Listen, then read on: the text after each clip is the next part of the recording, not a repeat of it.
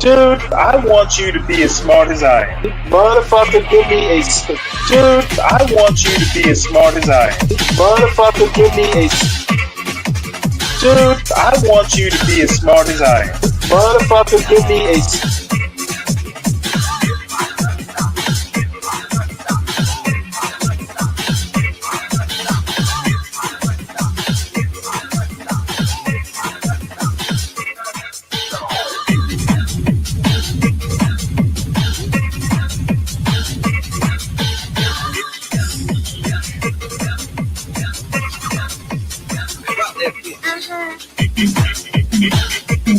Dude, I want you to be as smart as I am. Motherfucker, give me a specific...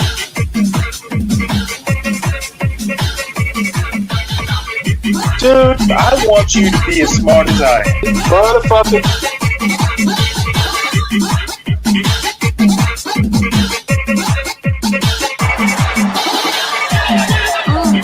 Come on out, you rapist!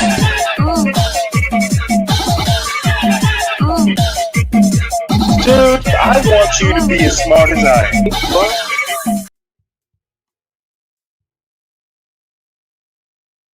More destruction on the black family and the black. It's very interesting that the welfare system reaps more destruction on the black family and the black community than anything that happened 100 years after slavery. There have been a lot of varying opinions on the causes of wealth gaps, inequality. One of the biggest points that a lot of people point to is welfare. Can you talk a little bit about what you've seen of the effects of it, negative, positive? Yeah, I think that the decline that we saw was not a legacy of slavery, because up until 1965, 85% of all black families had a man and a woman raising children. But right after the Watts riots, Cloward and Piven, two social scientists at Columbia University School of Social Work, who were socialists, and felt that we, in order to address poverty, we need to redistribute income. And so they wrote a paper that talked about separating work from income. And they said, well, we've got to remove the stigma. So they redefined welfare as social insurance and then later as reparations. But also they couldn't have just done it by issuing a policy paper. The federal government with the poverty programs embraced that paradigm and actually set up offices in New York and Philly and major cities to recruit people in welfare. They were joined by the Black Panthers because they said that the nuclear family was Eurocentric and therefore racist. The women's movement joined in because it was patriarchal and therefore it was anti-male. Welfare replaced the father. And so then you saw exactly what Cloward and Piven predicted, this tremendous decline in marriage in the community. And as a result, then you saw the acting out coming. And next thing you know, we went from having only 15% of marriage down to 70% in less than 4 decades. In fact, Fred Siegel, in his book, The Future Once Happened Here, and he says in the early 70s, a period of just 4 years, 4 million Blacks flooded into the welfare system at a time when the unemployment rate in New York was under 4% for Blacks. So welfare expansion was not in response to unemployment. It was response to a leftist progressive policy.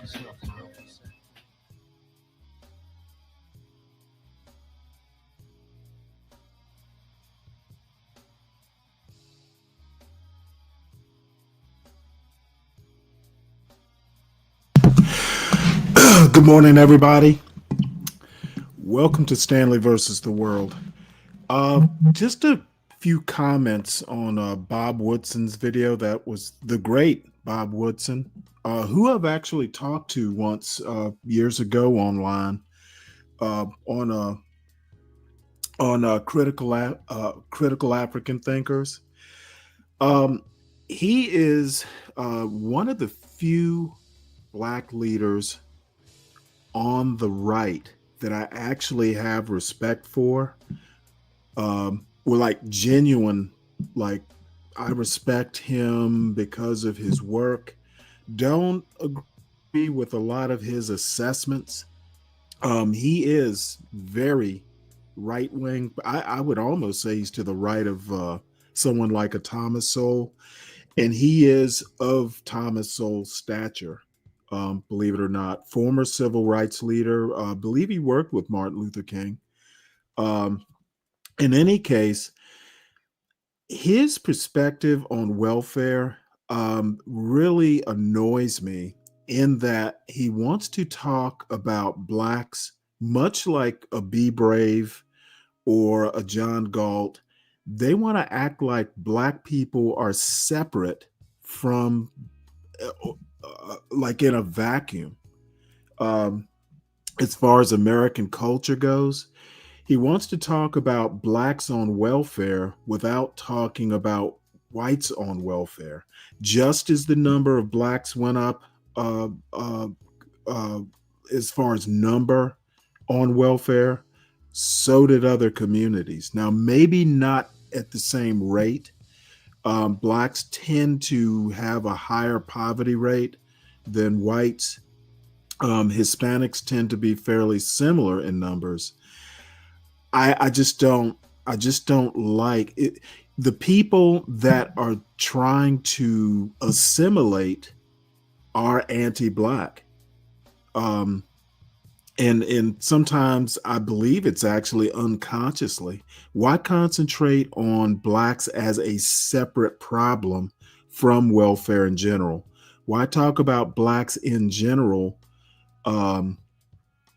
without noting that other communities have the same problems with, you know, the lack of respect for marriage? I think that I think they're inadvertently doing the same thing that white racists do, wanting to separate the black quote community out from America, as if blacks are not prone to the same cultural forces that whites are and other communities. I do believe that, the saying is when America catches a cold, blacks catch the flu. I do believe that, certain problems like marriage rates and poverty, et cetera, are acute in the black community. And I think for historical reasons, people seem to think that, hey, just changing law in 1954 and 1964 is a magic bullet and everything's okay. That's not how history works. So not how real life works, in my opinion. So anyway, we're going to go right into this next video, a Thomas Sowell video. And this is actually a reaction to a Thomas Sowell video, which I haven't watched, but it promises to be interesting. If it's not, we'll move on to news.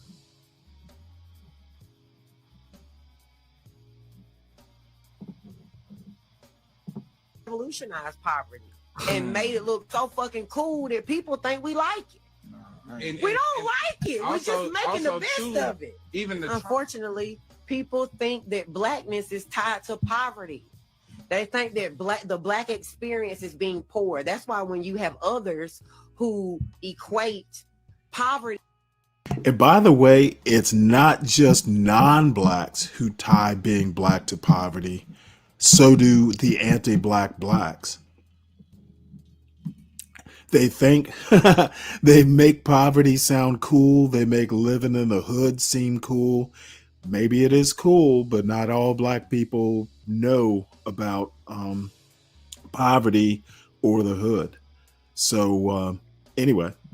Poverty to being black. Oh, I don't have any privilege. I grew up poor. Why the fuck do you think because you've been broke that you know what it feels like to be black? No, you don't. You've just been poor. Just trying to stay sucker free in a world full of lollipops. I'm seeing all the ops. Fake news, fake views. It's an illness, the cure to the sick shit. It's the pretty realist. What's good, family? Welcome to Pretty Realist. If this is your first time joining my channel, welcome. When people speak about Black culture, it's kind of hard for you to put your finger on it. The Black culture for today is not really in alignment with the Black culture that our parents, our grandparents, our great grandparents came from, with the way that they carried themselves, with their education, but how much they knew how important education was. They knew how important it was for them to hold themselves to a certain level of class and etiquette.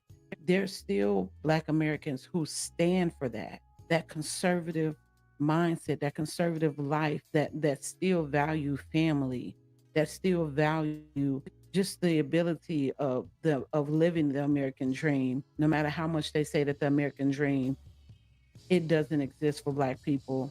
I truly don't believe that. I believe that we definitely have to work extremely hard in order for us to acquire certain things, but it's there. And today's youth has this thought, this mindset, as if they want to take on the struggles or the story of our ancestors, when our ancestors fought and died for them not to have to do that. They still went out and persevered despite all the racism, despite Jim Crow, despite slavery. Malcolm X was a whole criminal and served time and transformed his life. We're in this space right now as Black Americans, especially with this whole situation when it comes to this election, where we have no idea anymore what it means to be Black in this country, because a lot of people seem to step away from what it meant because they're so used to screaming victim. The way that we're going about things as Black America right now, it's kind of moving us backwards as opposed to. I want to make a point that in an odd way, the anti-Black blacks claim victimhood probably more so than the people they criticize. Opposed to moving us forward. Thomas Sowell, he's an economist. He's well into his 90s, and he speaks about the fact that no matter what your race is, you have opportunities available to you. It's up to you to persevere and put your best foot forward and not allow your race or the color of your skin to be looked at as a crutch for you to run in the Victim Olympics, for you to only think that somebody owes you something or the world is supposed to hand you something just because history says that you were set to have a bad life from the beginning. So I give you guys Thomas Sowell. Get you some water, get you some snack, because it's about to go down. A Black kid today, I think, is probably better off, certainly materially, than say Ben Carson was when he was growing up. Certainly the Black kids who are growing up today have a higher material standard of living than I had. The difference was that the schools were good when I came along. They were especially good in New York at that time, hard as that is to believe. But the kids who grew up in that same place where I lived, they will not get that same education. Now that can be blamed on somebody, but it has very little to do with what happened 100 or 200 years ago. And it's true in other countries. I mean, in Nigeria, for example, there's a tribe, the Igbos, who are living in. Two things about this point that Thomas Sowell makes. Number one, what the fuck do the Igbos have to do with America? This tendency for Thomas Sowell brothers to want to say this whataboutism. Well, look, what about the Igbos? They such and such and such. Let's not do that. Let's concentrate on exactly what the topic is. And it's not about Igbos. They live in a totally different culture, totally different history, totally different continent. And then the other thing about it seems like people like Thomas Sowell, the only time they want to talk about Jim Crow, which is a lot more immediate, there are people that, like Thomas Sowell, for instance, who grew up in the Jim Crow era. They never talk about that except to say that the marriage rate was higher. And I, frankly, and I've had this discussion with a buddy of mine who's an economist. I don't trust the statistics as much as I do the statistics before 1965. I know they are, but I only trust them so far. There was no compelling interest back in the 1930s to actually keep close track of what was going on in the Black community, especially the Black community in the South. I don't trust those marriage numbers.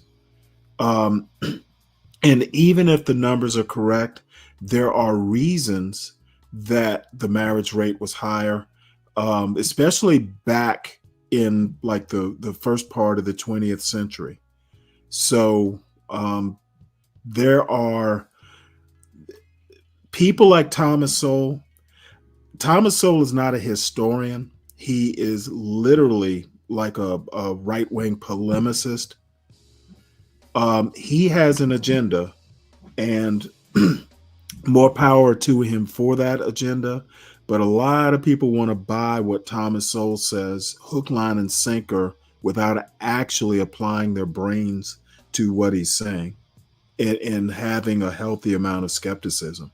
Too many Black conservatives just automatically buy into what a Thomas Sowell or Shelby Steele or Glenn Lowry say.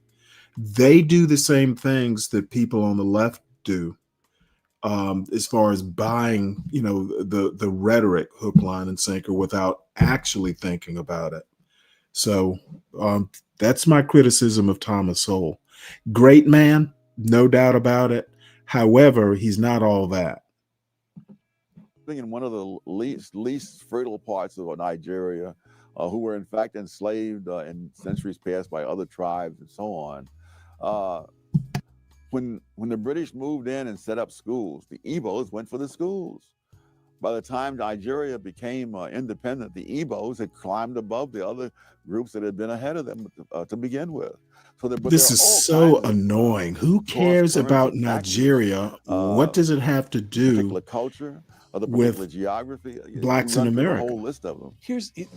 You cite in Intellectuals and Race, you cite an observation by the intelligence expert, IQ scientist James Flynn, that just stopped me. An IQ scientist, James, this is the other thing. Funny enough,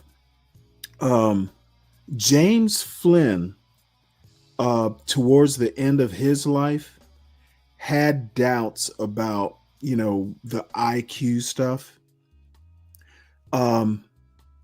Especially because IQ is so fluid. For quite a number of decades, IQ increased, and if you took the numbers just on the surface, are you really saying that people in, say, in 2000, kids in 2000 were smarter than kids back in 1970? IQ grew like every decade, 4 decades. In my opinion, and I'm no psychologist of any sort, but if the number is rising, kids aren't necessarily getting smarter. I think the problem is that kids know more. They're learning about stuff earlier. For instance, back in my day, 8th graders didn't take algebra. I was in high school, 9th grade, before I ever got exposed to algebra. Kids are taking algebra in like 7th grade these days. My son, for instance, was probably doing algebra in 6th grade. So this dependence on IQ and IQ quote science, it's a pseudoscience at best, in my opinion. It's another irksome thing that the far right does. Of American troops remaining in Germany. For that matter, there's still several tens of thousands there today. Oh, this is a good one. Black and white American soldiers had children with German women. And Flynn discovered that those children growing up in Germany showed no IQ differences at all. The black kid. Again, it is not. It's those children didn't grow up in America. Is why there was no IQ difference. They will have a totally different perspective on history and race growing up in Germany than they would in America. A lot of the problems we have with kids in America is parenting, but it's also American history. The culture in Germany is different than the culture in the United States. Kids. Can I ask you a question? They will have their own problems. Quote. Yes, 12th man, what is it? I was just wondering, are you trying to make an argument for the Federal Department of Education? Or have I even mentioned government? Why would you think I'm making an argument for education, for the Department of Education? Well, okay, listen to my question. Why would you think that when I have not even talked about the U.S. government or anything of the sort? I've been talking about Thomas Sowell and IQ and some other things. Yeah. Nothing to do with the Department of Education. I actually been learning a lot from you this morning, Stanley. Yep. By the way, speaking of the Department of Education, nothing wrong with it. They don't affect local education directly. Local school boards in local localities control their public schools. There may be some inducement to get funding, but Trump does it. I hate to bring his name up, but the Department of Education is actually useful. It's been a scapegoat for decades, probably back since I think Reagan was the first one to threaten to dismantle it. So I have no problems with the Department of Education, except it has nothing to do with what I'm talking about, at least not directly. Okay. Yeah. So let's get back to the video. Okay. Quoting intellectuals and race, Professor Flynn concluded that the reason was that the offspring of black soldiers in Germany, and now you're quoting Professor Flynn, grew up in a nation with no black subculture. Yeah. Close quote. Which means what? Okay, I want to point out two things, and I don't usually like stopping videos every sentence. Usually I like watching them all the way through, but there's so much wrong with what Peter Robinson and Thomas Sowell in particular are doing here. At least he called it a subculture, okay, which goes back to my argument that black culture is a part of American culture. It is a mosaic, not necessarily a melting pot sort of situation. However, it is not separate from American culture. And people who think that really don't do their homework, really don't sit and think about how you can grow up, how black people in America can be here, for roughly, the almost 250 years of American history and have a separate culture. That's just not going to happen. And the other thing is he might be right as far as exposure, but American culture is the problem. Black culture, when America catches a cold, black people catch the flu. There are a ton of things. Look, America at one point in time was number one, whatever measures they used to say, hey, you're number one in education. We are nowhere near the top Okay. And it's not just because of Black culture. American culture has a lot of toxicities to it. And singling out one part of American culture over the larger culture, I think is wrongheaded. It is political. The far right has an agenda. And again, I think both the left and the right depend on people being stupid about American history and just not really being able to understand American history. And you know, there's a lot of skepticism that goes in to what James Flynn and here Peter Robinson and Thomas Sowell are saying. It's not fact that they're talking. It's a lot of opinion, and it's far right opinion about Black people. And in my opinion, it's wrongheaded. Which means they experienced exactly the same expectations. Is this No. The expectations are external. The culture in which they grew up was not the culture in which Black kids grew up in America today. So there's no gangster rap. Yeah, blame everything on gangster rap. Thomas Sowell does the same thing because he's an anti-Black Black. Not all Black kids grow up with gangster rap. How do you account for kids back in the 70s and 80s before gangster rap? Okay, Thomas Sowell has an agenda. He is more politician on the order of a Charles Murray than he is an economist. That was pervasively available in Germany. So here's what I'm getting. There is something about Black subculture in America today that holds African Americans themselves back. Yes. Yes. In fact, I look at these broad generalizations that they're doing. Black rednecks and white liberals. Very same subculture held whites in the South back as well. Did he say that? This mental testing in the First World Yeah, War. you've never heard of the among other book? things, the fact Well, actually, it's an essay, and then there's a book of essays with that title, Black Rednecks and White Liberals.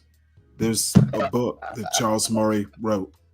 Well, again, it was an essay turned into a book with some other essays. So yeah, it's famous. You never heard of it? No, sir. I highly recommend it as an introduction to Thomas Sowell. Can you email that to me, Stanley? I might buy the book. Here, well, I mean, look on Amazon; it's there. I mean, I usually buy books from Amazon. I don't know where. Do you buy books at a local bookstore? Sometimes. Okay, well, just here. Hold on one sec. I'll put it in. I'll put the link in the back, and while this video is playing. The fact that whites from various 4 or 5 southern states scored lower on the mental test than blacks from 4 or 5 northern states, and so it really was a question of the subculture that was there, which was a handicap to both. All right, and so that is pretty much what our culture represents right now. Black rednecks, the people who thrive on totally wrong energy. Okay, you know, when she says we, this is the other thing that I get annoyed with anti-Black blacks about and Black conservatives. Anti-Black blacks are not conservatives, in my opinion. They are racists. So, in conservatives, I guess that would be a different show, but conservatives aren't necessarily racists. Depends on the flavor of conservative, I guess. But in any case, I hate it when they say we. I hate it when they say us. Okay. But I also hate it when they say the blacks or them. These people, precision of language is one of the things that America has gotten away from.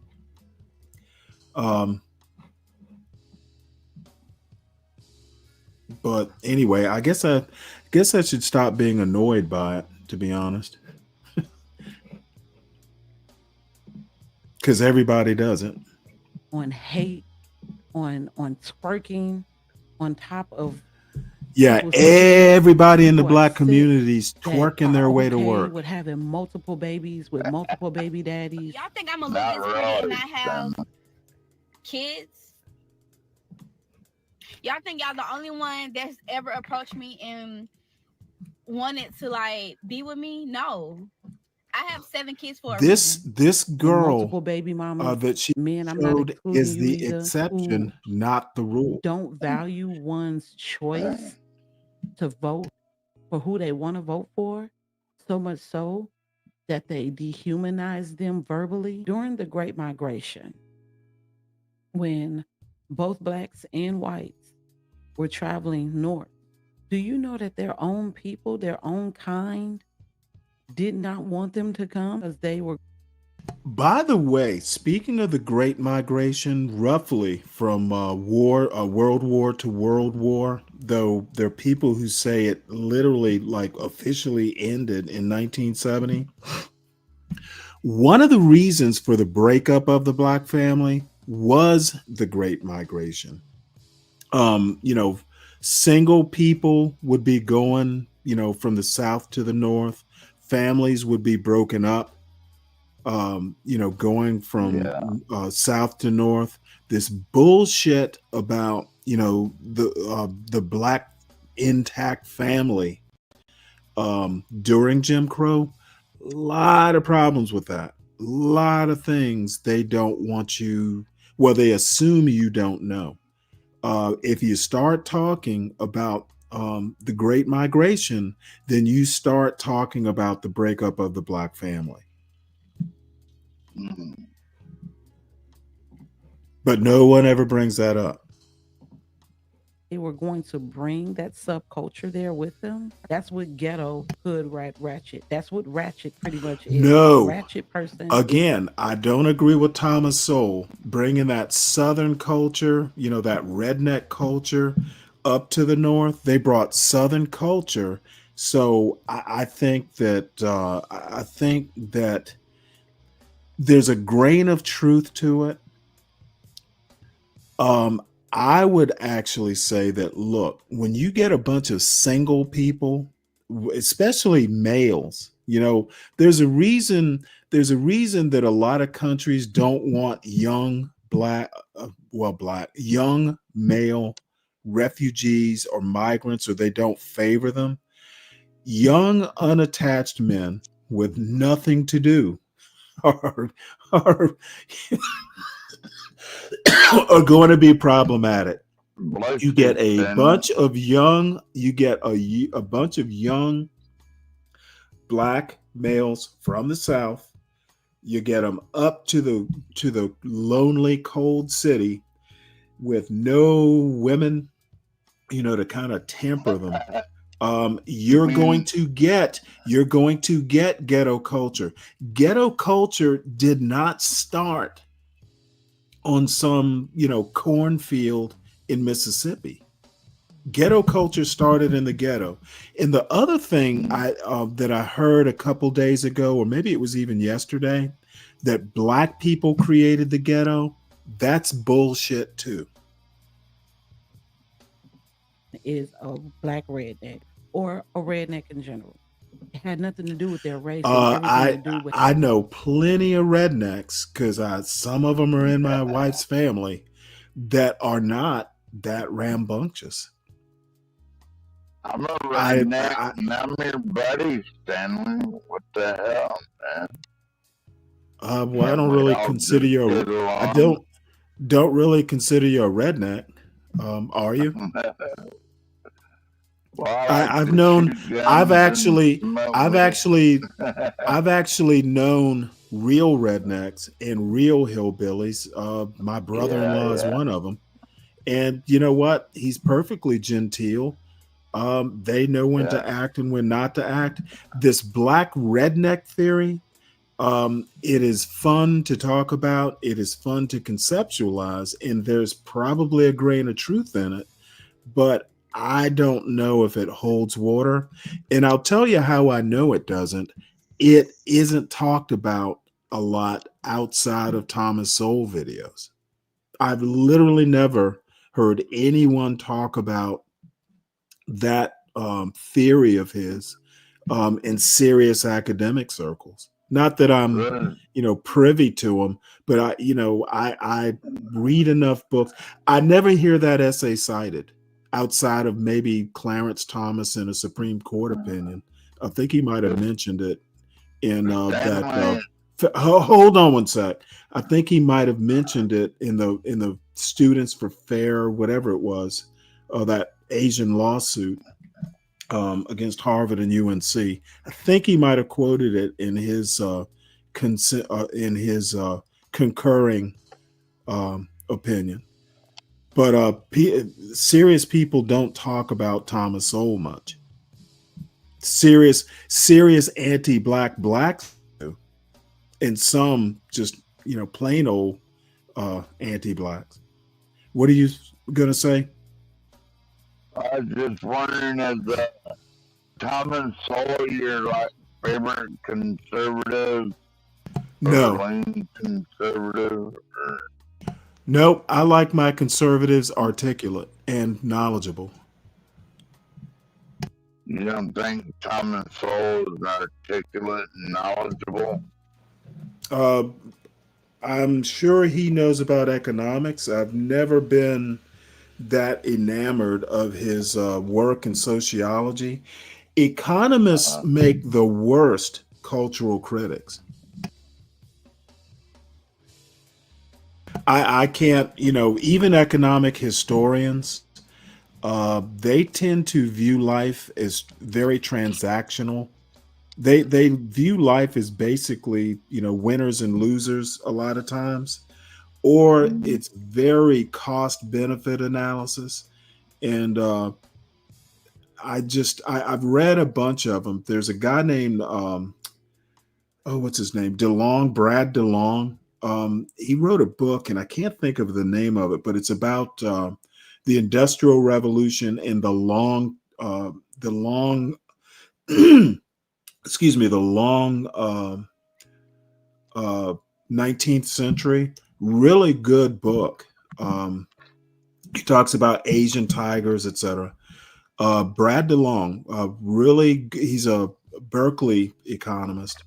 And I actually know one of my friends actually took a class from him, graduate of Berkeley. But anyway,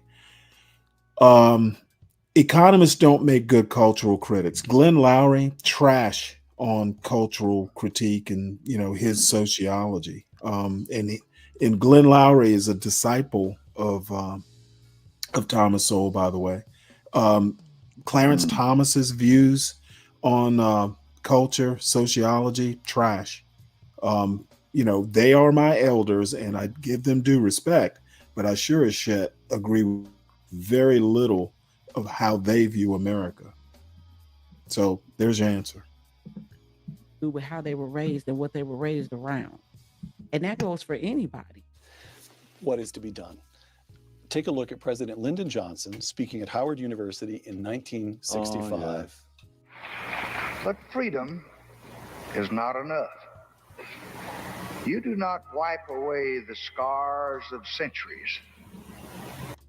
Y'all let this motherfucker speak at Howard University? Who is y'all? Why? What do you mean, why? How about go back and again? Responsible for signing the civil. Again, who the fuck, y'all? This imprecise language. Yes, Howard University let him speak. They had just passed the civil rights of the 1964 Civil Rights Act. Of course, they let him speak. That Lyndon B. Johnson. Yes, Stanley. and this young lady has not done herself the favor of not asking a dumb question or like getting the answer for herself. Of course, they let him speak. Civil Rights Act. What he said about black? Stanley, can I ask you? Yes, 12th man. Didn't Lyndon B. Johnson said he'd have those N-words voting Democrat for the next 200 years or something Yes, like that? yes. Didn't he And say how is that relevant? I don't know. I just Okay, you're just wonder randomly spouting Lyndon B. Johnson quotes. why did he say that? Don't really I care think because don't really care. I'm not talking about that quote. She asked why did Howard let him speak? That's what I'm concentrating on. do you believe that, Stanley? I don't care about it. I don't care to talk about it. I'm concentrating on the topic at hand. What's your show? I'm sorry for getting Well, off I topic. noticed it's my show, and nope, I want to stick to what I'm talking about if you don't mind. No, go ahead, Stanley. So the reason he is speaking at Howard, civil rights legislation had passed and was going to pass, and I guess black people appreciated the end of Jim Crow. That seems good enough reason to speak at your university. This young lady would put her in good stead to know these things. So you like Lyndon B. Johnson? By saying now, I guess. Why does it matter whether I like him? I'm not just curious, Stanley. Uh-huh. you You have to understand that I was born in 65. So Yes, sir. I like him historically. Don't know that much. Never really studied his policies or anything. I don't like his Vietnam policy. So I like him or dislike him like, any other president, I guess. are free to go where you want and do as you desire and choose the leaders you please. You do not take a person who for years has been hobbled by chains and liberate him, bringing up to the starting line of a race, and then say you are free to compete with all the others, and still justly believe that you have been completely fair. It's pathetic. It's not a question of, there's no you who has the control to be completely fair or completely unfair. I mean, the circumstances are, so someone want it. Again, these people want to laugh and pretend that removing impediments automatically makes you competitive. They are full of shit. And black conservatives, I don't know. I understand the competitive spirit, okay, but Lyndon Johnson is right in that case, and it would be like throwing water on the Wicked Witch of the West for them to admit that he was right. It is. It's pathetic. Tests on grounds that the tests were unfair. And I think it was David Reisman who said the tests are not unfair. Life is unfair, and the tests are measuring the results. But who has control of life?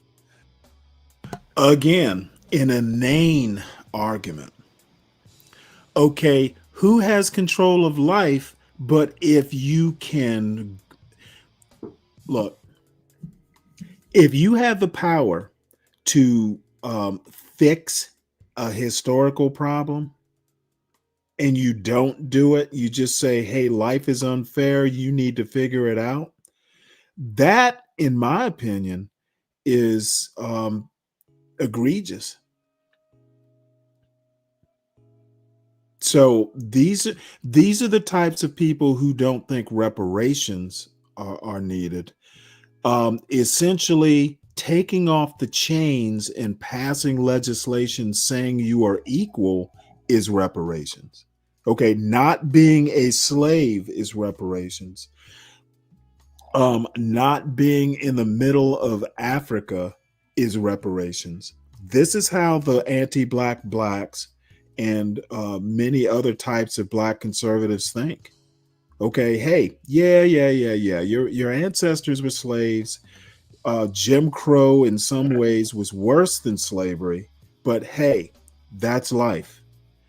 That is a way of thinking. But in my opinion, there's also such a thing as justice.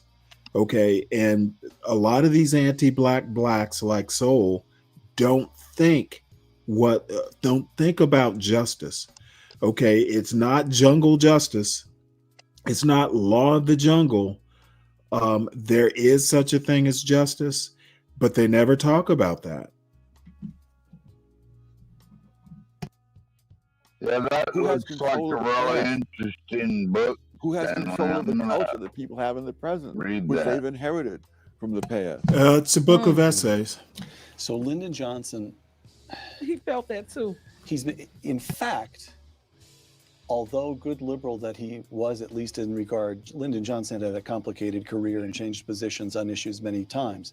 But good liberal though he was at that moment, he was in fact engaging in a breathtaking arrogance. Yes. On two counts. One, that white people were the ones who were responsible for where Black people stood in the race, that it was up to whites entirely, that Blacks. It is. You know what? Again, these assholes don't really understand. It is a white people problem. Okay, if America is a white man's country, then it is a white man's problem. That's the other. There's no straight, there's no through line in this logic. Okay. Black people didn't enslave themselves. Africans did not build the ships and sail over and volunteer to be an economic engine. Of course, it's white people's problem. Now, the problem is that you can't answer for your ancestors, but you can administer justice. How do we do that? And I don't give a fuck. Figure it out. I'm not white. Bottom line is that there's some things that are rather obvious. And just saying, oh, hey, my great grandpappy, that was him, not me. That's perfectly legitimate. Okay, but you can't. Everyone at this point is benefiting from African slavery. Okay, that's that's perfect, dude. Let me speak. Okay. That is perfectly obvious. Okay. But this part about not being proactive to fix historical wrongs, that is truly life is unfair. Okay. But then you want to turn around and complain that, oh, hey, Black people are, this way or that way. It's because of American history. And on one hand, you want to say it's not our fault. On the other hand, you want to complain about it. If it's not your fault, then stop whining. Life is unfair. Be braves of the world. If Black people are shooting up the place, life is unfair. If Black people, which I thoroughly disagree with, are the single cause of America not being what it should be, life is unfair. Stop your fucking redneck bottom feeding whining. Just deal with it and shut the fuck up. So I hope you're. Question, Yes. Like, what do you feel would be like justifiable reparation? I don't want to talk about reparations. That's not the topic. I just happened to bring it up in relation to this video. Blacks, as he described, I mean, devastating. The Black people are passive; they're acted upon. That's right. That's right. And then the second act of arrogance is the supposition that somehow the federal government could fix it. Yes. It is staggering. But if you wanted to be charitable, you. The federal government allowed it. Whether they can fix it or not is irrelevant. They need to make the college try. People don't seem to understand that the reparations argument and these various sorts of arguments, they're not against individual white people. America is a republic, and a republic has institutions. Okay, the problem is the institution representing the people, not the people themselves. Now, indirectly, the people, can be responsible depending on how they vote. But it's the legal institutions like the Supreme Court, etc., that allowed slavery, promoted slavery. Okay, the problem is the institutions and what the institutions allowed. Okay, and the assholes who want to take this bullshit personally, that's their ignorance, that's their stupidity. No one even wants to fuss at your great grandpappy if he was a slave owner. It was legal at the time. It's the legal institution that's the problem, not your great grandpappy. Though you could make the argument, but I'm not going to even start there. Of course, the federal government is culpable. It literally, institutions live way longer than individual human beings. And apparently people aren't smart enough to figure this out. That's because the education system sucks. Well, you could say, well, he said this in 1965. But if you say, all right, why are people now repeating it in 2013 when we've had nearly half a century of experience to the contrary? And if you look within the black community, those blacks who had escaped what I call the black redneck culture, they've moved on. So, but it's the culture the different parts of the black community had. They were different. Yeah. Daniel. Okay, I want to note something that Thomas Sowell doesn't emphasize, and I'm going to rewind it just a little bit. The different parts of the black community, the people that moved from the ghetto, moved on. That's what people don't seem to understand, that they literally moved on, mentally, spiritually, financially, what have you. And it's the B-Brays of the world who won't let them move on. Okay, if I, go to that deluxe apartment in the sky, I'm not necessarily responsible for where I came from or how it devolves. Okay, but people like a Be Brave basically want to re-enslave black people back to the ghetto.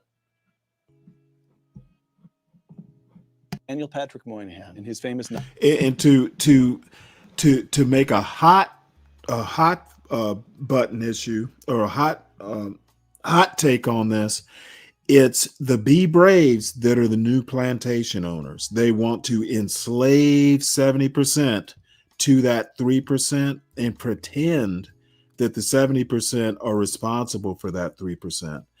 Be Brave is basically a bottom feeding slave owner or plantation owner. This 1965 report entitled "The Negro Family: The Case for National Action," close quote. Longish quotation, but it gets to something, I believe. Moynihan: the fundamental problem is that of family structure. The Negro family in the urban ghettos is crumbling. A middle class has managed to save itself, but for vast numbers of the unskilled and poorly educated, the fabric of... Again, notice what it says. And actually, it's not in this quote they put up there. Yeah, the middle class has saved itself. I'm going to be honest with you. I'm not absolutely sure why we want to worry so much about the 3%. I think maybe the reason we worry about it is, the big cities are kind of like crown jewels of American society or culture. Maybe that's why we obsess over it. And to a certain extent, we don't obsess over any other population that's poor. We obsess over people in the hood. And I'm not sure that we should. And you know what? People leave the hood for a reason. If it was so great and if it was so important, they would stay. And I know I'm kind of, doing hot takes here, but the be brave as plantation owner, like mental, like racist plantation owner, wanting to enslave the 70% to take care of the 3%, it's really disgusting, in my opinion. It's like the stupid leading the blind. Conventional social relationships has all but disintegrated. So long as this situation persists, the cycle of poverty and disadvantage will continue to repeat itself. Close quote. When Moynihan wrote those words, the illegitimacy rate among African Americans was 25%. Today, the illegitimacy rate among white Americans is 36%. Among Hispanics, more than 50%, and among African Americans, more than 70%. Yes. Yep. When America catches a cold, blacks catch the flu. And you can argue that it was not welfare that broke up the black family to a larger extent than other types of racial communities. It was the policy that broke up the family. Okay, people want to just say, hey, getting the check was the problem, when it's actually what you had to do to get the check. People accuse me of splitting hairs, but the devil is in the details. Okay. We did not fix some of these welfare policies. Motherfucker, don't interrupt me when I'm talking. We did not fix welfare or moderate it, modulate it, whatever you have to do to make it more family friendly. Essentially, what America said is, hey, if we're going to give you a check, we don't want a man in the house. You need to be a true single mother. Okay. It wasn't the money itself, because money, like a gun doesn't kill people. Money doesn't necessarily break up a family. It's what you have to do to get that money, or how you have to be to get that money that was the problem. And people don't seem to be able to figure that part out. What's your question, 12th man? Well, the devil is definitely in the details when the U.S. government gives natives poison blankets. Okay, I don't care about natives. We're not talking about natives. Why are you bringing up natives? I'm just saying. Okay, don't just say, please stick to the topic. When we do a show on natives, I'll let you take that lead. I don't do whataboutisms. Well, same thing they did to the black. Aside from throwing up, nope, I don't think so. Different history. What is to be done? The first thing to be done is to understand that this was a result of policies begun in the 1960s. Yep. This is not a legacy of what happened 100 years before the 1960s. The breakdown of the black family is not a legacy of slavery. No, if you the classic study of this goes all the way back to the era of slavery, and they find that most black kids, even under slavery, had lived with two parents. Okay, bullshit.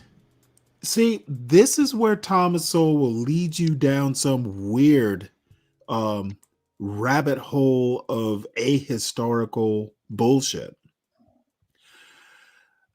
Marriage was literally not a thing during slavery. You know, a plantation owner could get together with another plantation owner, and you would be married in quotes, okay? But you could be sold the next day, okay? He is basically saying that marriage of slaves was equivalent to like the legal contract that white people had at the time. That is so motherfucking misleading. It is laughable. He doesn't even, the next question I would have asked, were they real marriages? Because they weren't.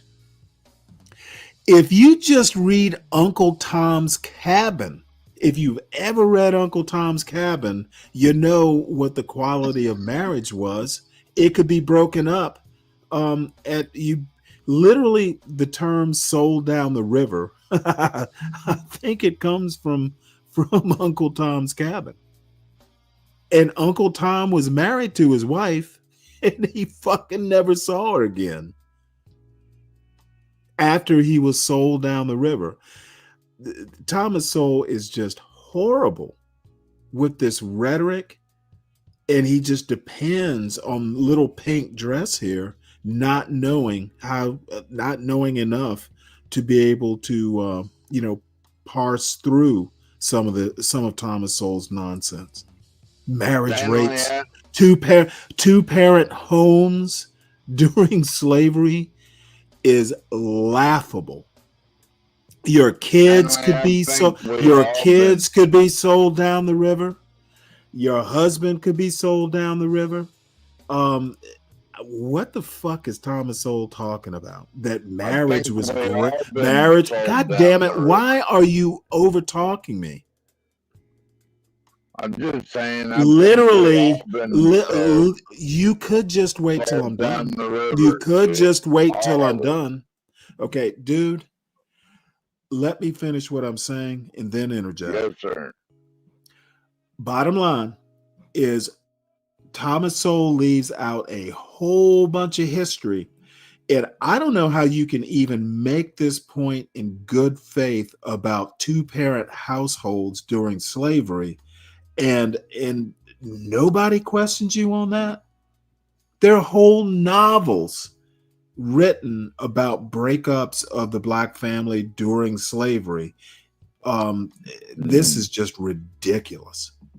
I guess what he's trying to say is marriage rates were higher during slavery on the plantation. Dumb. This is why economists do not make good cultural critics. He's not, and Thomas Sowell knows this. He's written whole books. I know he's read a couple history books. Again, this is just pure rhetoric. He knows his audience, and there's a reason Thomas Sowell doesn't have mythical status in the black community because of bullshit like this. Yeah. And young Miss here is buying this hook, line, and sinker because anti-black blacks don't read books. They laugh at reading books. That was true all the way up until the 1960s. So you want to find out what has happened, what's changed. It has changed since the 1960s. I don't think people understand how important the family dynamic is. As somebody who didn't grow up with their father, it showed for a long time. Now, my mom, she got married when I was 10 years old.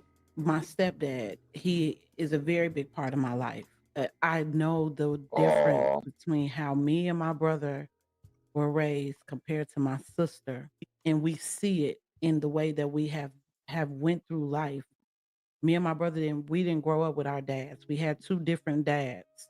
We saw a lot coming up, and we struggled a lot. Me being a woman struggling out here, trying to figure out my life, being in several abusive relationships. It took for me to go through a lot to get to that point. Just hook, line, and sinker.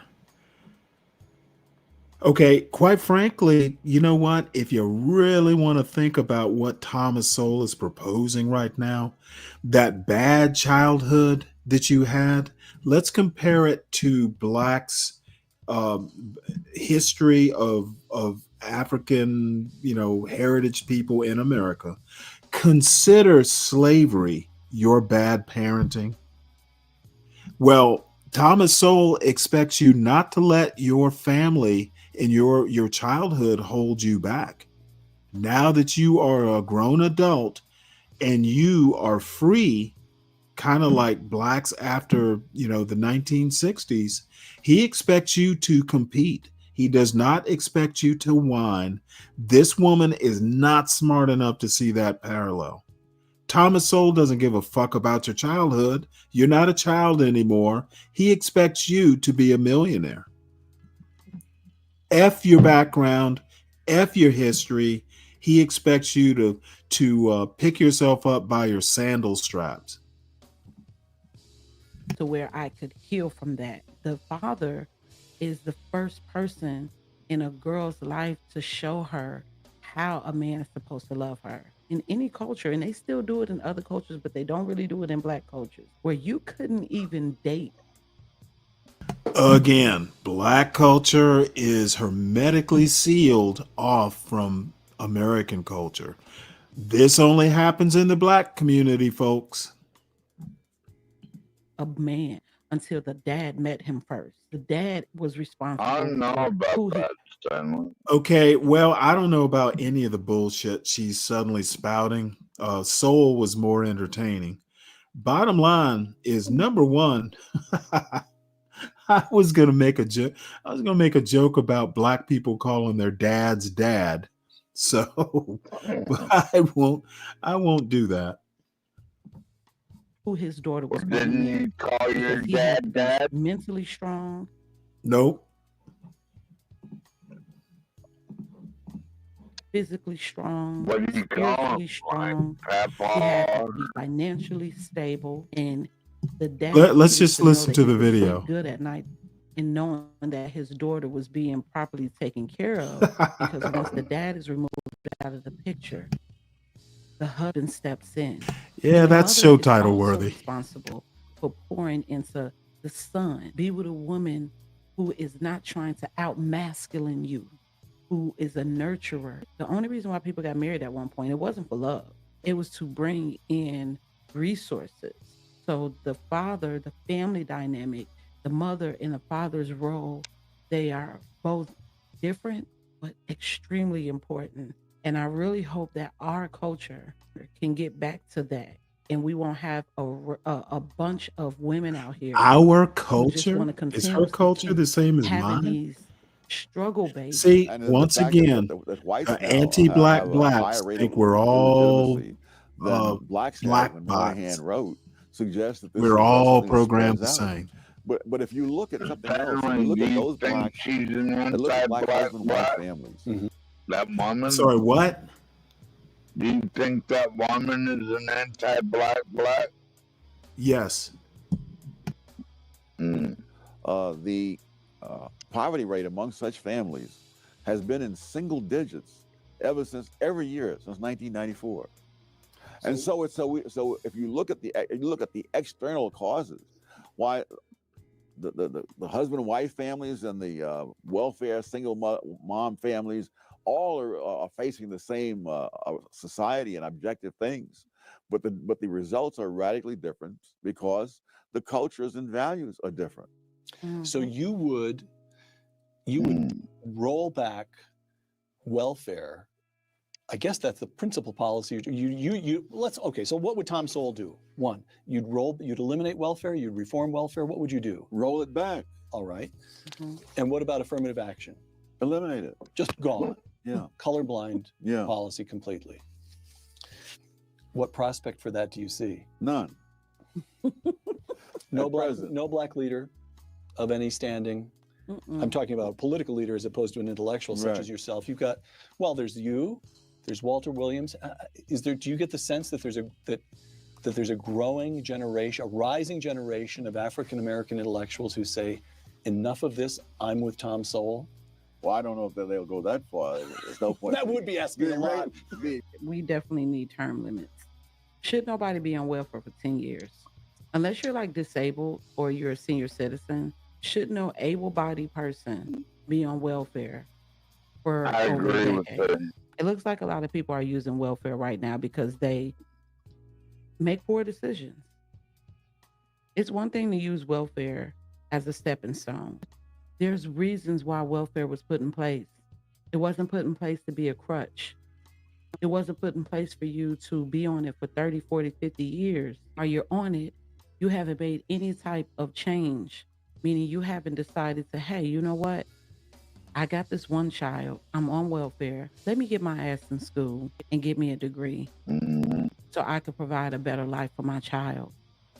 Let me see what I need to do in order to fix my credit or in order for me to purchase a house or purchase a home or start a business. It's temporary assistance. But in terms of political leaders, all the incentives politically are for black leaders to blame all problems in the black community on the larger society. Yep. And that enables them to take on. Okay, who does that?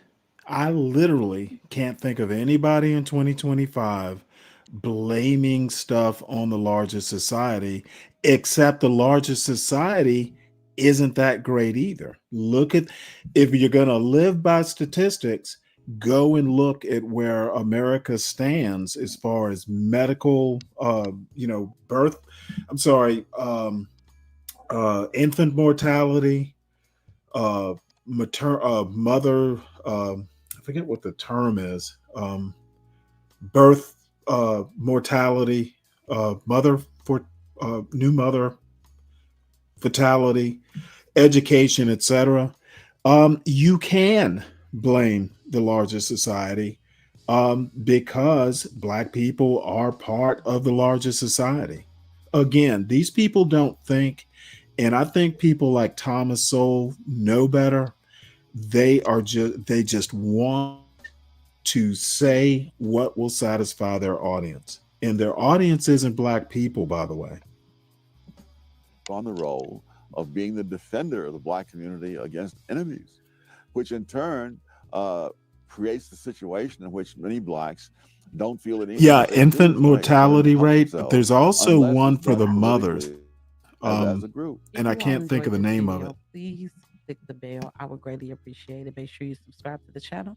Let's get back to the video. The hopelessness is one of the big products of the race industry. That you have no chance. I remember giving a talk at Marquette, and at the end of the talk, among the questions that was asked, a young black man got up and he said, "Even though I am graduating from Marquette University, what hope is there for me?" And having gone through college when I was in the 50s, I don't remember any blacks saying that in the 1950s, when there was a lot more obstacles to overcome than there were when this guy is graduating from Marquette. But you have to produce that kind of feeling in order to serve the interests.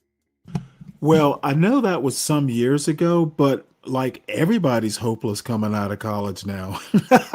So it's not just black people. I wonder how he would answer that. He can't blame it on the blacks. He can't blame it on black culture when, there is a general malaise among Gen Z and whatever comes after Gen Z. Very, very shallow thinking, very, very political rhetoric here.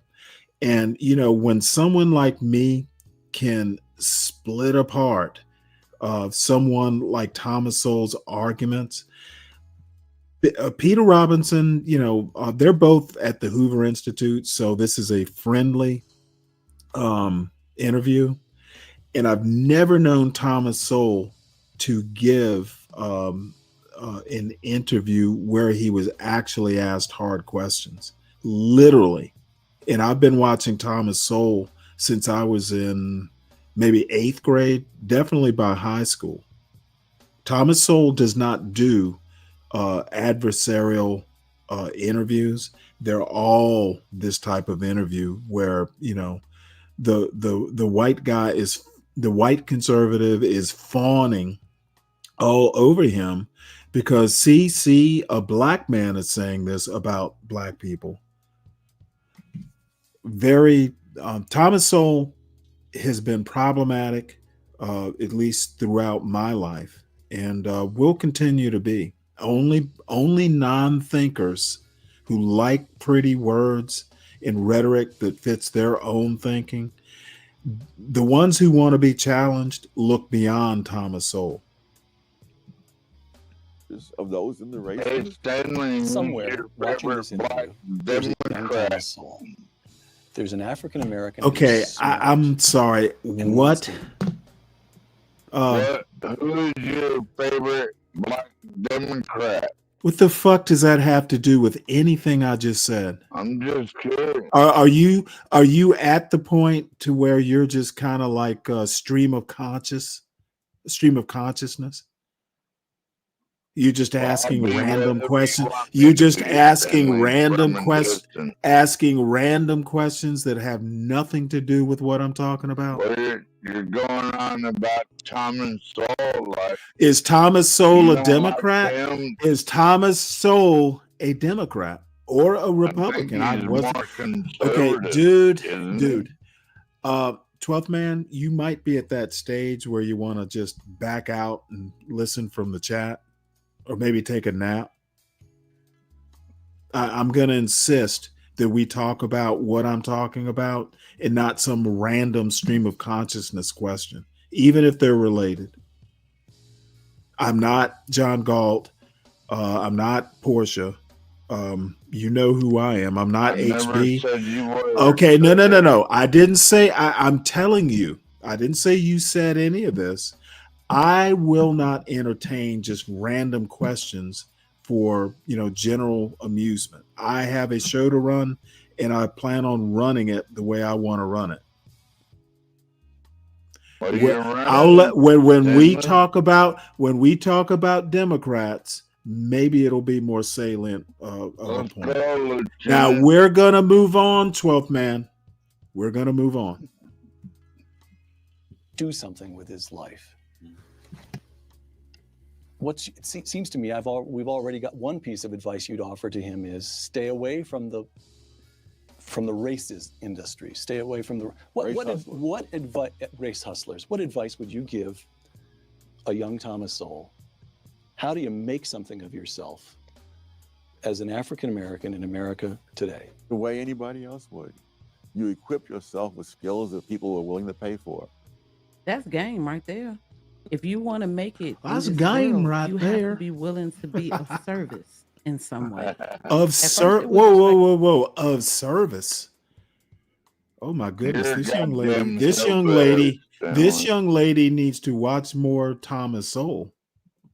I don't want to help black people, but I want to help all people because I Why really would you want to help all people? Get over ourselves and feeling as if we're just in this bubble of America, and we constantly have forces that are telling us that we can't get along or that one group of people is better than the next group of people. And we have to understand that the reason why there's so much division and there's so much cloudiness when it comes to success for the black community is really a lot of us that's standing in our own way. I'm gonna get up out of here, y'all. I hope you all enjoyed this. Yeah, like standing in your own way is a uniquely black trait. The fuck is she talking about? Silly woman. But I'll subscribe to a channel because it'll give me I'm sorry, what? She did have a bad childhood. You know what? Black people had a bad period of time in America, and they expect black people to do better. I don't, just like the larger community doesn't care about the past and don't want to hear about slavery and Jim Crow being an impediment to black success in 2025. I'm going to draw the parallel. I don't care about her childhood. She's not a child anymore. She needs to be successful, and maybe she is. It's actually the first time I've ever. It's actually the first time I've ever watched her. So I'll click subscribe and kind of follow what she does, and maybe if I have time, do more research. But I don't care about her childhood. It was a form of slavery that she is free from now. It was a type of bondage. Her childhood sounds like, and she's free now. Yeah. Not even sure I want to hear about it. It's not relevant. So anyway, we're going to transition into some news, and then I've got more videos at some point. So let's see. Let's put this down. Stanley, can I ask you a question? Sure, 12th man. What about that one lady that hunts the lobsters and goes scuba diving and all that? Did she do a new video yet? Don't know. She might have. So on to the news. I'm sorry, what? I figured you'd be on top of that. So on to the news. This actually, I don't know whether it shocked me or not, but the U.S. economy shrank in the first quarter, first 100 days, in reading clouded by messy trade data. So we're going to listen to this. You knew it was coming, and of course, Trump will probably have an excuse for it. Something about bitter medicine or something. U.S. economy shrank in first quarter, in reading clouded by messy trade data.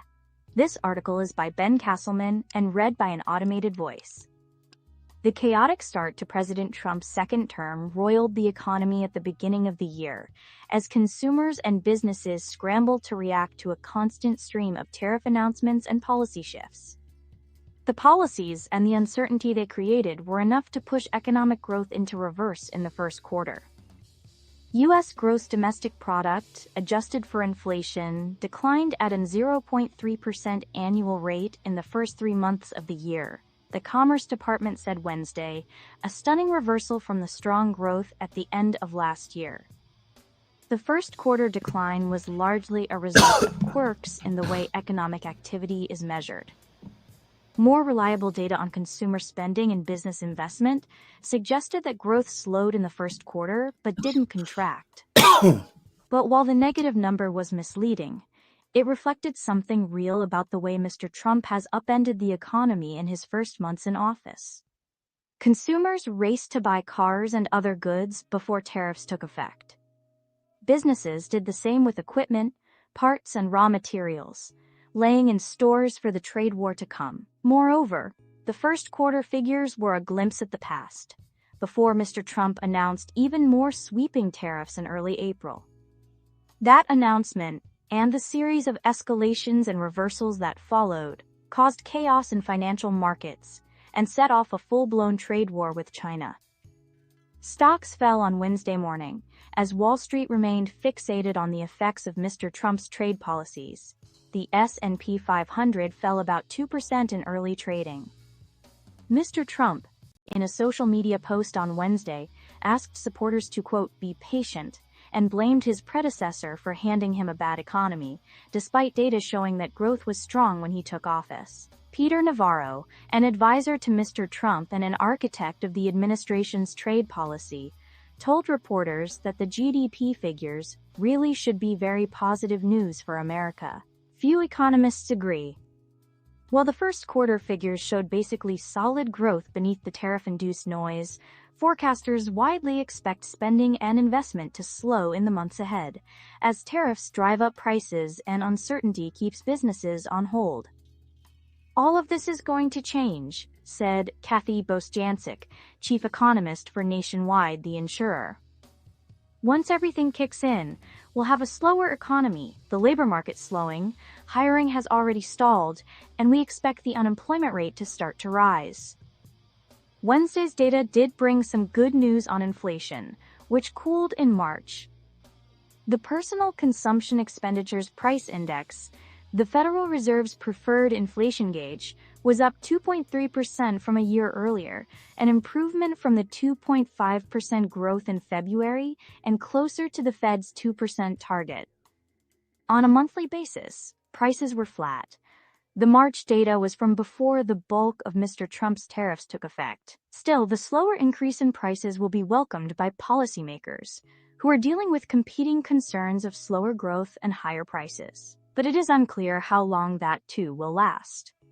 The longer tariffs are in place, the more pressure businesses will feel to pass along higher costs to customers, feeding into higher inflation, said Sarah House, an economist at Wells Fargo. Businesses can absorb some of that cost and try to wait it out and shield their customers for a period, Ms. House said.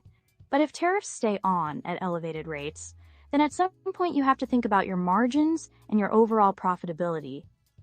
Americans have become increasingly worried about higher prices as a result of tariffs, leading to a sharp drop in consumer confidence in recent months. Still, there is little sign so far that their dim outlook has translated into a pullback in actual spending. Consumer spending slowed in the first quarter, growing at a 1.8% annual rate, down from 4% at the end of last year. But economists said that was at least in part because of harsh winter storms that hit southern states in January, causing many shoppers to stay home. Spending rebounded in March, led by a big increase in car purchases before tariffs took effect. Likewise, business investment in equipment soared in the first quarter despite surveys showing that corporate leaders have become more pessimistic about the economic outlook. Rather, the decline in GDP in the first quarter was driven almost entirely by a huge increase in imports, as consumers and businesses tried to front-run Mr. Trump's tariffs. That surge shaved nearly 5 percentage points off GDP growth in the first quarter. To understand why the boom in imports led to a decline in GDP, it helps to understand a bit about how the numbers are calculated. GDP, as the name suggests, is meant to measure only goods produced domestically, not imports which are produced abroad. But rather than measure production directly, the government counts all the goods and services sold in the country and then subtracts the ones that were made overseas. It also adds in exports, which are produced domestically, but sold to foreign buyers. That means that, in theory, imports neither add to nor subtract from GDP. Anything that is imported to the country should show up elsewhere in the quarterly data, either as consumer spending or as an unsold product held in inventory, both of which are counted as additions to GDP. In practice, though, the government is good at counting both imports and consumer spending, but often must rely on rough estimates for inventories, especially in preliminary data. The first quarter figures showed an increase in inventories, but not a surge on a par with the growth in imports, despite anecdotal reports that companies were stockpiling products and materials ahead of tariffs. Economists predicted either that the first quarter inventory figures will be revised higher when more complete data become available, or that inventories will jump again next quarter, providing a temporary lift to GDP. Beyond such quirks in the data, however, economists said the larger takeaway from the latest data was clear. Consumers and businesses began changing their behavior in response to Mr. Trump's policies, even before the April 2nd tariff announcement that sent financial markets into a tailspin. The full effect of those policies won't become clear for months, but economists warn that the damage could be substantial, especially if Mr. Trump continues to change his approach on a nearly daily basis as he has over the past month. Still, the U.S. economy has proved remarkably resilient in recent years, repeatedly defying predictions of a recession. Unemployment remains low and incomes are rising, giving Americans money to spend. Tariff-induced swings in spending patterns may make economic data difficult to interpret in coming months, but many forecasters say a more sustained downturn is unlikely as long as the labor market remains solid. If companies start laying off workers, however, the economic situation could deteriorate in a hurry. Companies have already pulled back on hiring, and forecasters expected growth to slow this year even before Mr. Trump took office, leaving the economy with less of a cushion. We keep putting weight on the economy instead of lifting weight, said Diane Swank, chief economist for the accounting firm KPMG. Colby Smith and Danielle Kay contributed reporting.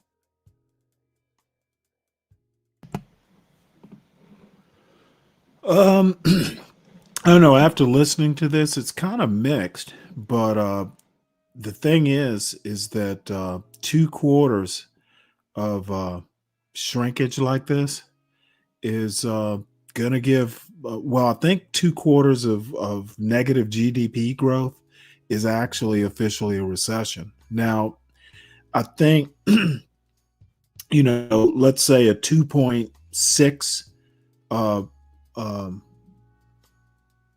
increase versus say a 2.0 increase in or growth, economic growth.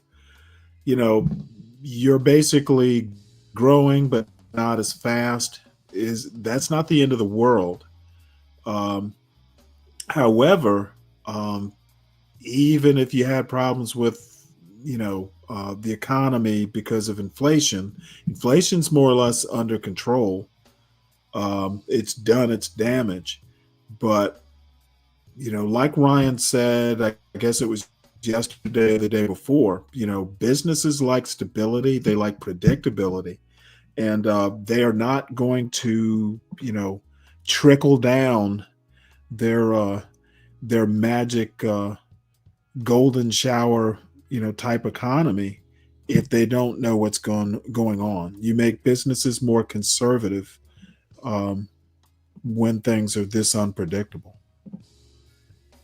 And if you're going to do tariffs. Don't keep going back and forth with it. So anyway, we're going to turn to a couple immigration stories. This is once again going back to the to Trump and Bukele's pact.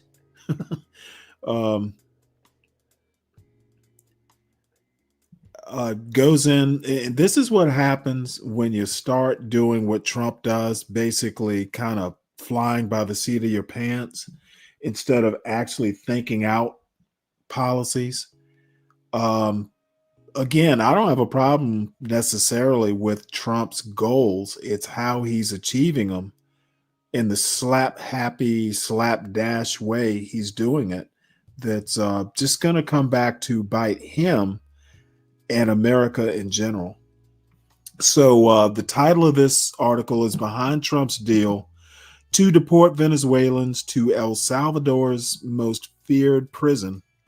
And by the way, Abrego Garcia is not Venezuelan, and he's not a member of Trinidad Aragua or whatever it's Trinidad Aragua. He's not a member by Trump's own admission. So I'll read a little bit of the article. As they addressed reporters inside the Oval Office in mid-April, President Trump and his Salvadoran counterpart appeared to be operating in lockstep. The United States had just deported more than 200 migrants to a maximum security prison in El Salvador. And President Nayib Bukele said his country was eager to take more. He scoffed at a question from a reporter about whether he would release one of the men who a federal judge said had been mistakenly deported. We're not very fond of releasing terrorists into our country, Mr. Bukele said. But weeks earlier, when the 3 planes of deportees landed, it was the Salvadoran president who had quietly expressed concerns. As part of the agreement with the Trump administration, Mr. Bukele had agreed to house only what he called convicted criminals in the prison. However, many of the Venezuelan men labeled gang members and terrorists by the United States government had not been tried in court. meaning you couldn't guarantee that they were gang members or terrorists. Mr. Bukele wanted assurances from the United States that each of those locked up in the prison were members of Tren de Aragua, the transnational gang with roots in Venezuela, according to people familiar with the situation and documents obtained by the New York Times. The matter was urgent. A senior U.S. official warned his colleagues shortly after the deportations, kicking off a scramble to get the Salvadorans whatever evidence they needed. Mr. Bukele's demands for more information about some of the deportees, which has not been previously reported, deepened questions about whether the Trump administration sufficiently addressed who it dispatched to a foreign prison. The New York Times pieced together the most complete account yet of the U.S. arrangement with El Salvador in the March 15th deportations from internal government documents, court filings, and interviews with 22 people familiar with the operation or legal challenges, many of whom spoke on the condition of anonymity to avoid retaliation. For months, aides to Mr. Trump had worked to engineer a new system to deport immigrants rapidly to Central and South America with little to no oversight from the courts. The strategy hinged on using an 18th century wartime law and treating the migrants like citizens of a country at war with the United States. But the application of the Rarely Used Alien Enemies Act appeared to be haphazard. Amen to haphazard. Pulling in migrants whose relatives insisted they were not gang members. Government officials hurried to assemble documents detailing who was sent to the prison and justify the deportations in court. The process was so messy that 8 women were among those flown to be incarcerated in the Salvadoran prison, an all-male facility, and had to be swiftly returned. Friends and families of the men locked up in El Salvador are now struggling to extract information about their fate. The White House is in a standoff with the federal courts over how it has applied the Alien Enemies Act, with the Supreme Court expected to weigh in soon, a potentially significant test of Mr. Trump's attempts to expand his executive power. The president has the right to remove foreign terrorists from our homeland, and we are absolutely confident that truth will ultimately prevail in court, the White House press secretary Caroline Leavitt said in a statement. In the meantime, the administration continues to comply with all court orders. Let's see. Let me scan through the rest of this.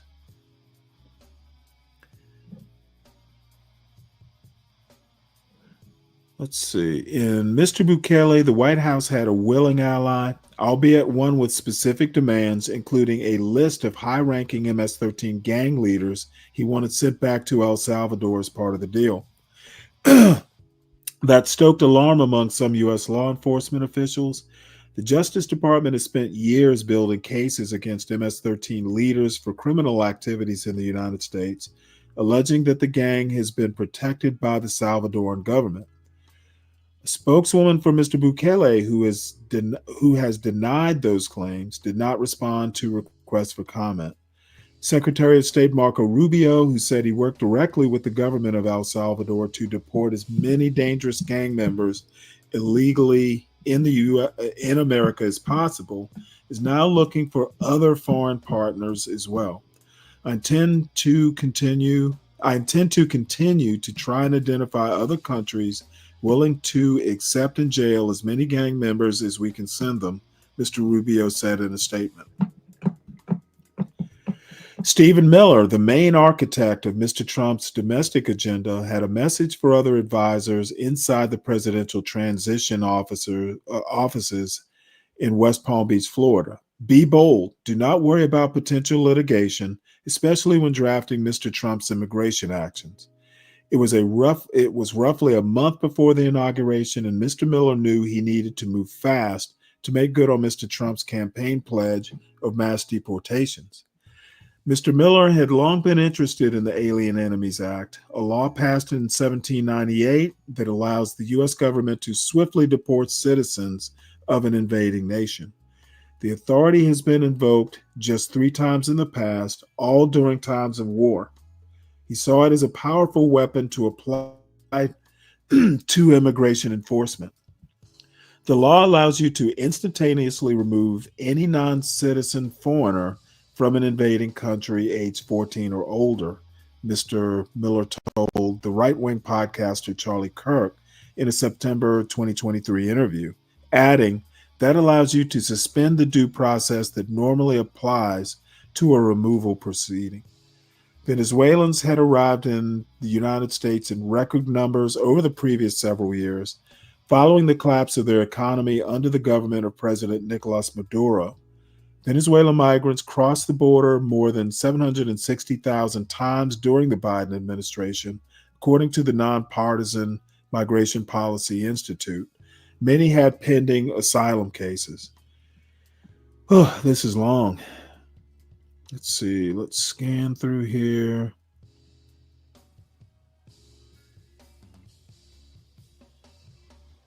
Jesus. President Trump has really made the Oval Office look like Versailles.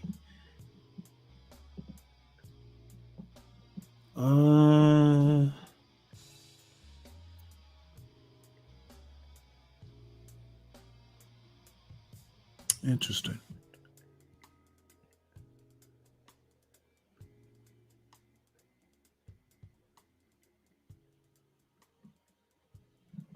So I don't know. Anybody's interested in this article, just let me know. I'll drop it into the chat. You can finish it up yourself. Let's see, what else do we have here? Next immigration story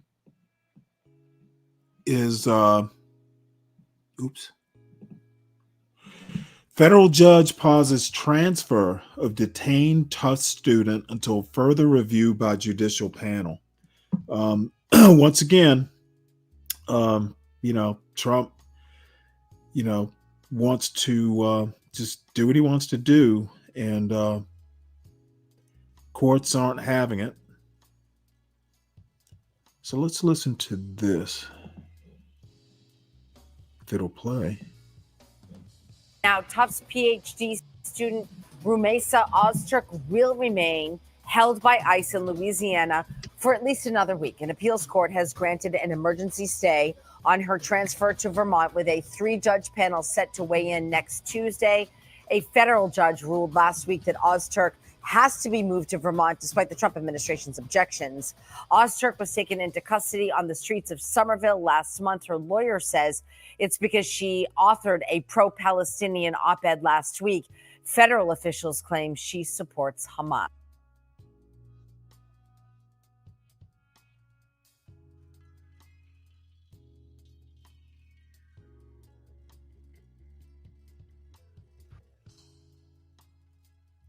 I'll read the rest of the article because that has changed. That's an old news clip. It says here, a federal appeals court issued a stay on a district court's order to transfer a detained Tufts University student to Vermont.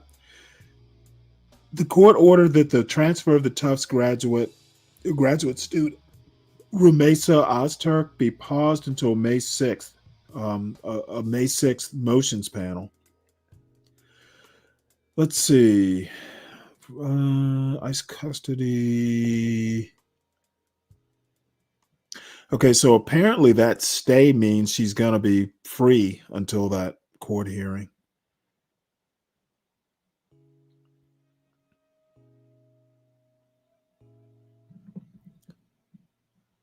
Let's see. Okay, you know what? I misread this. I thought it said she was freed. Basically, she's not to be transferred.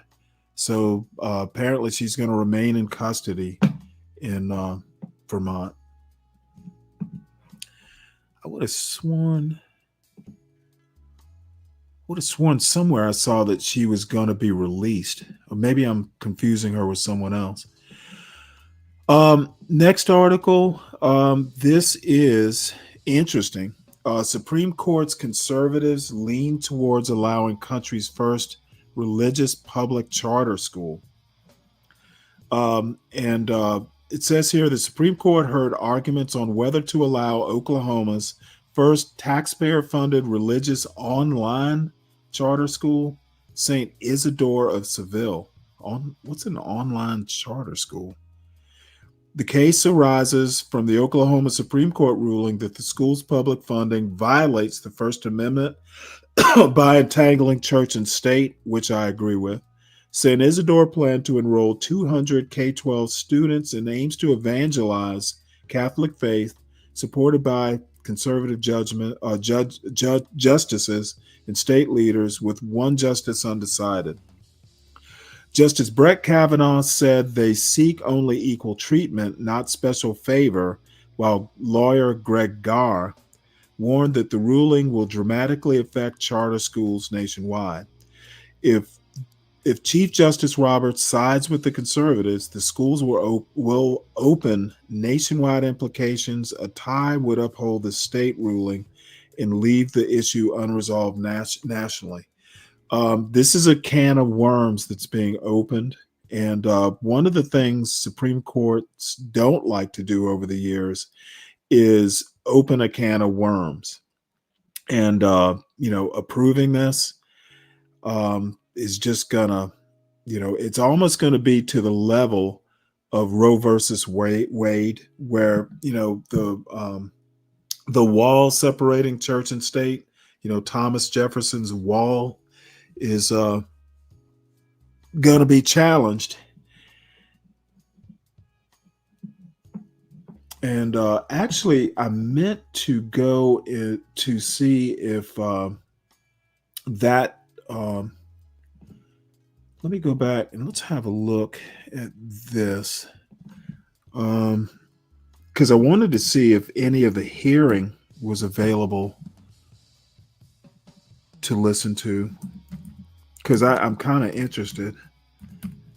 By the way, you can listen to some of these cases live, which I almost never do.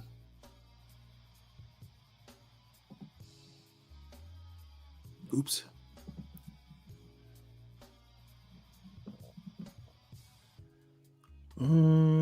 Today at the court. Today is the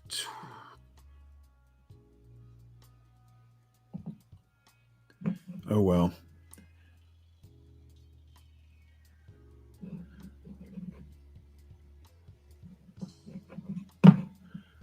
Let's see here. Oral arguments. Argument audio. Let's see if they have today's.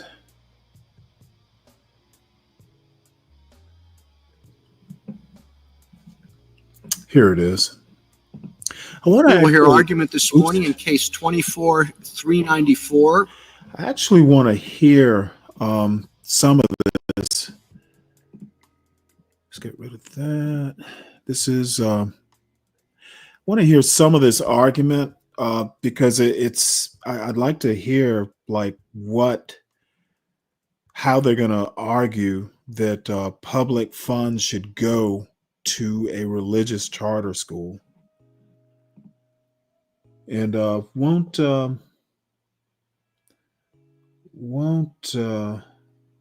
belabor it too long unless it gets interesting.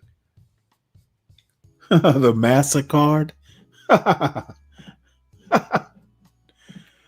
Let's see. 5 trillion new investments under Donald Trump hurt Stanley's feelings. Well, you know what? If I'd known about the 5 trillion in new investments, I would. I had no idea, so my feelings couldn't be hurt. And then the other thing is the stock market has lost around 7 trillion. So we need about 2 trillion more to make me feel better there. The DiCaprio, most of the people that are in that El Salvadoran prison, are Venezuelans. They are not his countrymen. So that Abrego Garcia was born a Salvadoran.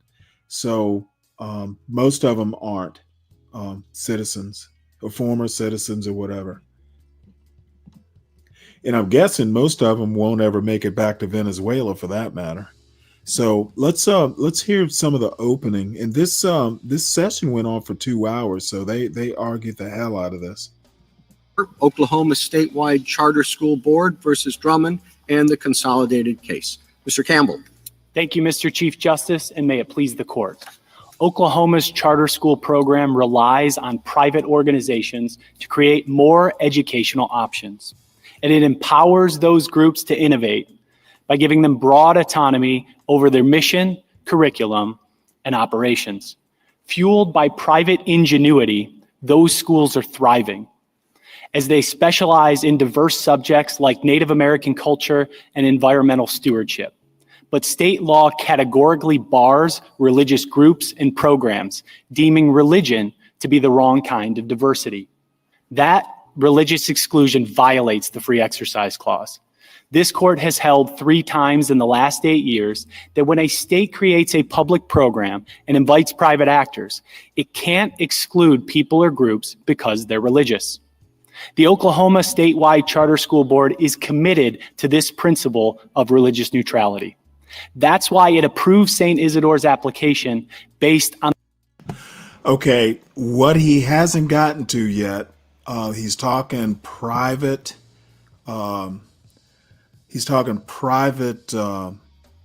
Privately funded. He hasn't gotten to the taxpayer part yet. That's what's being contested, not the existence itself of the religious charter school. On the strength of its proposal, refusing to reject the group because of its faith. But respondent won't tolerate groups like St. Isidore operating in the program, so he sued to exclude them. He now argues that the First Amendment, specifically the Free Exercise Clause, is irrelevant because St. Isidore is part of the government. But it's not. St. Isidore was privately created by 2 Catholic organizations, and it is controlled by a privately selected board of directors. Under this court's test, St. Isidore is neither the government nor engaged in state action.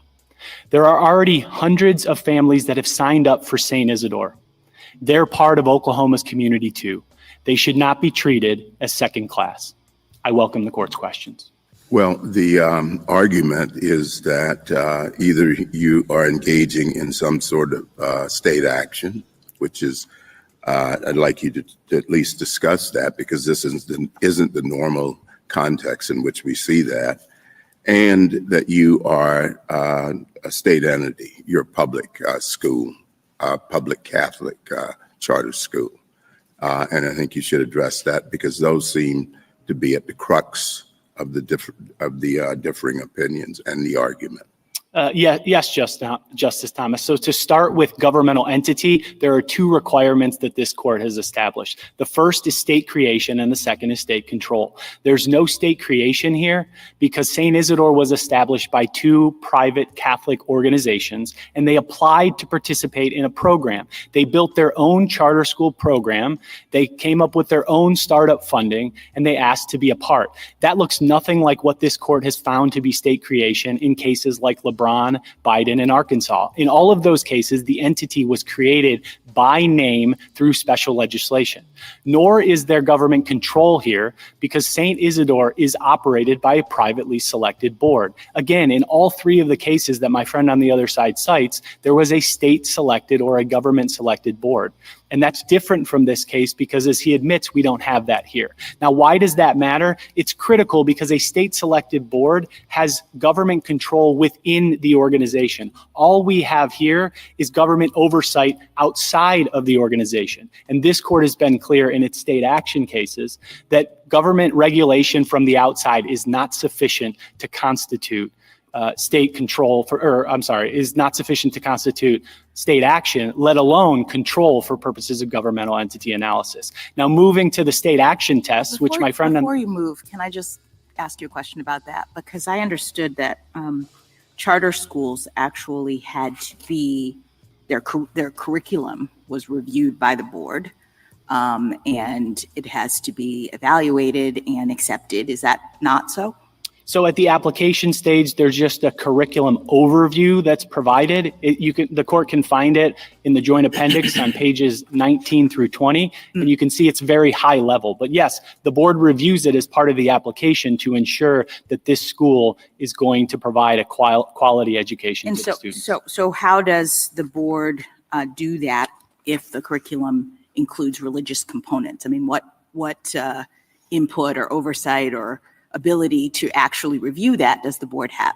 It's the same way that the board would provide review for a school that focuses on Native American culture. It's not going to dive into the details of the subject matter specific topic that the school wants to focus on. It does have a duty to sort of assess whether or not that curriculum meets state standards. And when the curriculum is religious, I'm just wondering, don't we have the kinds of entanglement issues that the Establishment Clause worries about?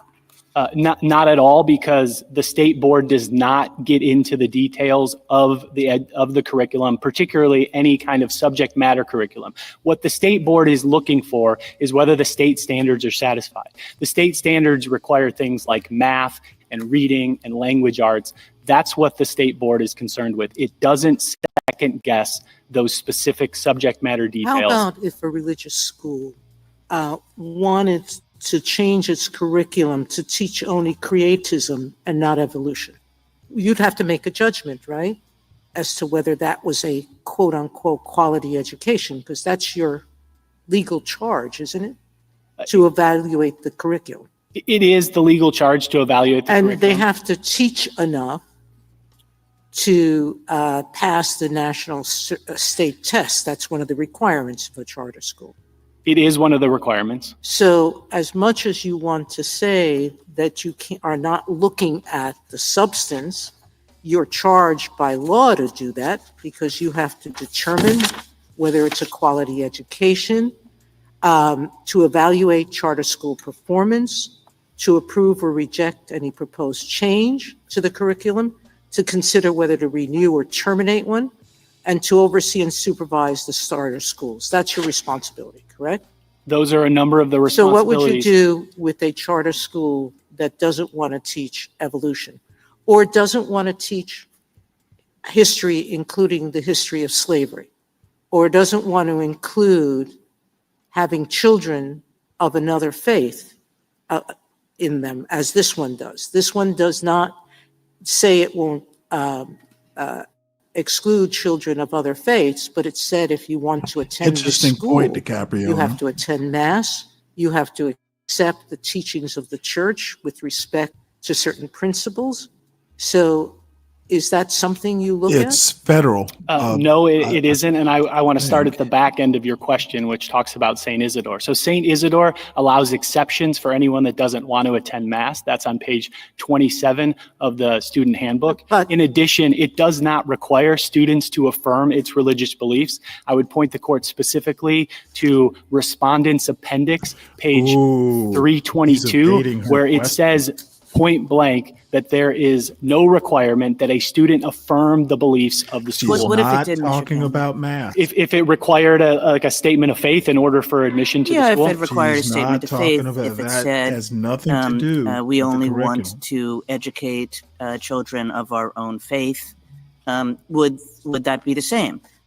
You know, because I could make the same arguments that you just made. Oh, it was created in some sense by private people, and there's a private board, but this, let's just hypothesize that this school goes further and says we only want to educate children of our own faith. We do insist on a statement of faith. Would your argument have to apply to that too?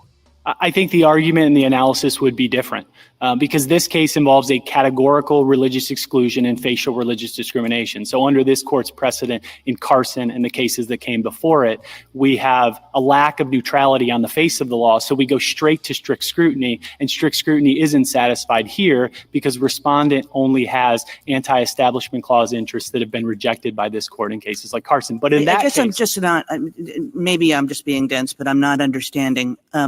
If your argument is, look, this is not a public entity, it's a private entity, and so it has to be treated equivalently by the government, that's still true in the hypothetical I gave. So why would there be any difference in outcome? Because the challenge here is to the facial religious discrimination that says if you have any sectarian program, you can't be a part of the program. But there's a separate requirement to get into the program, which requires that the school be open to all. So if a religious I guess the question is, why is a school allowed to strike some requirements but not strike other requirements, right? Like Oklahoma law has a requirement of non-sectarianism, for example. Essentially what St. Isidore's did was it struck that from the contract. So the next school says, we want to strike from the contract. I mean, St. Isidore did some other things too, right? It struck out the non-discrimination provision because of doctrines like the ministerial exemption or church autonomy principles. So the next school says, we also want to strike from the contract the requirement that we teach children of all faiths. I would think that your argument would have to apply the same way. It would be different analysis in those cases. And if we just take a step back and consider how free exercise clause jurisprudence works, whenever a litigant wants to challenge a specific requirement by the government, then it has to focus on that requirement and show that it's either not neutral or not generally applicable under this case law in Smith. So if someone wanted to challenge the requirement that the school be open to all, they would have to show that that requirement is not neutral or not generally applicable. And if they can show that, then they would proceed to strict scrutiny. And at that point, the state would have a very different interest than it has here. The state's only interests here are already rejected anti-establishment interests. The state's interest in that case would be very different, the interest in ensuring that the school is open to all. Thank you, counsel. You rely heavily on in your brief on a number of cases, Trinity Lutheran, Espinoza, Carson.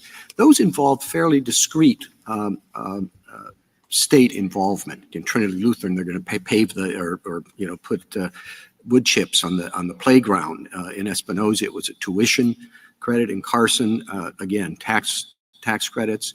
I mean, this does strike me as a much more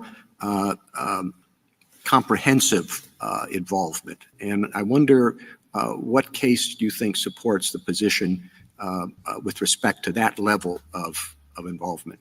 We think Carson does, because Carson established the principle that when the state creates a program or a public benefit, that it can't exclude groups or people just because they're religious. And that's exactly what we have here. The state of Oklahoma has created a charter school program, and it's invited private actors to participate, but it's telling religious groups and religious groups alone that they don't belong. Certainly the facts here are different than the facts in Carson, but the principle is on all fours with what we're arguing. Thank you. Justice Thomas? How different is the involvement of the board in school operation as compared to, say, an accrediting authority? And by the board, do you mean the state board? Yes. Yeah, so the state board acts in many ways like an accrediting authority. And so one of the things that my friend on the other side talks about is that there are opportunities for private religious groups to get measures of public funding. But in order to access any of those programs, those private schools need to be accredited. And accrediting organizations, they look at a high level at the curriculum to ensure that things like state standards are satisfied. That's all that our board is doing. I think one example to illustrate the point is that if one of our charter schools came to us and said, we want to entirely change our mission, we want to go from being an organization focused on Native American culture, and now we want to be a STEM school, that would be the kind of change that the board might look at, but the board is not going to dig into the details of anyone's curriculum. That's not their charge. Justice Alito?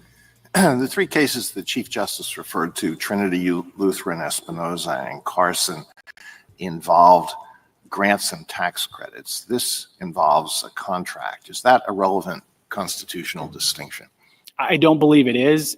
In fact, if anything, I think this case is potentially more dangerous, because if this contract transforms St. Isidore into the government, then I worry the same thing will happen to other government contractors. For instance, consider the faith-based foster care agency in Fulton. That agency entered into a contract with the city of Philadelphia, and if this court finds government action here, then I worry that it will bleed over and undermine religious liberties in cases like that. One other question. The respondent says that if you win, some students' only free public school option will be a religious charter school. Is that true in Oklahoma? And if that were the case, would that present an Establishment Clause problem? It's definitively not true in Oklahoma for two reasons. One, no Oklahoma student is required to go to any charter school. Number two, there's a provision in the Oklahoma Charter Schools Act that makes clear that an entire school district cannot convert into a charter school, and that's provision 3-132.2, subsection C2. So it can't happen in Oklahoma. If it did happen, it would be a very different case, and it would not be a reason, the mere specter that might result in the future is not a reason to categorically exclude religious groups on the front end. There could be an as-applied challenge brought by a family if that situation ever did result. Thank you. Justice Sotomayor? Counsel, if the government wanted to paint its Capitol building and it wanted to paint landscapes, would it be violating your theory of contracting if it said, we want a secular landscape, we don't want a religious one?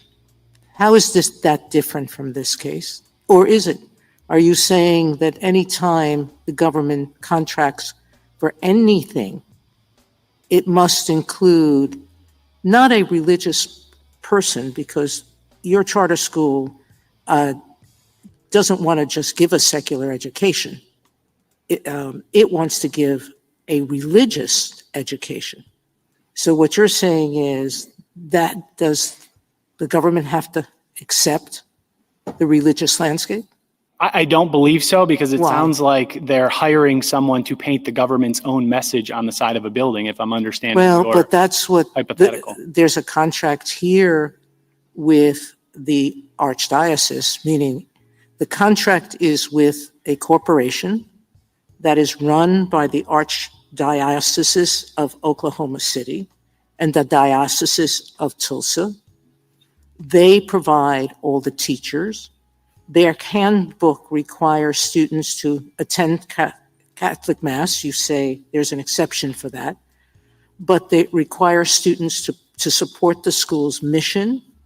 Part of that mission is to participate in the evangelizing of the church and to be a genuine instrument of the church. My Lord, she does not sound well. Your school doesn't want to be just a charter school. It wants to be a religious charter school, correct? St. Isidore undoubtedly is a religious organization. It wants to Now, provide religious I education. thought that the essence of the Establishment Clause was that, and Carson said this, Trinity said this, in basically every religious case we have, that the essence of the Establishment Clause is that we're not going to support people, religious leaders in teaching their religion. Do you accept that proposition? I don't accept it if it's part of a neutral and generally Well, applicable that's an interesting question. So if we decide to fund just a Christian school and no other school, you say that would violate the Establishment Clause, correct? That very well might violate it. If the government's picking and choosing religions, then yes, All right. that would. If we pick and choose, as we did in one part of our history, only Catholic schools to teach Indian children so they can become Catholics, would that violate the Establishment Clause? If the government is picking and choosing a particular religion and not agreeing to allow other religions into the program, then that would be an Establishment Clause All right. violation. And here they're not teaching other religions, correct? They're only teaching the Catholic religion. St. Isidore is, but the program is open to other religious applicants to apply to Sure, teach if other they don't beliefs. teach religion. Well, under our theory, it would be open to other religious organizations that are willing to Who to abide by the teach other theirs. terms of the program. So what you're basically saying, there's no longer no play in the joints. This has nothing to do, there's no establishment clause, really. What you're saying is the free exercise clause trumps the essence of the establishment clause. Because the essence of the establishment clause was, we're not going to pay religious leaders to teach their religion. That is and has always been the essence. And here we're paying Catholic leaders, Catholic teachers. You can only be a teacher in this school if you're willing to accept the teachings of the Catholic Church. Then we're willing to say the free exercise provision trumps the establishment clause. Well, one factual point, it's not true that St. Isidore only hires Catholic teachers. It hires teachers that aren't Catholic. That's in the record in response. But they have to teach it within the morals of the Catholic Church. That is correct. All right. But Thank you, Catholic. Justice Kagan? Mr. Campbell, you rely a good deal on Carson in your briefs. And it strikes me that this is a fair bit different from that case. You know, when the court was looking at that case, it said, we just don't think that the state is, as it then professed to be, funding only public institutions. We think that they're funding private institutions. And we went through a litany of the ways in which the private schools differed from the public schools. But when I look at Oklahoma and its charter school program, these schools look like regular public schools. They accept everybody. They're free. They can be closed down by the state. There's a good deal of curricular involvement by the state, approvals by the state. They have to comply with all the state standards. I mean, if you just go point by point through all the things that we talked about in Carson, here it comes out the opposite way, that these charter schools are in every respect equivalent to regular public schools. So why shouldn't we take the state at its word and say the charter schools are, except for some things on the margin, equivalent to regular public schools, and as we said in Carson, a state has the right to have its public school system be non-religious. I disagree that these schools look just like traditional government-run schools. They don't. In fact, the baseline rule under the Oklahoma Charter Schools Act is that none of the rules that apply to government schools are applicable to charter schools unless the act otherwise specifies. So there are dozens of other requirements that charter schools are not subject to. The baseline here is that charter schools have autonomy. They're subject to the same financial audit and reporting requirements. They're subject to the same state testing requirements. All curricular changes have to be approved. In the end, the curriculum can't go forward except for state approval. Proficiency standards are set by the state. Student suspension requirements are set by the state. I mean, these are state-run institutions. They give the charter schools a good deal of curricular flexibility because that's thought to be a good educational thing, is to have curricular options in the school system. But with respect to a whole variety of things, the state is running these schools and insisting upon certain requirements. The state is not running these schools. These schools are run by the privately selected board of directors of each of the schools. And if you look in particular at the Oklahoma statute, specifically section 3-136, subsection 7, it says that all authority is vested in those governing boards of the schools. All that the state is doing here is exercising contractual oversight. One of the assumptions of your question, as I'm understanding it, is that the word public equals government run, but it clearly doesn't. Not under this court's case law, where the court has recognized that things like public access channels, public utilities, public defenders, public accommodations, none of those involved government-run entities. They all, at least in many instances, involve private actors. Thank you. Justice Gorsuch? You made the point that historically states sometimes funded religious schools. Some of the amici on the other side contend, however, that there are historic examples of funding being denied to religious schools and no free exercise claim followed.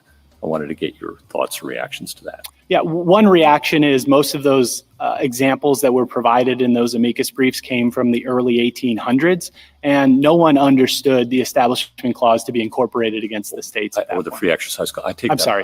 You're right. I take that point, but there were state equivalents to the free exercise clause under state constitution, and their point is even there are no challenges. And I would say that this case doesn't involve those state equivalents. It involves the free exercise clause of the First Amendment. Nevertheless, I do think the history that we cite is important for purposes of this case because it dispels any suggestion that there is an Establishment Clause violation. And in terms of the free exercise issue, I think that's satisfied, that issue is foreclosed by Carson because this court established the principle in Carson that said you can't create a program, invite everyone, but exclude the religious. And then your friends on the other side and amicus there too pointed out that it's important under state law for state charter schools to be considered state entities for purposes of securing bonds, things like that. And I took your response to your reply brief to say they can continue to do so because what we're asking is whether it's a public entity for federal law purposes. I think that's a fair summary of what your response is. I think that's fair. And I'm curious, do you have other examples of entities that might be treated as private for federal law purposes, but public for state law purposes? I have one example that involved Congress treating an entity as private and this court treating it as public. So it's not a state-federal divide, but it is a separation of powers divide. And that's in the LeBron case. Yeah. Congress declared Amtrak to be a private actor, but this court looked at it from a constitutional perspective and said that it constituted an arm of the government. Last question. You've emphasized the lack of creation and supervision on the board. I can imagine some states might respond to a decision in your favor by imposing more requirements on charter schools in some states to require public officials to be on their board and more involvement in the creation of these institutions. Have you thought about that boomerang effect for charter schools? We have thought about it, and that certainly is a decision that states are entitled to make. They can set up their charter school programs as they see fit. We think there are significant trade-offs because part of what makes charter schools great is the autonomy that they're provided and the private ingenuity that they bring. But if a state wanted to assert more control over those entities, then it would be free to set up its program that way. And it would yield potentially. I'm going to go ahead and stop that here, because I see people are getting bored with it. I'm probably going to go ahead and do a separate video essay or something on it and hear out the whole case, because to me it's kind of interesting, but I won't make people who aren't interested suffer through it. So next story is a veteran NASA astronaut says ISS can operate past 2030. Just, for those who are space fans, that thing is old. And, between the radiation and the little dust-sized meteors, I just thought it was rather interesting that they actually, the more interesting thing is when they do retire it, how do you get rid of it? I can't imagine that you're going to be able to, control descent and have it burn up in the atmosphere. There are going to be parts of it everywhere. So, I just thought I would bring this up. And apparently this guy's 70. He's the oldest astronaut, at least in the current Corps. You could argue that John Glenn was older when he took his space flight a few decades ago. And this last paragraph here where he says, Pettit, who turned 70 years old on April 20th, said he is not interested in retiring. I'm ready to go back when the flight docs say I'm ready to go back. I got a few more good years left. I could see getting another flight or two in.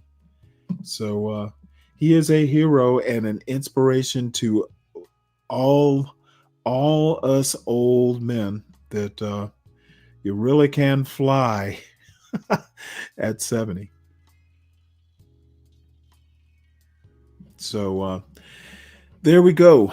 So we're going to transition into a few videos here, and maybe we'll get back into news because I haven't really looked at headlines. I had the stories picked out. So we're going to do some incendiary videos just to see who we can get. Nobody went into outer space. Oh, happy. They're not going up in space. It's fake. You know what? Hit the link. Let me drop the link because it's not posted in that chat. Let's hear the argument for Gayle King is not an astronaut. There's the link if anyone wants to hit it.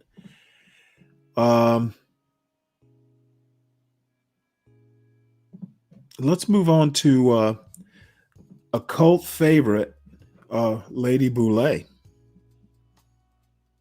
And this is actually, I haven't listened to the video, but the title was pretty hot takey. We agree with each other or not. And one of the things that we're going to have to continue to do is support each other even when we're under attack or being demonized for doing what is best for ourselves or our children, especially when other people feel like they can make money off of us or turn us into villains so they can get control of our children. Because remember, Wait, hold during it. the slavery What are time, edges? we didn't have any control over our Wait, children. we need to take a quick detour. Yeah, Oprah's husband, huh? Okay, what are edges? Can someone explain what edges are? I guess I could Google it, but since edges have come up, let's see. What are edges is my question. And I could Google it, but I'd much rather hear it from a woman. So they could take our children, use them, take advantage Hairline. of them, So make she all the doesn't money have a they could hairline? off of them, and then discard them, as many would like to do today. Because what we're seeing now is something not quite new, but it's more out in the open now, and that is Black men standing on business where their children are concerned. Now, we saw that with the Jackson family. Joe Jackson brought his children to national prominence by being disciplined, by being hard on them, and by being a father. But once they reached the point where other people saw how they could benefit from them and make money off them, because remember now, people don't ever stop wanting to make money off of us and our culture. Once he got the Jackson Five to the point that they were not only a national phenomenon, but an international phenomenon, now it was time for somebody else to step in. But Joe Jackson kept those boys under control for all that time. Now, I'm going to say that Michael Jackson was probably always a little bit on the weird side. That's who was the musical genius, Michael Jackson. And as long as his daddy was running the show, Michael was under control. But then you get to a point where other people decide that as long as your dad is going to be hanging around, we're not going to be able to give you this big money. So then that big money looks good. The only problem with that is you don't ever really get the full benefit of that big money from what we saw, because apparently Michael Jackson was always borrowing money right up until the time he died. Had that big operation out there in Neverland or wherever it was, something that didn't seem to make any sense to just a regular person. I mean, he had an amusement park in his backyard. But all of that cost money, and they let him have all the money that he wanted because they knew they could cash in on his name and his likeness and his gift. But letting him borrow all of that money gave them control over him. And once they pushed Joe out of the way, they had a free hand with Michael. And he's still making money for them, even in death. He's worth more dead than he was alive. But that had to do with them pushing the father out of the way. But my point is that as long as his daddy was running the show, he kept whatever weirdness Michael had under control. It was after Joe Jackson was pushed out of the way that it all fell down for Michael and the other Jacksons too, because the system split them up. Because you know what they do is they take that one and make them a superstar because they can control that one, but you push the other ones out of the way, so you don't have a support system. So now the system is the support system, and then you end up crashing and burning no matter how talented you are. But now we see the emergence of Black men who have made their way in the world by playing by the system. Then their children come along and they're not willing to turn their children over to the system, protecting their children. And that's something in the Black community that we don't see enough of. Black men being the protector of their children. When a Black man does that, now all of a sudden he's a problem. He needs to let his children go. That's what somebody said on Twitter. You know, it's time to let go of your children. You don't ever let go of your children.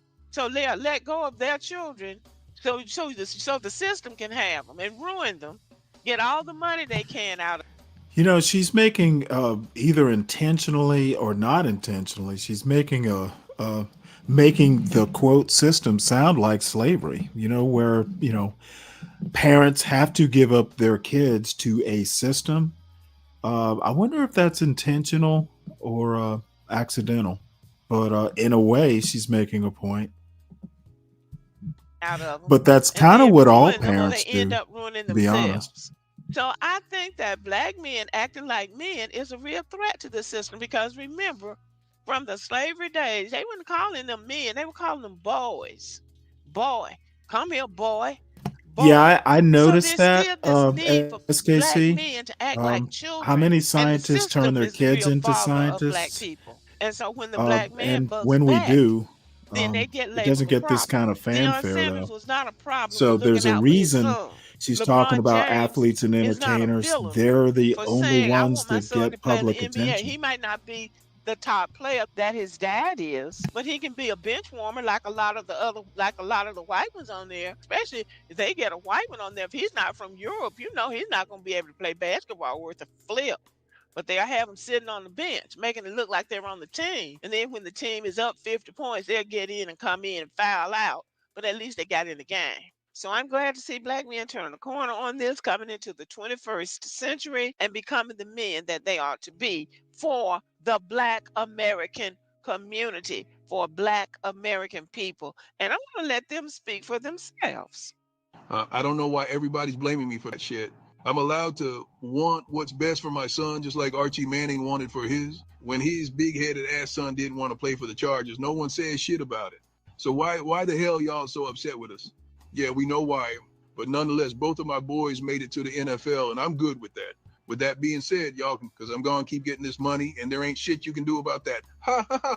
I'm not sure who he directed his comments at, but message received, I'm sure. He made it very clear what he thought, right? And here's Chad Okocinco speaking on the same thing. He's Shannon Sharp's sidekick, so I'm not sure how Okocinco. credible his statement is, but listen to it anyway. What we are witnessing once again is the machinery of a system that has never quite known what to do with a free Black man, much less than a free Black family. The NFL, with all its What's up, passion and Tyrone? power, finds itself uncomfortable, even threatened, when the likes of the Sanders family walk into a room, not asking for a seat at the table, but daring to bring their own. Beyond No, Shador, this family I has think refused to she's shrink to fit actually the confines laid out for them. pretty cool. And so the machine does what it Happy. has always done. It seeks to diminish, to distort, to remind She's them pointing out and things us that that there is still a the place happy for Black slappies folk. and the And it's SKCs not don't at the head of really the want to table. hear. But Maybe the because tragedy, of you the see, way she's is presenting not it. in their refusal to bow, but is in the nation's fear of Black excellence unchained. The fear that has What does always been Shannon the real Sharp danger, have to not do the with power of this? our strides, That's but the shadow we whataboutism, cast when Happy. we stand upright, unafraid, and unapologetically. Well, he did some good talk because, yes, black excellence has always been a problem in America. That's why they keep trotting out these test scores and talking about how poorly we did on a test. Everything is about a test that they made up that doesn't measure anything. But, black excellence is the problem. That is what they don't like to By the way, acknowledge. just So the let me system says, pause it right quick here. She is a retired teacher, so when she talks about tests that don't measure anything, I take her at her word, and her expertise is teaching kids. So she's not just whistling Dixie. no, it's not your excellence, it's the power that we have over your excellence, and that's what we have to continue to deal with. And last but not least, the Miami rapper Luther Campbell comes in from another angle, talking about LeBron James and his son. Well, I'm not totally up to date on this, but what it sounds like he's saying is that Dallas offered Dion a job and he turned it down. And that's why his son got messed over during the draft. We're mad at LeBron James for protecting his son, who he know can play in the NBA. You was mad when LeBron told y'all that his son is playing in the NBA with the Lakers. Now you see. So Prime should have took a job at Dallas, but he didn't do that. So Dion has been in the game long enough to read the tea leaves. He has a sweetheart deal up there in Colorado that he seems to like. Then if he gets in the NFL, next thing you know, he's fired, and then they've got him out of the way altogether. So, well, I don't know, but he knows what he's doing, and he knows his business. So again, it's good to see black men acting like me, and you're not gonna jerk me around, and you're really not gonna jerk my kid around. And this is the thing. I'm gonna end on this. See, the way Deion Sanders is moving, he's cultivating these younger kids, and that's what they want him out of the way, so he doesn't cultivate these younger black players who will turn down a scholarship at a PWI to go to an HBCU just to play for Deion. So at some point in time, the seed is going to be planted that Deion or somebody like Deion could go out and start a league of his own. I think one of those rappers tried to start a league, and he might have a league, but he doesn't have any credibility. He's not a football person; he's a rapper. But Deion Sanders, not only Deion Sanders, but some of these other former professional football players who are taking jobs at HBCUs, that could change the whole culture of college football and professional football. So I think something interesting is happening with these black men, and I'm glad to see it because I'm tired of looking at black men who have a lot of money, who are working in professional areas, acting like children. So I'm glad to see them acting like men. And yes, that's a threat to America. And the thing about it is, we've been here with these white people for over 400 years dealing with them. We've never done anything to hurt them, but they've done things to hurt us. But we're Don't the tell Be threat. Brave that. So all I can say is, if you don't know us by now, you never will. We're just trying to live in America, most of us are, and mind our business and be peaceful with ourselves. And the fact that they won't let us be peaceful with them is really not our fault. Okay, but let me know what you think about this. Black.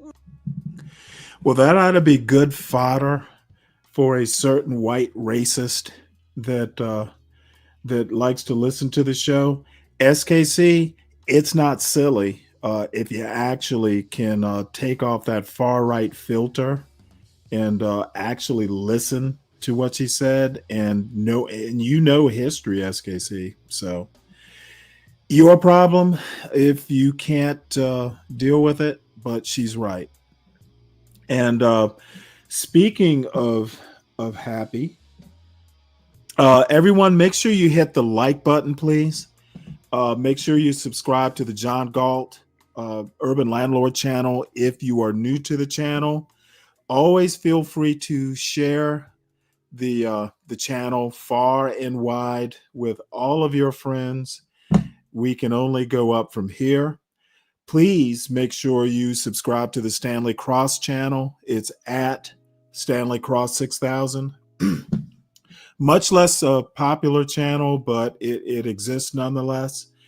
And I actually have a couple videos. I started working on a video essay today, and I was tired and just wasn't sounding good. So might even have to wait till over the weekend. But I've got one over my point about, and it's the title of today's show, Punishment is Not Prevention. I contend that, excessive punishment for crime does not prevent crime. If a person wants to commit a crime, they're going to commit the crime and deal with the punishment later. So these people who are so deeply law and order, it's knee-jerk, not well thought out. And I'll deal with that in a video essay. And then the Supreme Court thing with the religious charter school, that is worth a video essay too. Probably what I'll do for that one is just listen to the whole Supreme Court session and maybe comment over it. But it's kind of interesting because I went to Catholic schools, K through 12.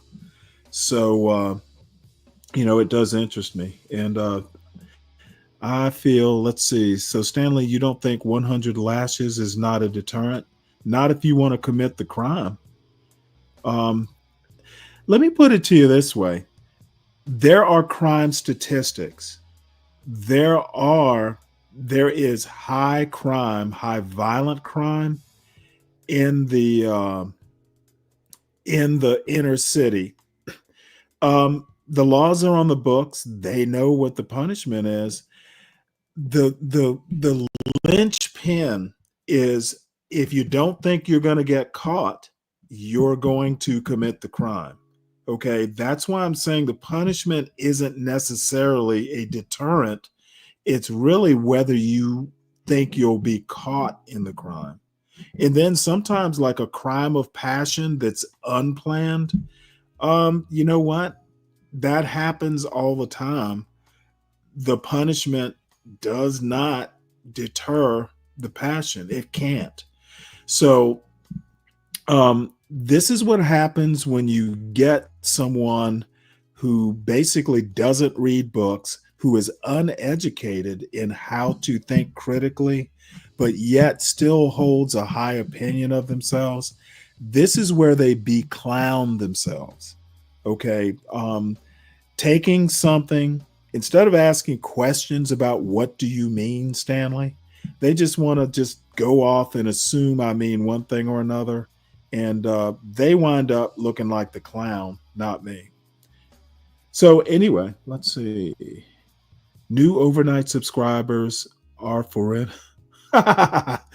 New overnight subscribers are in for a shock when they catch the morning show. Which morning show? You mean more the Black Roast, the morning Black Roast? I try to be consistent in my cantankerousness to Capriota. Someone who's been watching Roots. All right, well, let's move on. There's more Shador Sanders commentary by our second favorite commentator. Okay, my name is Amiel Frimpong. And right now, we're just going to talk a little bit about Shador Sanders' situation and his draft slide. Where he was You know what? first Actually, round, and let me ask you a question, though, DiCapriono. Why do you think they'll be in for a surprise? I don't like to. I like to talk about Black, American kind of interest topics, but I also deal with, more newsy stuff. So I just come at it from a different angle. I actually sometimes know what I'm talking about. I don't go on instinct. I try and back up my instinct if that's possible. So the tenor of the shows are different. I don't know that the topics are so different. Just a different a different take. He was not selected until the 5th round in a snub to, I think, both Shedeur and Dion. Now, I think Shedeur Sanders is a fine quarterback. Like, great quarterbacks don't necessarily do well in the NFL. Like Johnny Football and Tim Tebow. So I think he is a fine quarterback. And it's presumptuous to think that even if he were a great quarterback, that teams have some sort of fiduciary responsibility to draft him. And by the way, Tom Brady was not a first-round pick. And so, you know, when I say America's a racist country, it was founded with racism. It continues to be a hangover for the foreseeable future. And people who want to pretend that colorblind laws change things, that the 1964 Civil Rights Act and the other civil rights acts after it, America is getting better, but the problem still persists. It'll eventually go away, but it's not going away anytime soon. And the way to address America's problems is not to ignore them by going, oh, I don't see color. Okay, we see color, and I will reemphasize my point. The anti-Black blacks are a bigger problem to the proverbial Black American community than white racists are. Now, that is a huge change. We don't have to worry about the Klan. We have to worry about anti-Black blacks and, you know, the people who see them as holy men. So, you know, again, I usually like to watch these videos through and comment afterwards, but today I seem to be in a talkative mood, and I apologize for that. The NFL is in the entertaining owners business. It's not in the butts and seats business. It's not in the touchdown business. It's not even in the winning games business. Because if you don't win games in the way that entertains the owners will let you go. They'll rather lose with you on the sidelines or on another team than win with you winning it your way and not their way. You are owned by them. They are owners. They own you. This isn't an individual sport. This isn't tennis. This isn't golf. You have owners, and they expect you to comport yourself in a certain way. They don't care if you're Black. They don't care. I mean, they might care if you like shoot yourself like Plaxico Burress did. But like, they don't mind a Black person like acting a fool in a certain way. You just can't act a fool in a way that upstages them. And, you know, Deion Sanders' career is a career that's made things about him, and he's kind of had a casual relationship with teams. And so he was a really free agent insofar as he didn't really have a loyalty to any of the teams he played for, but he turned his teams into winners, but he wasn't a company guy. They want a guy like Shannon Sharp. Terry Crews. Shannon Sharp might not be the best example, but company Shannon Sharp's company in a way that, for example, I am not. But they don't want a free Negro like a Colin Kaepernick or a Shedeur Sanders, insofar as Shedeur might be more loyal to his dad than he is to a coach or a GM. Not that his dad is a bad guy. In fact, I think more Black boys need better dads, and we could take the hit on coaches and GMs if we had dads named Shedeur. I mean, dad like Deion. So I think it was a humbling. It was the owners trying to humble Deion because they don't want the team to turn into Deion and Shedeur's team. They want it to be their team because they don't care about winning. They don't care about money. They're all rich. They care about being entertained and All they of don't this is want false. to be, and they don't think that Shedeur Sanders and the Deion Sanders Oh, show I'm would be sorry, what? entertaining for them. The NFL is If you don't mind pausing it, it's like this is what I'm talking about so far as people being completely out of their element and allowing racial idolatry to be able Okay, to what has he said that was racial? that team owners don't want Dion and Shador to run their team. Correct. So how is that racial? Okay, it's racial because Okay, all it's racial because you're injecting race into it. That is literally a colorblind statement. They're not talking race, they're talking Dion's personality, his reputation, etc. How is that racial? And dude, don't beat around the bush. I'm not beating around the bush. He is Seems like you are. You say it's racial. My question is, how is Dion's personality racial? I'm not. He didn't make that statement. He said that this was a racial thing. Well, what if it is? And that But is no. Before you skip away, you said what he said, and you want to say it's racial, and I'm trying to I ask didn't say you. it was racial. He said. Okay, you literally said, dude, do you ever listen to what you say? Because I'm not exactly sure you're listening to what Aramiose Frimpong is saying. He said it was a racial. Okay, not wanting Dion and his son to run the team. Did Arami say that or not? Yes, he did. Okay, how is that racial is my question. Because his previous statement stated that this okay, was no. idea. You brought up that specific example, not what he said previously. How is that little quote that you gave racial? Because I'm following his entire context of what he's saying, not just one. Are you now? Quote. Yes, I am. Mm-hmm. His and argument. You don't think any of this is racial? You like Tyrone, who just joined us? Hey, Tyrone, you don't think this is racial either? And if I could give my explanation as to why, dude, I might not be interested in your explanation because you're not gonna look. See, dude, I am not really that interested in your conclusion. I don't really care. To be honest, you want to talk about sportscasters and who's a sportscaster, who's out of their element, etc. This dude doesn't claim to be Stephen A. That's not my point.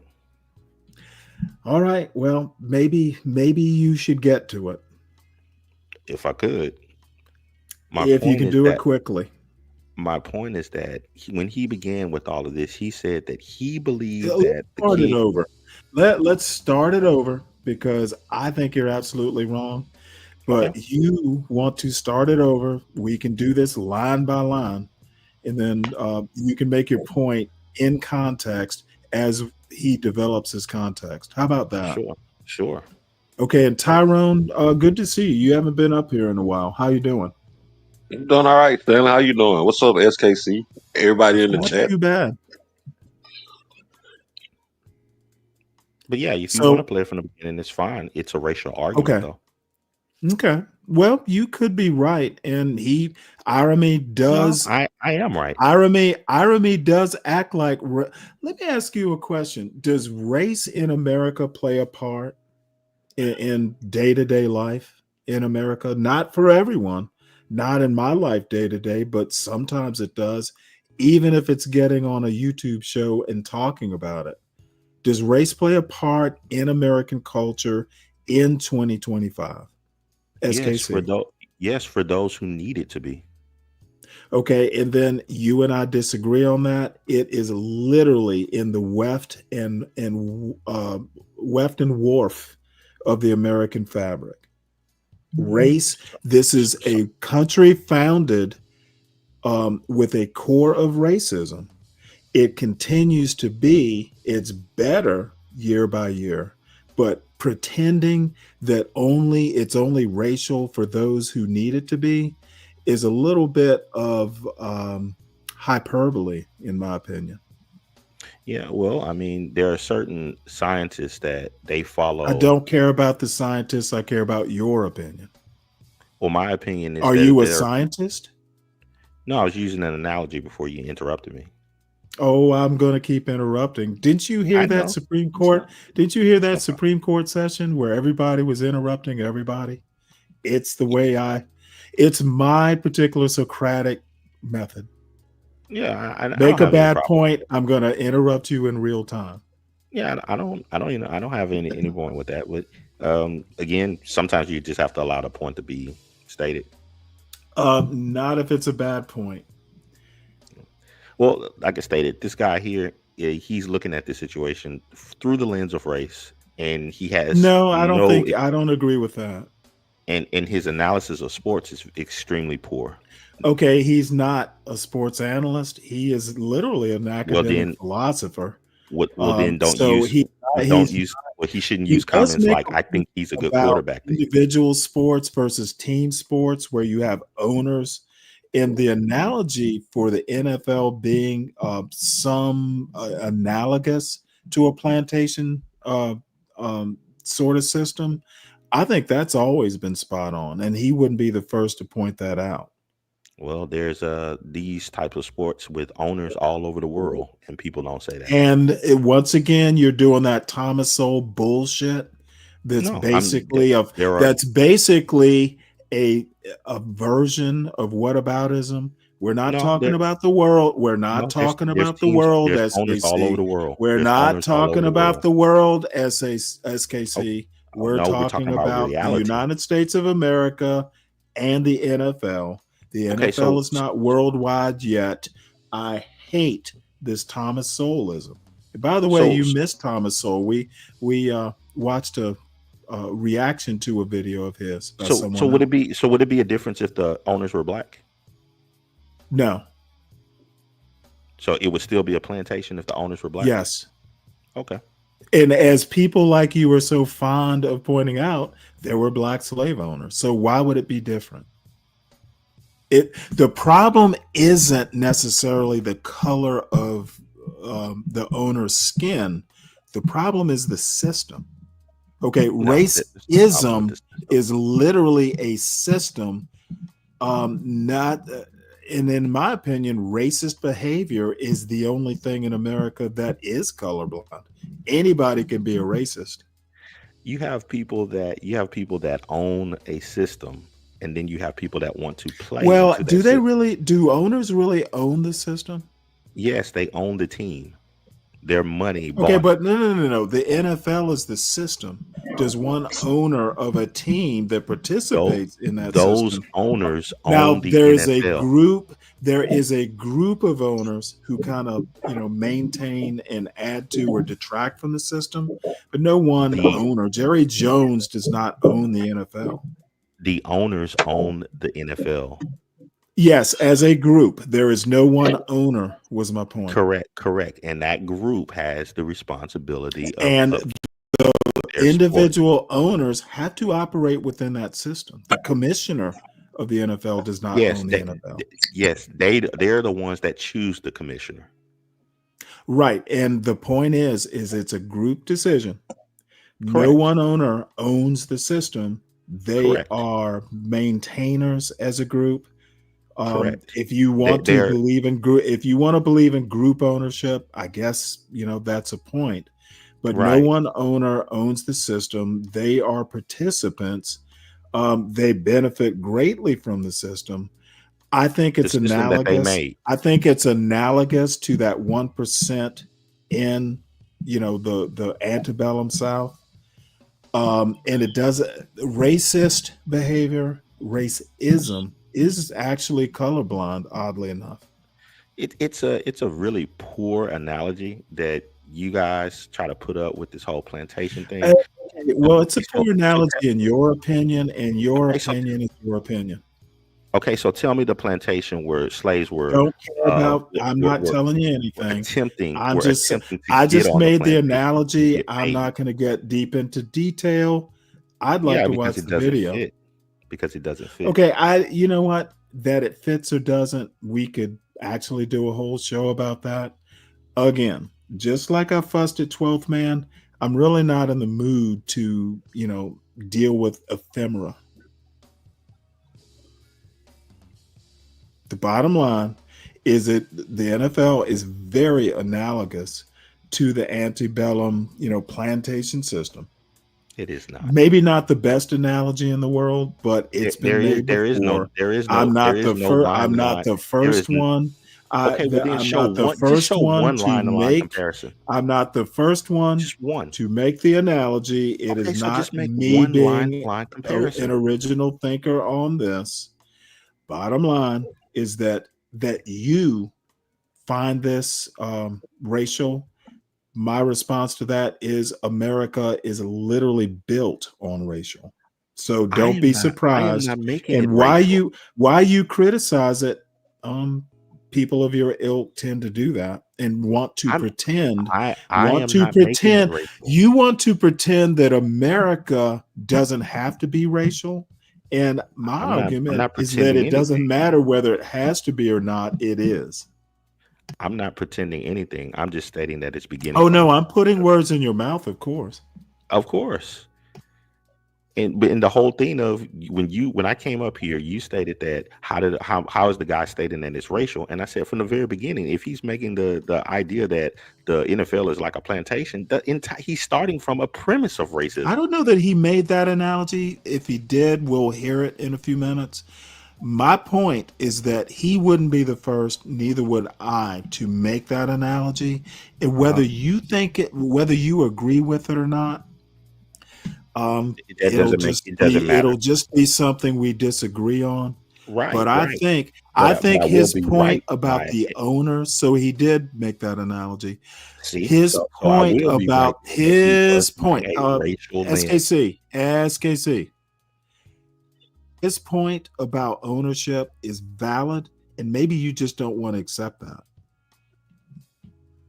And they do not want Dion involved in their team, because Dion tends to be primetime and gets a lot of attention. When he shows up on that, is it the Browns who took him?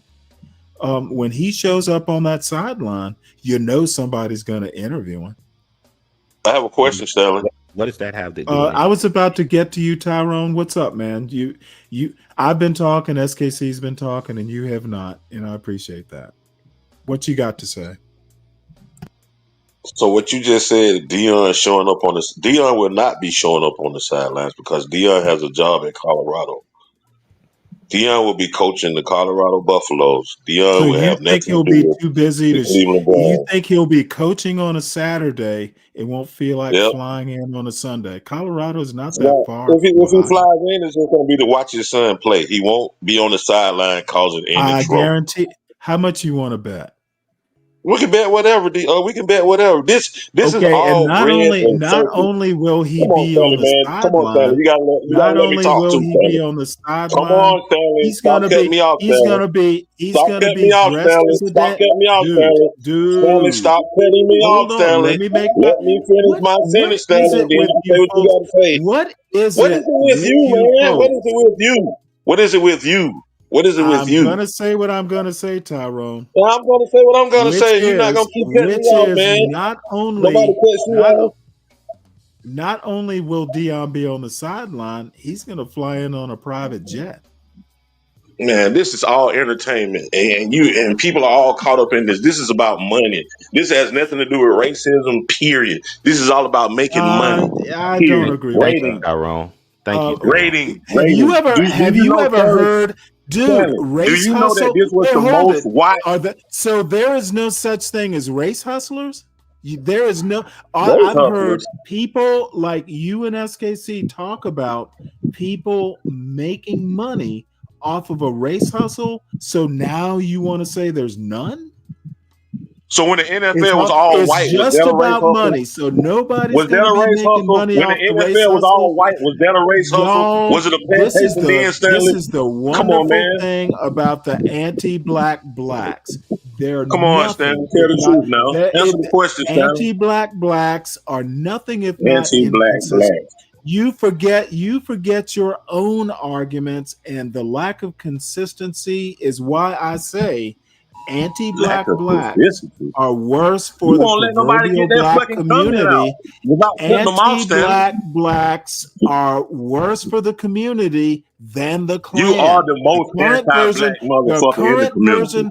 version, John Galt is worse for the black community than Jason Kessler. Man, motherfucking Stanley Cross is worse for the black community Hey, than you know John what? Galt. You are entitled to your opinion. It's not an opinion. That's a motherfucking fact. Just because he speaks out Okay, on the well, wrong that black John dude, Galt that does is an not make him anti-black anti-black, black. Stanley. John That Galt does not is make him what anti-black. John Galt literally is what he complains about.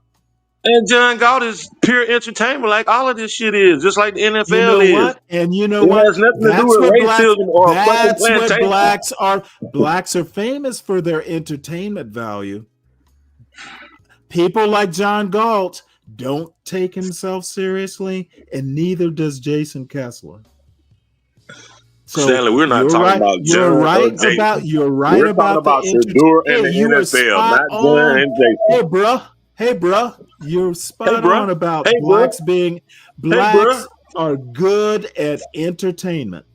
So thank you for confirming that fact. You said fact. You got my attention with that fact. So will you answer my question, Stanley? You asked a question.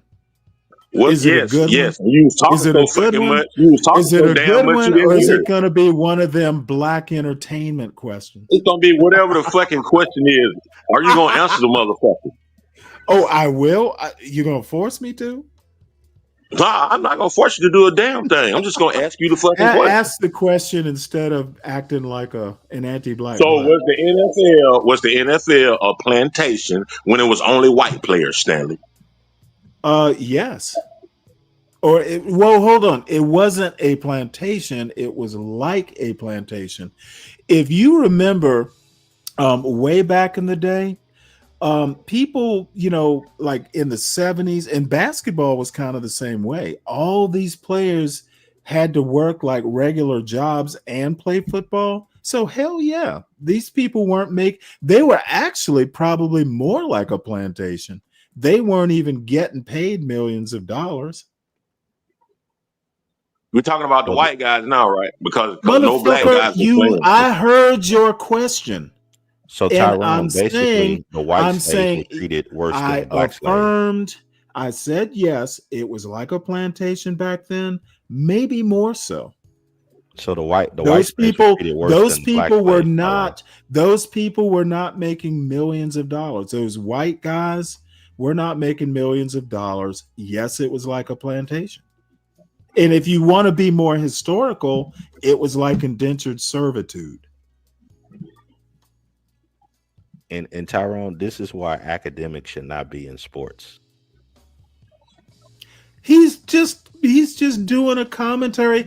And as a matter of fact, if you knew the show before this, somebody in the chat asked him to talk about Shadur Sanders. So he was actually just kind of doing a request for comment. So he doesn't usually talk a lot of sports. Tyrone again. This is why academics. Tyrone again. Let's ignore what Stanley said and go back to my bad point. I'm going to ask for Tyrone to agree with me. Everybody is not an expert in every subject. Well, neither are you, right? Yeah, that's correct. I know more about sports than this guy does, though. I don't think you do. Prove it. Okay. Well, I honestly don't think you do. Okay, so Tyrone, I'm pretty sure you watch a lot of sports. I don't watch a lot of sports, but I can see the bullshit. See, you're black, and he just assumed. Well, hold on. Let me make this point. Is this a BS statement? He assumes you watch a lot of sports because you're black. No, I didn't assume that. This is why I think the anti-black blacks are worse than the worst Jason Kessler. He assumes you watch sports because you're black, I think Tyrone. he's a good quarterback. Therefore, No, he's he a good assumed that I quarterback. watch sports because we're talking about sports, Stanley, Correct. and we're men. Do, That's why he's whoa. assuming that. Stanley. Now let me ask y'all a question, both of you. Do you think I watch a lot of sports? No, Stanley, you don't watch a lot of Okay, sports but we're talking about sports. Why can't you assume that? I'm black. because you said that you watch. You said that you read a lot of books and you don't have time for like Dude, I've carnal been bullshit. reading all And my sports is life. bullshit for I've you. been reading all my life, and literally from the time I was like in 7th grade till the time I joined the Navy, I watched sports incessantly. Everything from football to tennis, and read books. When this academic made his statement, I think he's a good quarterback. He didn't substantiate it with anything. It was just a flat out opinion. That's it. Well, That's what of I'm course saying. it's That his opinion. analysis He's is not an poor. expert. Correct. Just So like from your opinion is opinion because you're not an expert. In that your I opinion could might be understand. better, that's I could very understand. subjective. I could Stop understand if he put it up. like you were some guru. I'm not stating that I'm a guru, but you would You're acting substantiate like that it with though. some. No, I'm not. My I'm just saying opinion is substantiated that with you some are sort of acting facts. like you know what you're talking about. Substantiated with some sort of facts. Fuck fact. This is opinion. Exactly. This is Exactly. opinion. He's fuck facts now, Stanley. Exactly. So I got one more question for you, Stanley. That's when you get What's that that, checkmate when Tyrone? people say things like, you know, This you get the pseudo facts. expert here is just going to go blather on and on. Yeah, I learned it You're from not an from you. expert, SKC, any more than me or Tyrone or Irony here. Right. So I learned it from you. Well, thank God someone's learning something. Correct. So what's You your should be. question, What's your question, Tyrone? You said when we were in the chat, you said that this had everything to do with racism, right? No, I did not. What If did I you say? You did, said it was if I racism. did, then I misspoke. Not everything. Oh, then you must Everything have to do with misspoke then. racism. Whoa. Yeah, yeah. That's you know what? Then I definitely misspoke because I don't really watch the NFL that much. To be honest, it fascinates me that Shador Sanders and what's his name? Shannon Sharp in this Carmelo Anthony thing has preoccupied the black YouTube that I tend to subscribe to. It is truly amazing. And yeah, I've talked about it, but I've tried to avoid it, with actual important like news and domestic policy. So that we're talking about it now, that's cool. This is dessert after I've done some actual newsworthy stuff. Well, I agree with you, Stanley. I'm not into it like that, but I can see entertainment, and I know entertainment, and the whole thing is entertainment. It was three top. Yeah. It was three top. Let me finish, Stanley. No. It was I'm three top agreeing with you. picks. It was three top picks: Shadir Sanders, Cam Ward, and Travis Hunter. If they had took all three of those guys in the first round, people would have tuned out of the draft. So they came up with this plot and concocted this. They didn't draft Shador. He was going to be drafted the whole time. He was going to play in the NFL regardless. They are about ratings and money. So they pushed it all the way to the fifth round, where it was the most watched NFL draft in history, Stanley. And it was all You about know the what I'm drama going to that they say to came that, up with Tyrone? the Shador Sanders shit. You know what I'm going to say to that, Tyrone? What are you going to say to that, Stanley? Whoa, excellent analysis, and I can't dispute it. It sounds plausible. So no critique is what you got. You could be right. It actually makes sense to me. I like that analysis better, Tyrone, of follow the money. And the other thing that I thought of is that, you know what? If you're a good quarterback, it doesn't really matter what round you go in. You prove it once you put on the uniform and play. What's his name? Tom Brady wasn't a high drafted quarterback. So, go out and be a Tom Brady. I think It's all about marketing and money, and that's the biggest show for the NFL right now. The ratings in the NFL are down. They're going to ride this Shador Sanders Are they thing down? all the way into the NFL season. Yes, they're going to make And much money off he of it. went to the Browns, right? Yes, he went to the Browns. Okay. He's Well, got the you know number one what? selling jersey right now. My but he was picked, my what, brother-in-law, 149? is from Cleveland and a huge Browns fan. It'll just be me and him over at my sister's house watching. Now they're also saying they don't think. I think it was John Galt, who I won't even get into his take on it. Which I didn't watch any of the John Galt Shador Sanders analysis because, just for my own mental health. They're predicting that he really won't play. It'll be interesting, to see if he gets playing time. Yeah, so how many people going to tune in for that to see if he plays or don't play? Yeah, A whole lot. You had I'll be one of them. women watching the draft this year because of Shador. They want to know when he was going to get picked. They didn't know nothing about football. Now you hear females say, "Where can I get a Shador Sanders jersey from? What can we do to support Shador?" Come on, man. This is all entertainment. Okay. They're making money. They're making money hand over fist. She's getting paid backdoor. Money that we don't know about. We'll never know about. Mm-hmm. I think they're making a lot of money off of the kid and his father's arrogance. Did you see they had 3 different sets set up at that home for each day? They were in 3 different spots with 3 different looking sets. It was all pre-planned. They all knew. They was all in on it. It was cameras everywhere, man. This is straight just a money grab. They're gonna get all the money they can get. Yeah. And here's another thing. He's really not that good.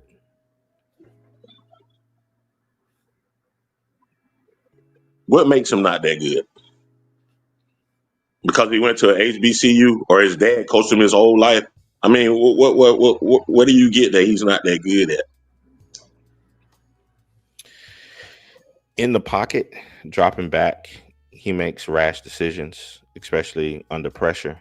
And I'm just looking at scouting reports that people that get paid to look at these guys state. He's not. He had a better offensive line. He had a better offensive line this year than he did last year, and when he was in the HBCU, that was part of his getting rattled in the pocket. You got to have a line. Let me interject something here, though, and this goes back to John Galt's thing about black quarterbacks. He seems to have this weird fixation that blacks can't be good quarterbacks. I think he's almost at a stage where it's biological that blacks can't think or be patient. He goes on when we just had Jalen Hurts, who I think is actually a rough parallel. And again, I haven't kept up with football in like 10 or 15 years. So y'all can shoot me down, but Jalen Hurts is the perfect example of a black quarterback who was patient, was confident, and won a Super Bowl. And he wasn't necessarily, I know at Alabama, he wasn't a stay in the pocket kind of guy. Whether John Galt likes it or not, and the other anti-black, quarterback people, the game is moving away from the Tom Brady's of the world. They're moving towards quarterbacks that can do both. And you know what? They're not the best runners. Quarterbacks don't get 1,000 yards anymore, or rarely do. And they're not as accurate as a Joe Montana. Now, I've also heard that Shador is pretty accurate, but I haven't watched him play, so I can't attest to that. But I've heard he is actually an accurate passer if he has time to pass, which I guess any quarterback would be. So any comment? You two have probably watched him play. All I have to say is he's a good quarterback, just like there are a bunch of other good black quarterbacks, if you want to say that, in the NFL. Just like there used to Yeah, be well, I good mean, black to be in quarterbacks. the Doug NFL, Williams you got to be and the good. likes of They're not those just people, Warren Moon. I mean, like, you had a lot of good black quarterbacks. Yeah, I would think. I mean, one just won a Super Bowl. And as a matter of fact, if I recall, no, I didn't watch the Super Bowl. He threw like a shitload of touchdowns, didn't he? I don't know. I didn't watch the Super Bowl myself. Okay. I don't. SKC, did you watch the Super Bowl? No, I didn't watch it, and I'm not Okay, so making a. none of us And really I, watch I'm these things. We just I'm have not. theories. Yeah, and I'm not. I'm not going We're down the. all motherfuckers, apparently. I'm not going down the line of a John Galt. I'm not making some sort of comparison Oh no, of no, no, no! groups of Hey, black people. SKC, I have too much respect for you. I would never make that comparison unless it's a joke, but not a And serious so comparison. and Please, so the please, no, I would never do that seriously. and so the idea of making some comparison between Hurt and Sanders is like, nah, they're two different individuals, and Well, that's w- obvious. Thank you, Captain Obvious. and I think one shows a lot more locker room leadership than the other one. Well, How can you say that when both of them were quarterbacks and hold led a on. team? You compared him to. Did I hear right? You're comparing a pro quarterback of several years who just won a Super Bowl. Who are you comparing him to? I mean, I can look at their college careers and compare that. Okay, It'll be one's a apples to apples. pro and one is not. No, I can just look at their college careers. Okay, you know what? You go back and look at their college careers. Yeah, one of Now them I was in the look at running for a things Heisman. The through other a one wasn't. historical lens, so I admire you for doing that. But you got to know when that historical lens isn't relevant, and it's not relevant now. Their college careers If you are way different. One played for Alabama and was a starting quarterback, and the other went to Jackson State. And is it Colorado State? Yeah, Colorado. Colorado State is not the SEC, for God's sake. That's like Correct. apples and oranges.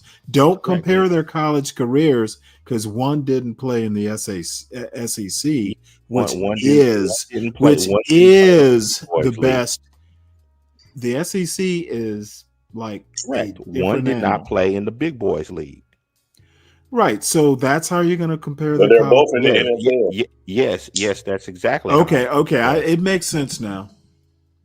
Yeah, that's exactly how I'm going to compare them. One didn't Oh, play I in the thought big you were boys doing league. apples to And apples. yes, and in that apples Are to you apples doing apples comparison, to apples comparison or apples to yes, oranges? in that apples Okay, to apples so if comparison, you're going to because they say would have that, to be, they but would you know have to what? be, they're But you looked don't. You know upon by what? their college careers to Tom go into Brady the didn't NFL. play in the SEC either. This has nothing to do with Tom Brady. Tom Brady did not play in the SEC either. He It has went to nothing. Boise State or No, he North didn't. He went to Dakota, Michigan. something or another. He went to Michigan.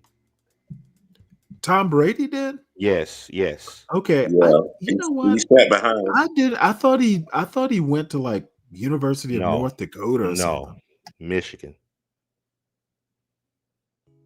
Wolverines. That's right. So again, when in this comparison, one didn't play in Okay, the well, big boy league. Michigan isn't in the SEC. Okay, and that's fine, but it was much more competitive in what Shadur is playing in. Okay, and your point would be what? My point is that these other Are you quarterbacks saying that Shadur is less equipped? What I'm saying is that these two quarterbacks that people are throwing into the picture played in much Well, I harder threw it situations. into the picture. They played in much harder situations than Shadur. Okay, well, you know what? I'm not the football fan anymore that you are, so I'll have to be chasing on that analogy. I mean, do you disagree, But, Tyrone? but I'm just saying, Jerry Rice didn't go to a big school, and he was one of the greatest receivers in the NFL. So that's irrelevant when he's talking about the size of the school. Where did So now we're comparing a wide receiver to a quarterback. Man, we're talking about schools, man. Stop the bullshit, bro. You No, I'm just always trying to saying. come with some dumb shit, man. He went to No, Mississippi State or some little small school like that. He's one of the greatest receivers. I'm saying that Shadura went to a HBCU too. Doug Williams did too. I'm just saying, man, it doesn't matter where the fuck you go. It's when they put you in that system to play in Right. and who they surround you with. That's And the how whole you thing. grow. I mean, you know what? I agree with Tyrone on this one. And you know what? Shador Sanders may crash out. He may, crash and burn. that's likely. But I think I'm sorry, what? That's very likely. Well, statistically, you're right. I don't think so, because the game of football has changed, and it's a younger, faster game, and he's the type of player that's playing in the game now. So that's why you have quarterbacks like Jalen Hurts that can play, Lamar Jackson. The league is not the same. It's about scoring points and stuff now. It's not about defense anymore. Run and gun. So any player coming out of college and wherever they come from, they can adapt to the new league. It's a whole new league now. Rebuttal? And yet SKC? the majority of successful quarterbacks are coming from large systems in college. Really? Yeah, well, Where did you know what? He's gonna. where did the black guy? Where did Kansas City quarterback come from? Well, did he come from a big school? Do we understand the what? I'm No, asking you a no. question. Can Answer you the answer that question, question? SKC. Yeah, I'm answering the question. Do we know what the Dude, definition of you know what? majority is? What is it with y'all conservatives that you see? This is another thing. I'm just and using this your is a little- rules. This is Words a matter, little right? bit off topic. Why do people answer questions with parables? What is it? I'm not asking a How parable. about just answer the question succinctly? We I'm don't I'm need answering the need question. homiletics to answer a question. I'm not asking. I just want to know what school Patrick Mahomes played for in college. You tell me. Did he play for a big school? Did he play for So Alabama neither or of you Michigan, know? Ohio State? You tell me, and then tell me how that equates to my majority answer. Well, I think it equates because he's not sure you're right. There are name me a singular quarterback from a big school that's won the last 2 or 3 Super Bowls. Okay. Again, how does that have to do with? Okay, no. majority thing? You said you talked about success. We assume the Super Bowl is the pinnacle of success. I didn't say that. I'm not sure. Mahomes has won a bunch of them. I'm not sure that your assessment reflects the reality of the past, say, 5 years.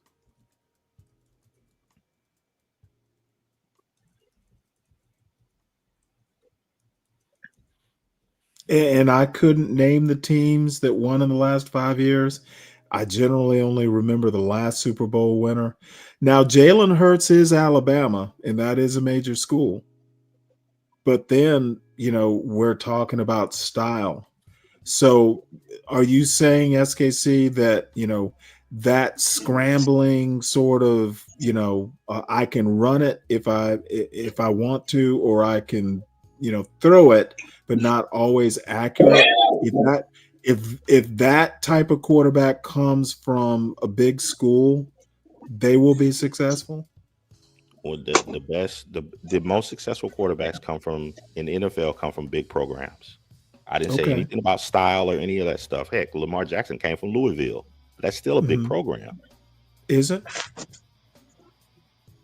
Louisville is not considered a big program. Stop it, man. Well, I think we know what Louisville is, so that's big. I mean, I think the argument is valid. And I'm not even finding fault with the argument, SKC. You're probably right, but I think Tyrone's point is that is quickly changing. And for Tyrone's point, Patrick Mahomes, the Texas Tech, the Big 12, that ain't a big program. No, it's not a big program. Texas Tech was always at the bottom of the barrel. Come on, man. Stop that, man. We talking Well, about the he's history talking and the law. when SKC. Hold on, when SKC says big program, have you heard of the school? Is big to him. Texas Tech. Who's her? Come Isn't on, man. Texas Tech? Is it Texas or Texas? It's Texas that's in the SEC now, right? Texas. You hear more about Texas A&M than you do Texas Tech. You know, if you played for Tennessee Tech, is that a big program? For that matter, are ACC schools big programs? And think about how much money they bring in. That Certain tells you. schools they consider the big Oh, programs. you're judging it on income, not Yeah, like yeah, because not that's what it's all coaching. about at the end of the So day. the more money a school makes, the better the quarterback. Is that your argument? My argument is that the quarterbacks that tend to dominate the NFL come from big money programs. I don't agree with that. No, that's not true. Not anymore. But anyway, let's go ahead and at least listen to a portion of this, just to satisfy my curiosity as to Yeah, was he talking SK's racial? Yeah, assessment. he was. Okay, well, you know what? Let's listen. America, my name is Amiel Frimpong, and right now we're just going to talk a little bit about Shedeur Sanders' situation and his draft slide. He was projected first round, and he was not selected until the 5th round in a snub to, I think, both Shedeur and Dion. Now, I think Shedeur Sanders is a fine quarterback. Like, great quarterbacks don't necessarily do well in the NFL. Like Johnny Football. You agree with that part so far, SKC? No. Okay. What makes him great? And I mean, this guy. Well, wasn't in you know the- what? he wasn't That's in why I the- asked you, what makes a quarterback great? That's what I'm saying. Shedeur was never even in the running for a Heisman. That's greatness. What are we talking about? So you can only be great if you're in the running Hurts for a was Heisman. in the running for a Heisman. Hold on, and listen to my Sanders never question. was. Listen to my question. You can only be great if you're in the running for a Heisman. You would at least get to be considered. You would be considered if you were. Well, you don't. Okay. Well, There's so a difference if you're between not in good- the running for a Heisman, you're not great. Gotcha. Yes, the words matter. You can Okay, say he's well. good. Great? No. Okay. Tyrone? Any comments so far? Nah, I'm just listening to the. I'm just listening. You're listening, ready to crouch. I hear it in your voice. Smoking my weed and listening. Ready to spring. and Tim Tebow. So I think he is a fine quarterback, and it's presumptuous to think that even if he were a great quarterback, that teams have some sort of fiduciary responsibility to draft him. The NFL is in the entertaining owners business. It's not in the butts and seats business. It's not in the touchdown business. It's not even in the winning games business. Because if you don't win games in the way that entertains the owners will let you go. They'll rather lose with you on the sidelines or on another team than win with you winning it your way and not their way. You are owned by them. They are owners. They own you. Okay, so you touched on that ownership part, I think. Anything racial so far, SKC? Yes, the point where he says they own you. Okay, you're full of shit, dude. Okay. You know what? Owners. I'm confused, and this goes back to my point where race is woven into the very fabric of American society, even when race isn't mentioned. because he has not mentioned anything, in my opinion, that's racial. Okay, But continue. but it's racial, and I'm guessing the reason you think it's racial is you just don't like this dude. You do not like Aramiose Frimpong, and much like Be Brave. Oh, in the past he's talked about race.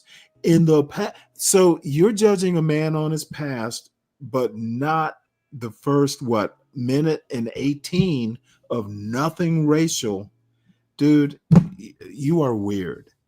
Okay, well, let's see if I'm a prognosticator. Okay, but you think something racial has been said so far. Let's see if I'm a prognosticator. Okay, so we mentioned owners.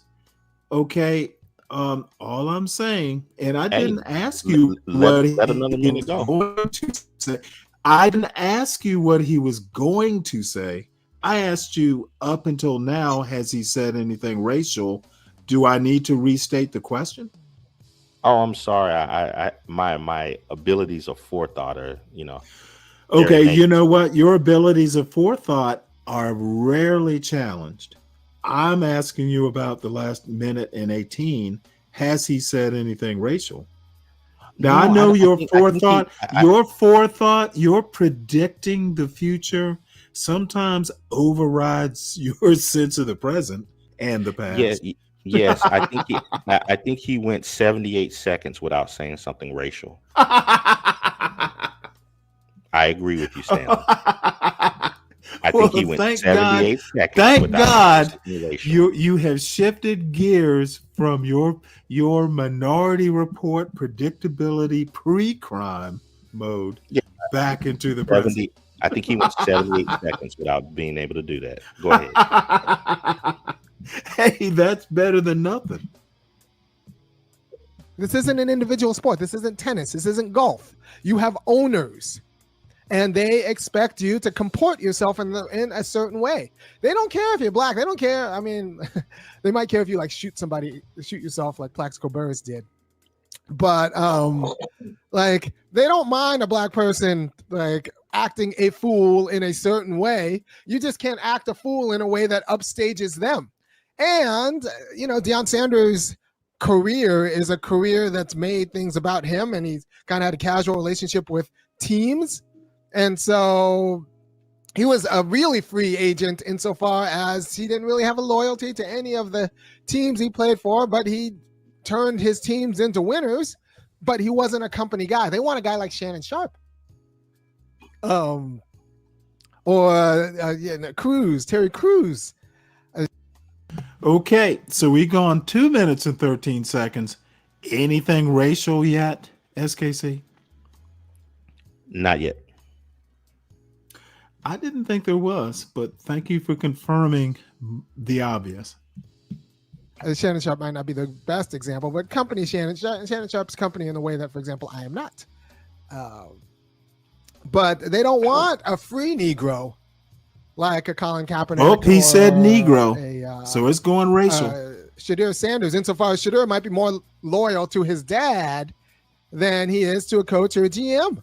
Not that his dad is a bad guy. In fact, I think more black boys need better dads, and we could take the hit on coaches and GM.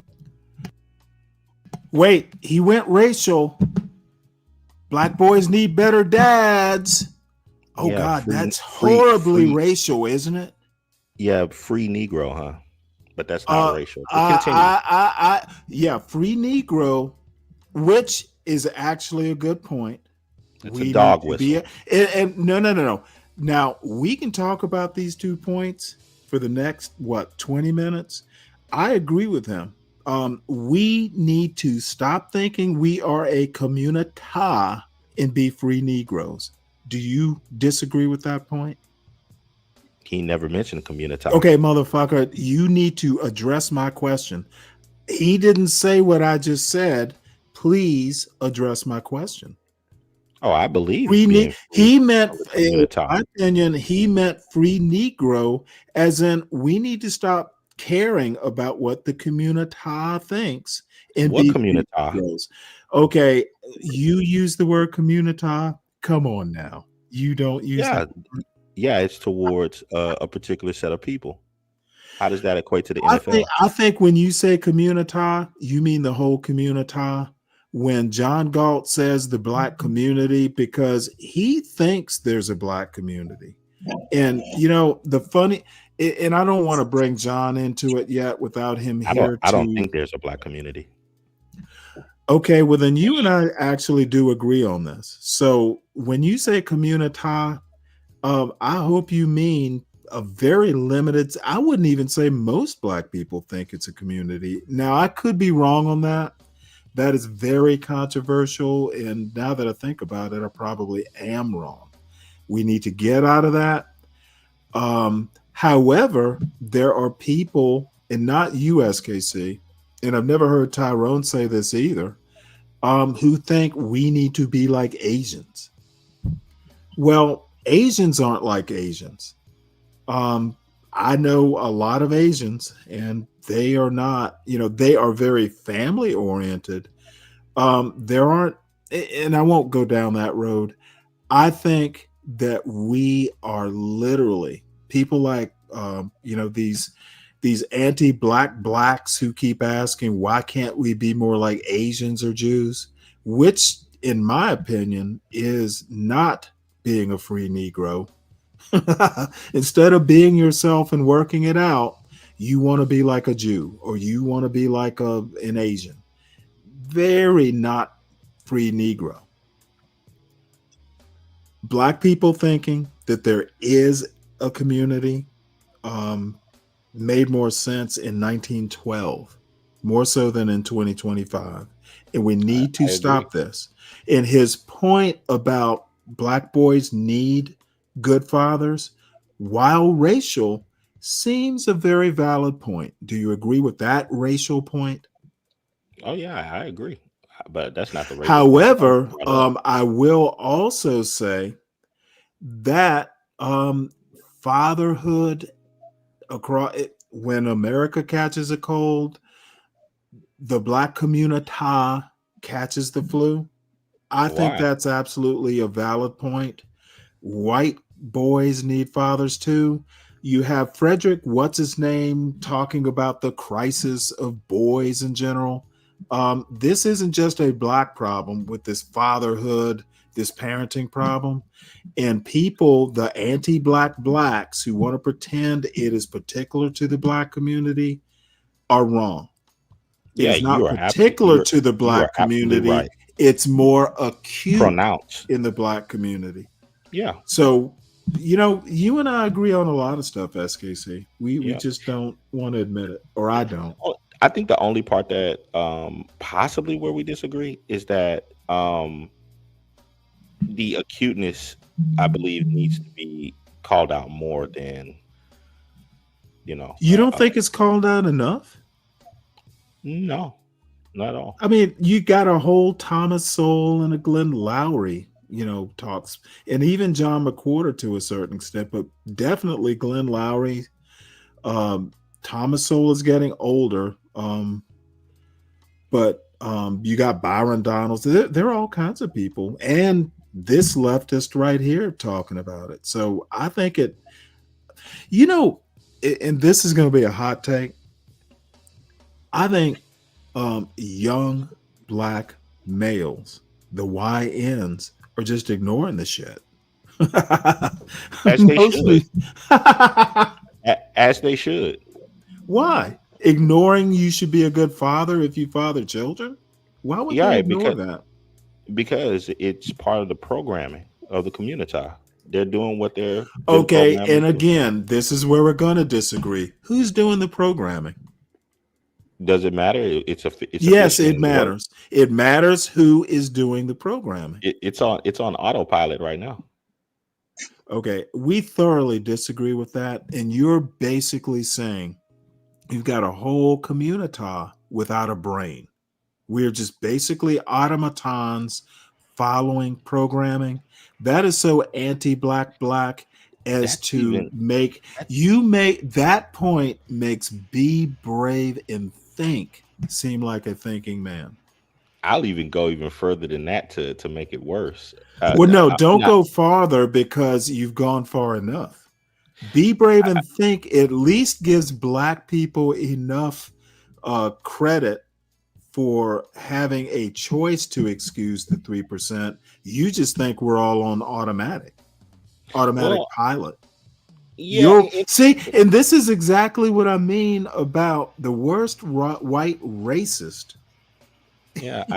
I think is less it's problematic than the anti-black thought that black people don't have a brain and can't even guide their own futures. They're on automatic. That's horrible.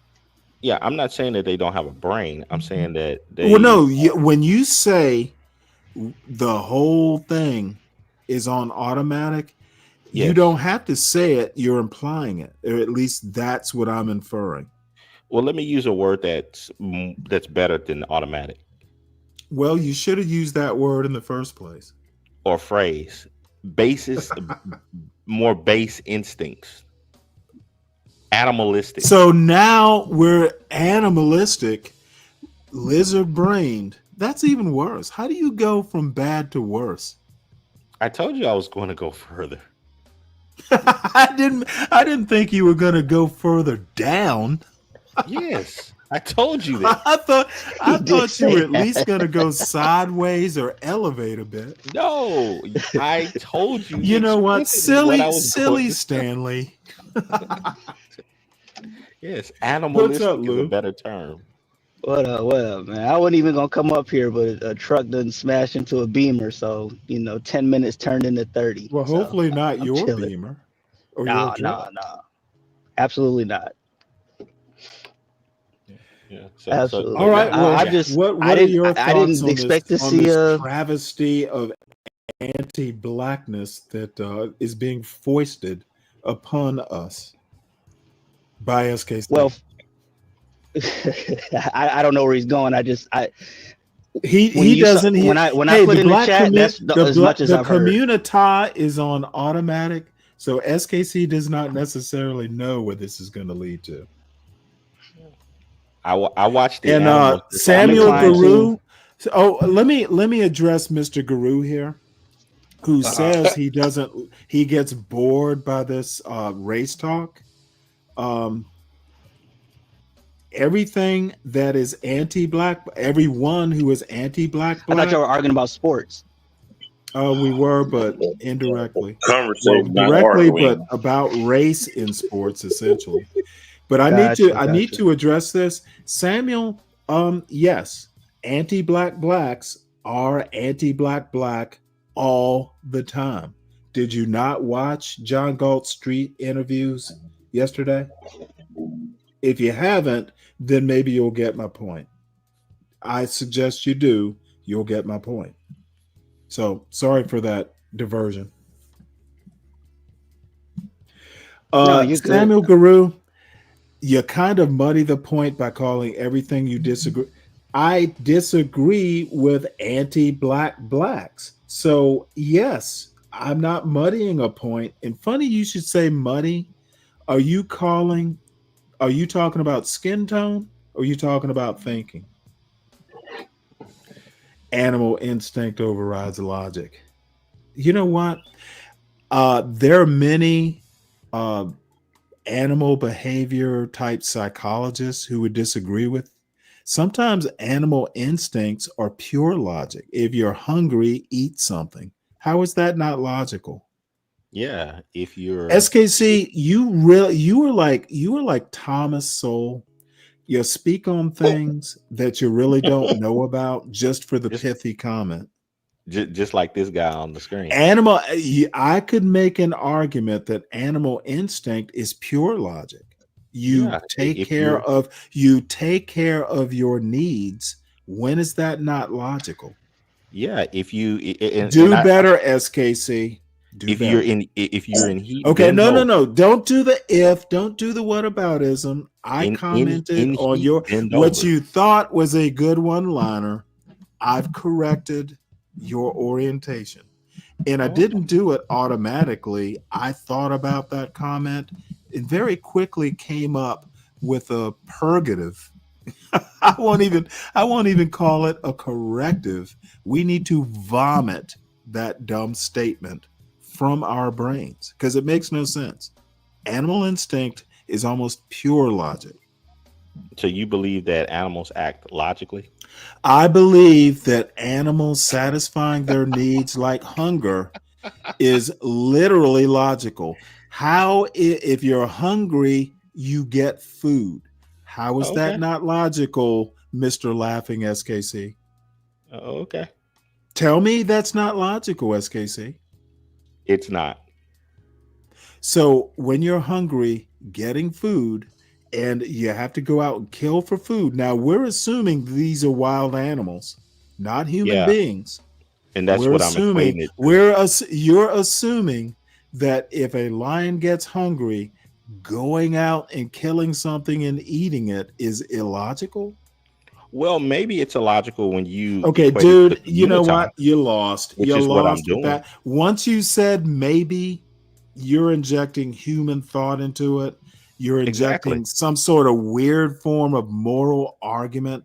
Logic I'm is glad. not I'm glad that you necessarily went more. down. Okay, I'm glad you that you don't went down this understand line. philosophy. Logic is neither. Logic is amoral. Okay, so you need to stop. You're not that good at this sort of stuff. So animals act logically. Okay, I don't even want to continue this argument. You lost. Okay. So let's get back to an actual philosopher. If we had dads named Shadur. I mean, dad like Dion. So I think it was a humbling. It was the owners trying to humble Dion because they don't want the team to turn into Dion and Shadur's team. They want it to be their team because they don't care about winning. They don't care about money. They're all rich. They care. Goes back to Tyrone's point about money. And that's, you know what? I have to listen to Tyrone's point because maybe it is all about money. And, you know, old men like me tend to be a little bit utopian and hopeful.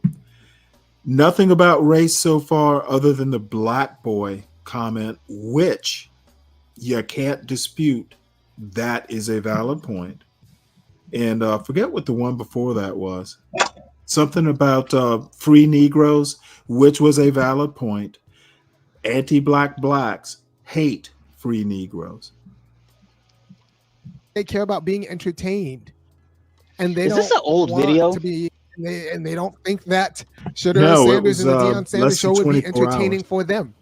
The NFL Oh, is an okay. entertainment league, but It it's just an looks old, entertainment Friezo. for the owners. It look yeah, that's what I'm saying. If you win and It win looks and like the this. owners It's feel that bad about curtain themselves, Like behind this they was would rather filmed in a lose. cult, like in a cult room in the 80s.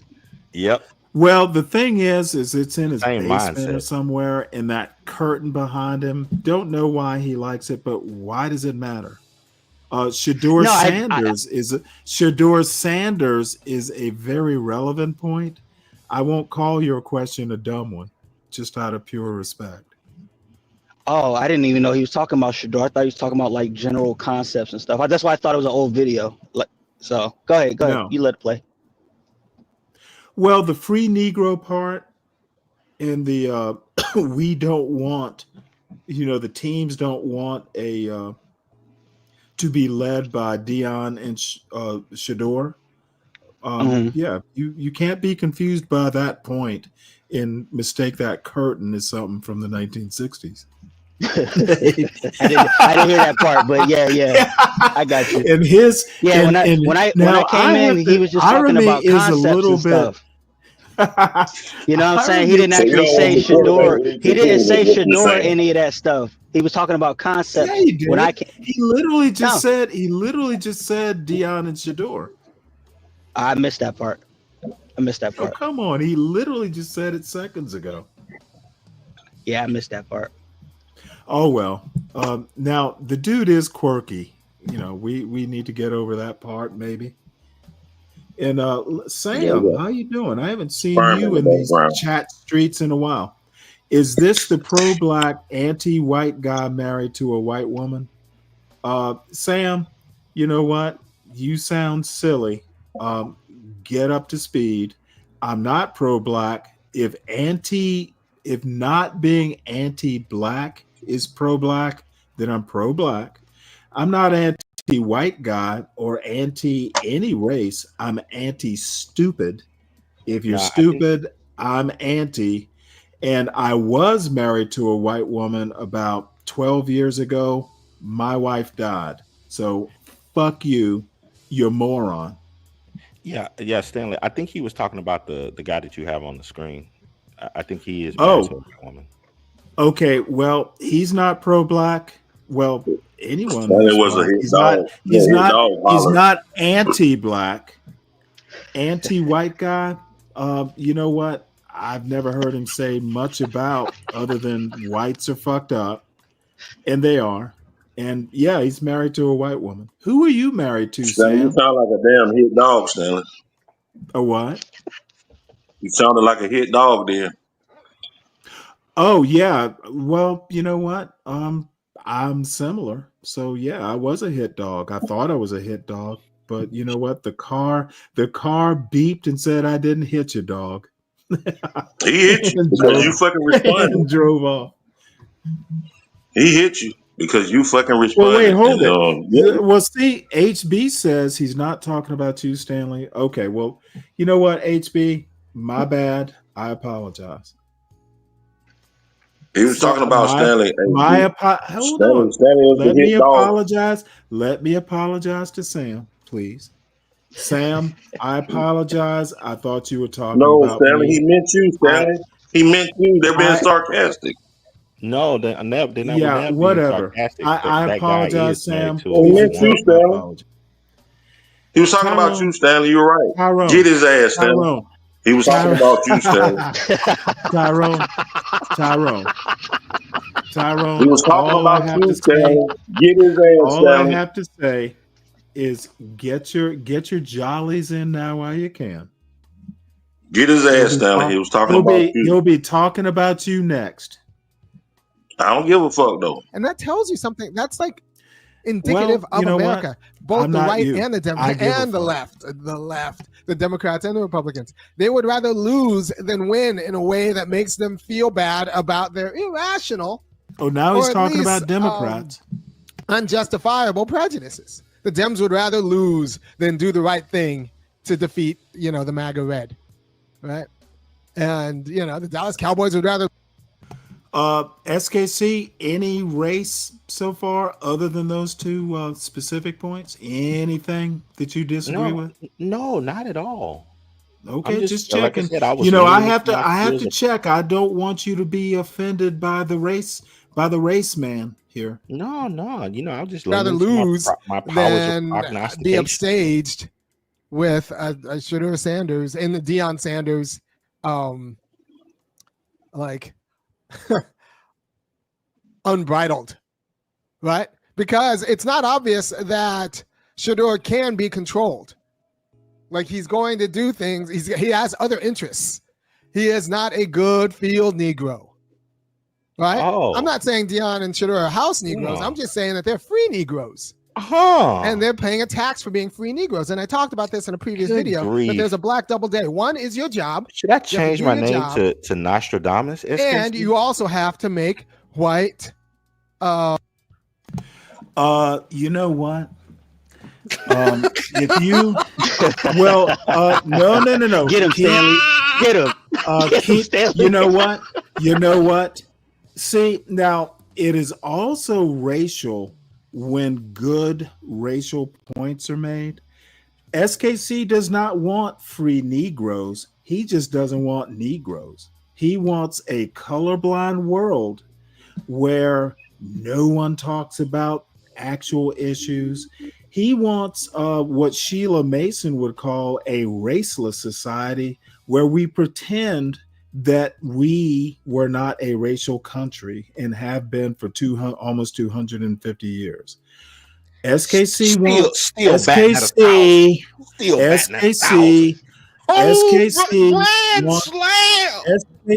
dude, you need to let me get my point out. SKC wants a white man's utopia. You can say all that, but I was right about this guy. Oh no! I'm gonna say it. Do you want me to say it again? But I was Do right you about want me? Do you all want that me other- to say it in a more funny way? Yes. I want you to pull it out What more, you need drag it to out what more. you need to The do original thing was I right what about you this need guy? to do, And I was. SKC, is accept my opinion, Grand your slam. logic. Your logic is pro-white, Grand anti-black, slam. Was pro-white, I right about him or not? anti-black, and just plain How about old we go back to utopian. those simple You know questions? what? Hey, Was I right about him Butterbiscuit. or Hey, was I not? Butterbiscuit. Yes, I like Butterbiscuit. butter biscuits. Throw the butter biscuit I in bet the air you and like let me catch it in my mouth. biscuits. You like your Yes, biscuits white and flaky. yes. Plenty of put butter on it and honey. Throw it in the air and I will catch You it like the in my white mouth. man's butter. Yes. All right. Now, Let's was I right about this continue. guy or not? Let's continue with this Was I right or very not, Stanley? valid and, in my Was I opinion, right or not? constructive Oh, so he point can't answer about my race. Hey, you won this one. It is All about right, race. there it is. You won this one. It's about race, but it's also race when you try and point out the positives about free Negroes and all that stuff.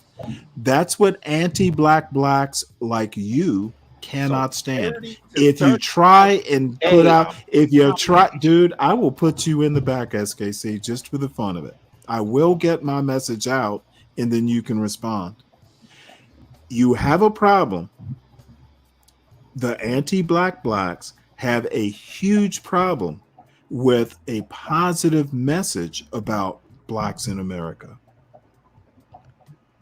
So I stated that's that my he was point. going to make a racial argument from the I beginning. think in a situation where they're upset that this kid got the fifth round pick, in a situation where another black quarterback got the first draft pick, I don't think it's about race. I don't understand the racial conversation in this. Like, Well, you don't Cam understand. Ward not a free Negro? You don't understand race in America, and neither does SKC, I argue. So they picked so Cam Ward must not be a free Negro then, and that's why they went with him with a first round draft pick. I'm sorry, who? Cam Ward. Cam Ward was the number one draft. Wait, pick hold this it. year. You mean this year? This year, yeah. This year, the NFL. Okay, yeah. wait, hold it, Lou. The only reason I even know about the NFL draft was Shedeur Sanders. Otherwise, it would have just passed and me not noticing it. So to Tyrone's point, he may have a point about the money. I'm paying attention to it. So you know what? I don't know that, ordinarily I would go, well, how do you know? But it makes a lot of sense. And really, I don't care enough about the NFL draft and the NFL in general these days to really give it like, hey, sounds good. I'll go with it. No, I'm with you. I heard a lot of people just talking about it, and then just 5 minutes of looking into it, you just realize, okay, this is a nothing burger. Right. So, see how that plantation conversation just goes away? No, it didn't go away. It's still valid. Why do you think it went away? He also mentioned the ownership part. There was never, I'm kind of stretching because he's not real specific about why he mentions ownership, but it's still in my mind, and nothing he said so far has invalidated it. And you asked me a very good question. Was the NFL like a plantation when there were only white players? What was my answer, SKC? Do you remember? Well, Tyrone asked you that. Well, no. Do you remember my answer was my question? Yeah, Tyrone's not yes. here. Yeah, you said yes. I said what? You said yes. And I stand by that. Yes, it was even more of like a plantation because they weren't paying these men any money. Yeah, I agree with you. Okay, Remember? so I want you to appreciate my answer in that the NFL has always been kind of like a plantation. Right. So, and I agree. Okay, and I know I'm right. I'm glad you confirmed it. Yeah, I just want you right. to understand. I just want you to understand that my thinking about race in America tends to be a bit more nuanced, even more so than yours, in my opinion. Just my opinion. So don't act like I'm so pro-black when I'm saying even when the NFL was all white, it was like a plantation. Right. That's not pro-black. That's not pro-black. That is anti system. I agree with you. Don't call me a pro-black when I'm saying. And by the way, speaking of pro-black, you do realize that racism hurts all Americans regardless of race. I also said racism and racist behavior is probably the only thing that's colorblind in America. Yeah, the racist whites treated the white slaves. Okay, nope, not where I'm going with this. You can go ahead and halt. You can go ahead and halt that.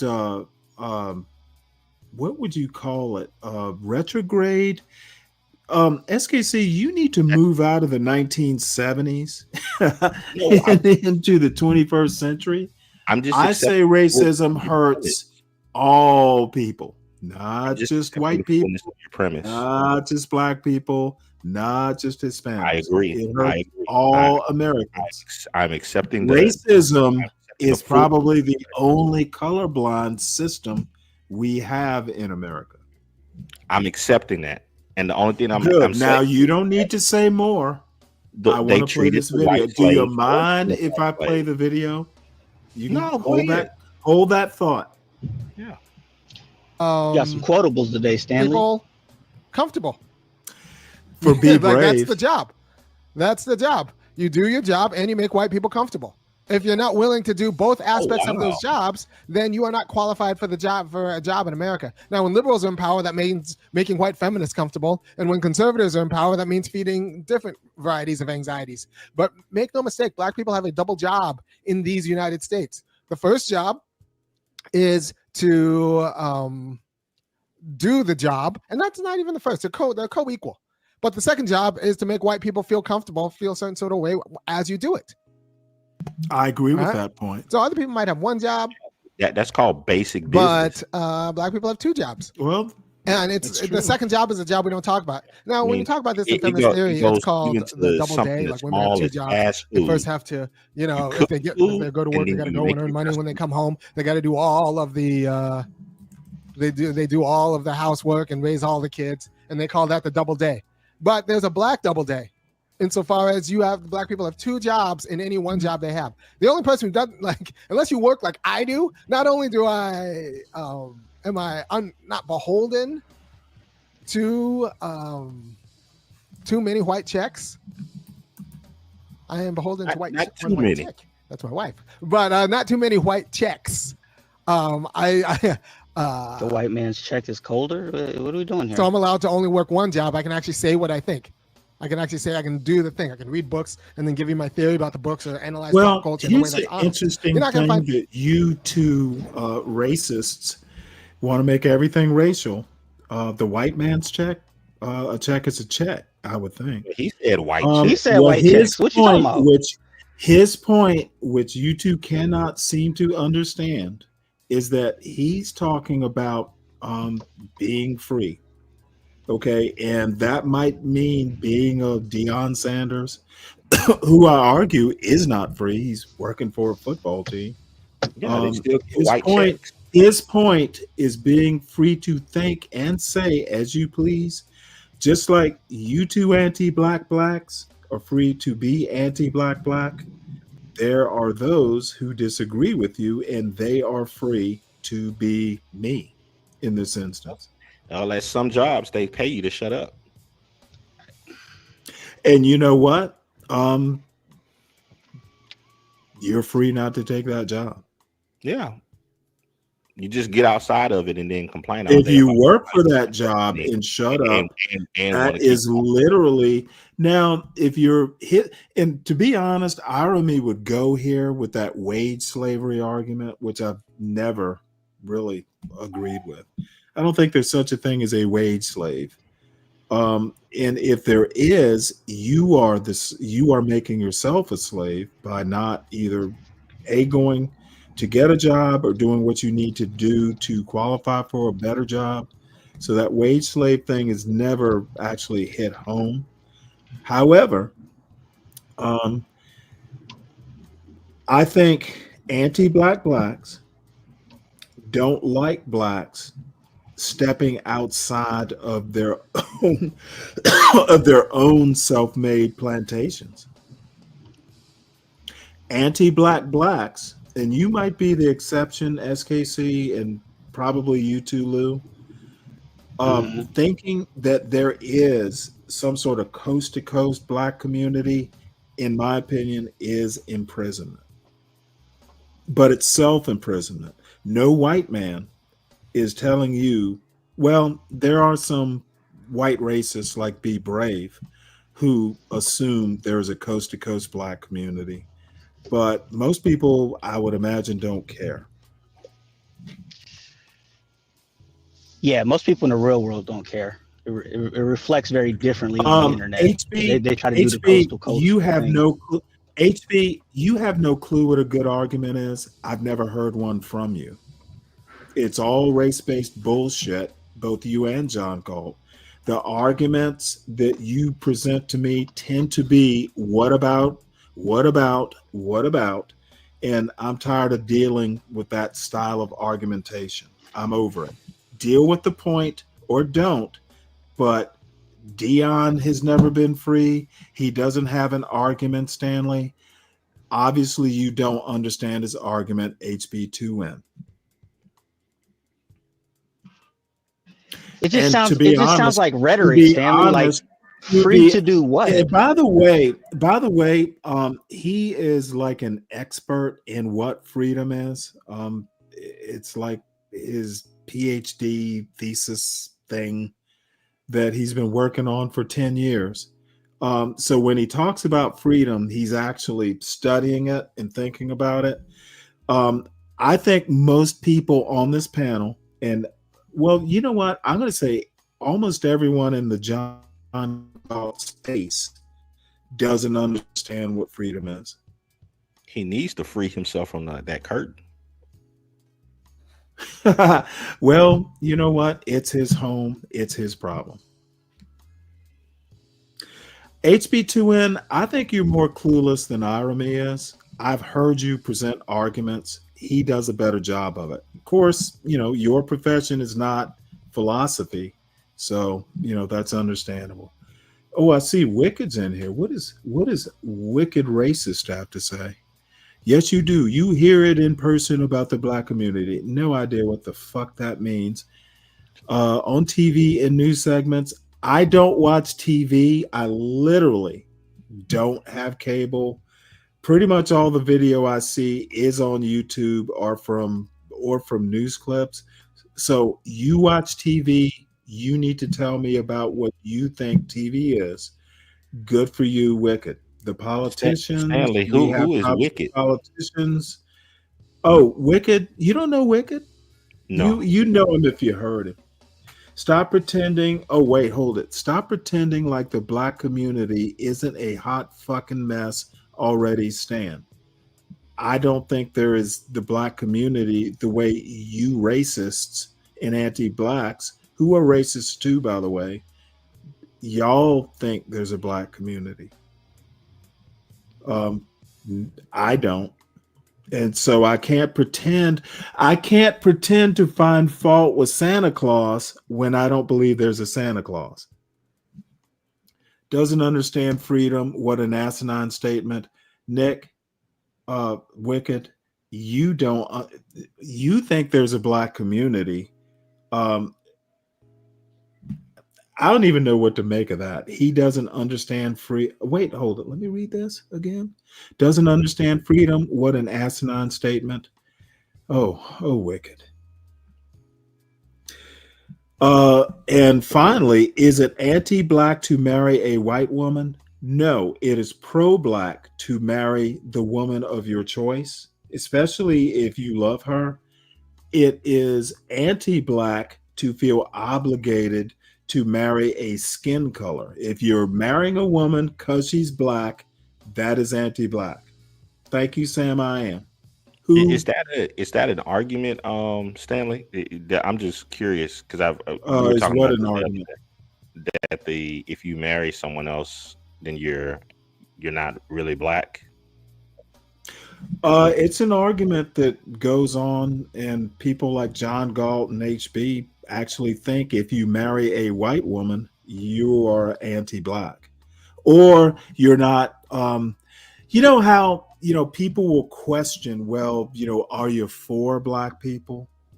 If you marry Oh, outside the race, these idiots think you're not for black people. Like marrying outside of your race means you are not for your race. And it's But you are mostly based, anti-black, Stanley. well, no, you're full of shit, Tyrone, and I'll shoot you down once I'm done with SKC having an adult conversation. Um, I think Martin Luther King or Frederick Douglass, who I hold in high regard. If I had a hero, my father's my hero. If I same actually here. had a hero outside of that, it would be Frederick Douglass. You know what? Frederick Douglass, Martin Luther King, Booker T. Washington, all these black leaders did not struggle and risk their lives for black men to be chained to what other black men or women think about them. Okay. I would argue that even someone that I don't necessarily align with philosophically or politically, like a Thomas Sowell or a Glenn Lowry or a Booker T. Washington or a Bob Woodson, motherfucker, we fought for your freedom. You will marry who you choose to marry. That is freedom. Being Wow. bound to what idiots like HB2N or Sam I Am think, that's slavery. Man, you really touched a third rail with this one. I was just looking at some of the comments in the chat, like, wow. Fuck Man, them. Stanley's fucking Fuck anti-black, them. man. That shit he's talking, man. Fuck them. And you know what? This is my specialty. I love touching third rails because maybe these motherfuckers will get a brain growing from their stem and think.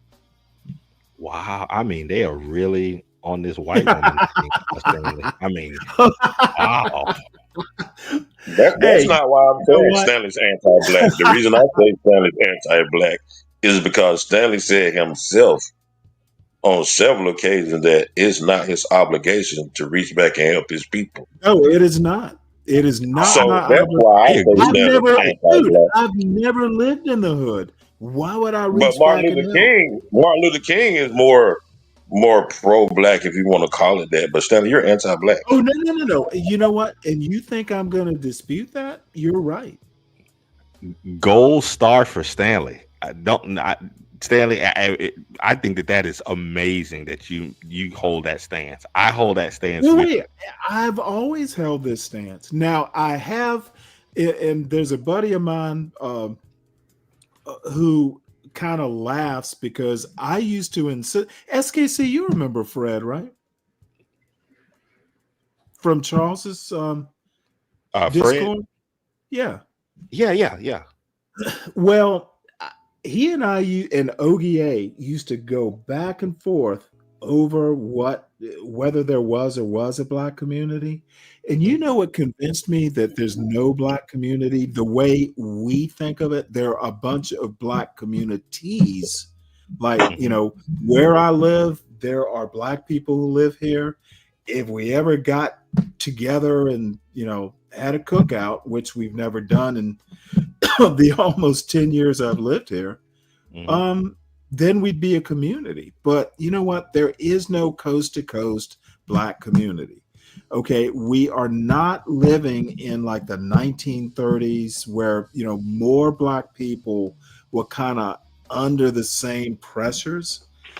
If anything, if Martin Luther King is to be credited with anything, it's a blessing and a curse. Okay, I don't have to think like my Martin Luther next door King neighbor. was a sucker.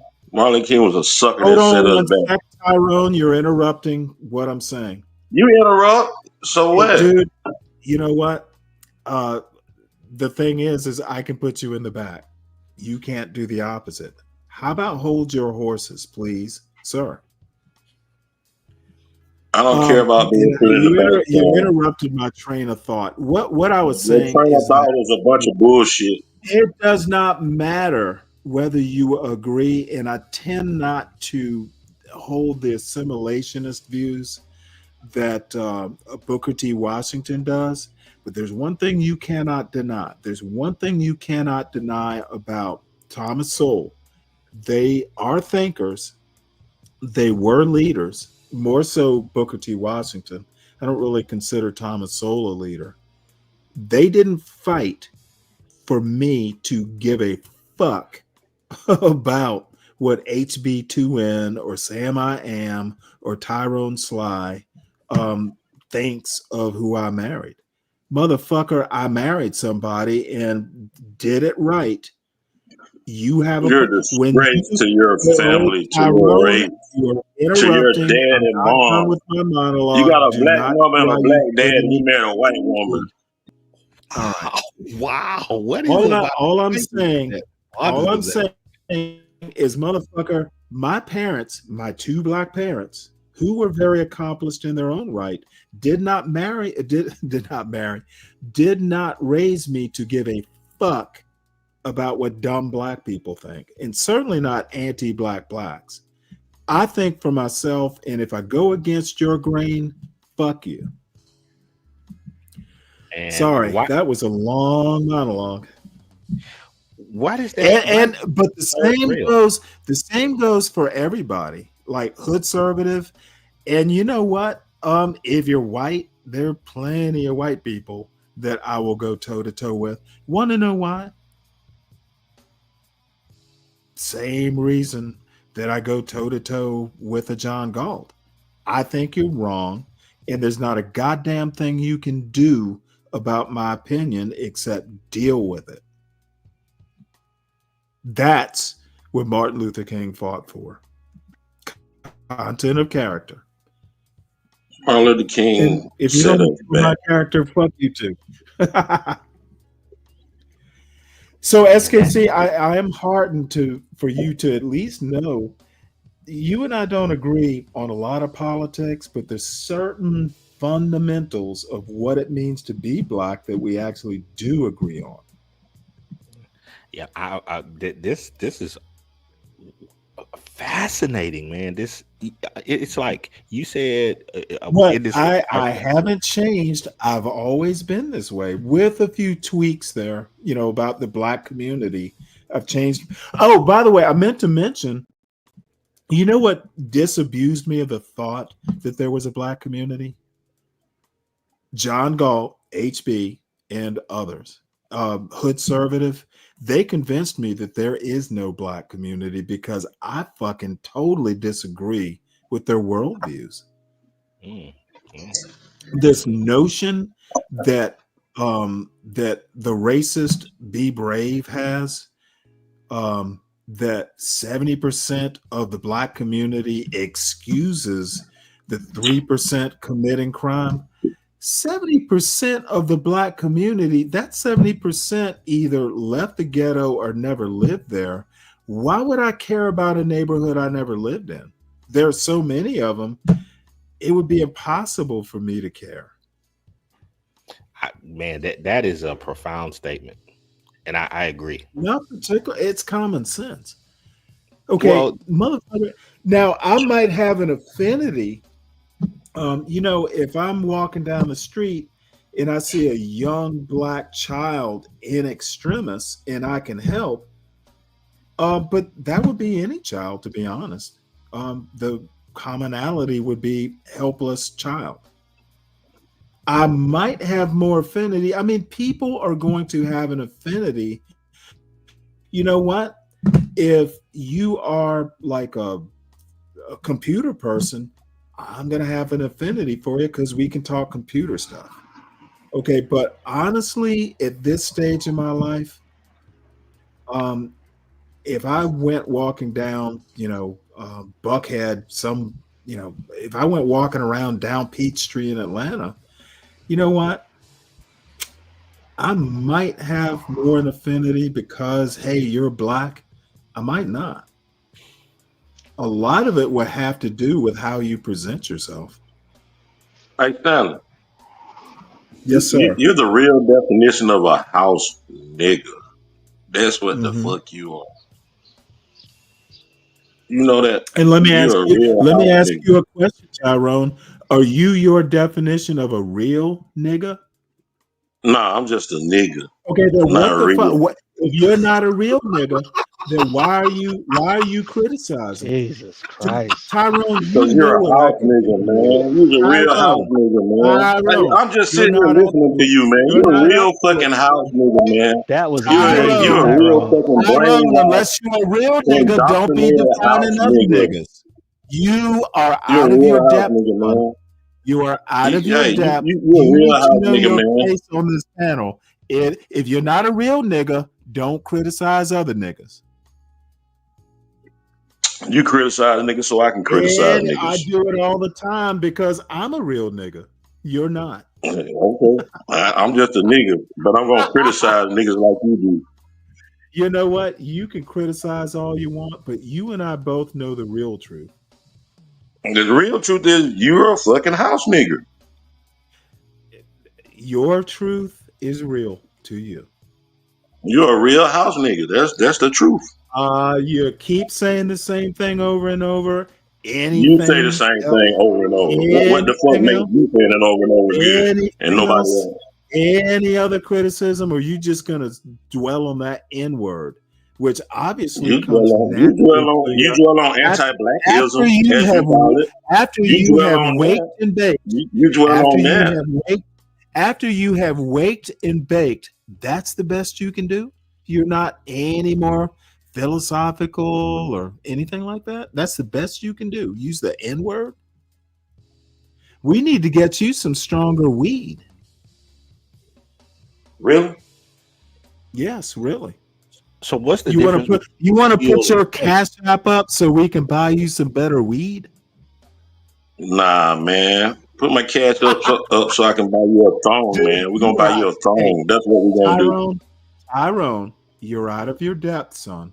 So now that you've How you had your figure I'm out of say, my depth? I How hope do you you figure feel that, Stanley? better. How do you I figure that, hope you Stanley? feel better How do you now figure that that, you have Stanley? spewed. Now How do that you you have figure that, Stanley? spewed.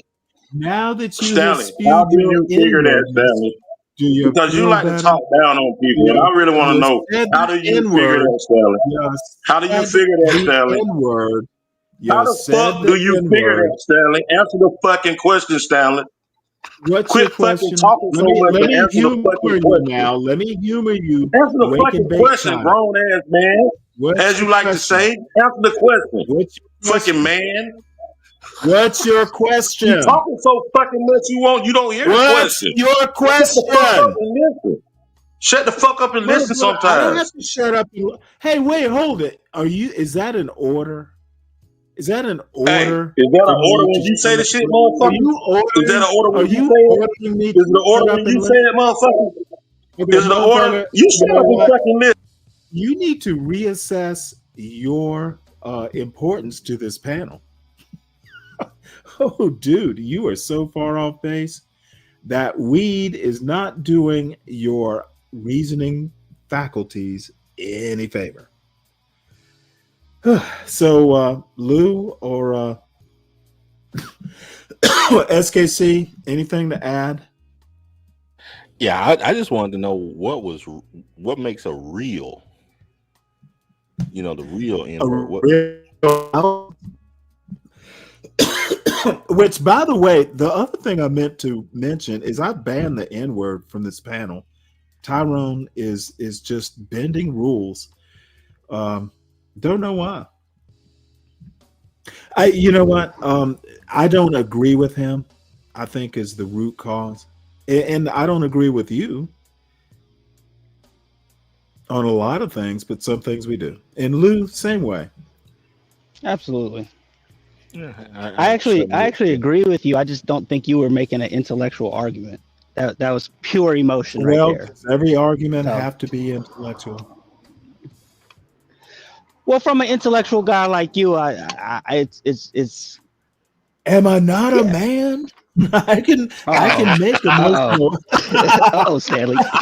to paraphrase, am I not a woman? Bottom line is not every argument is intellectual.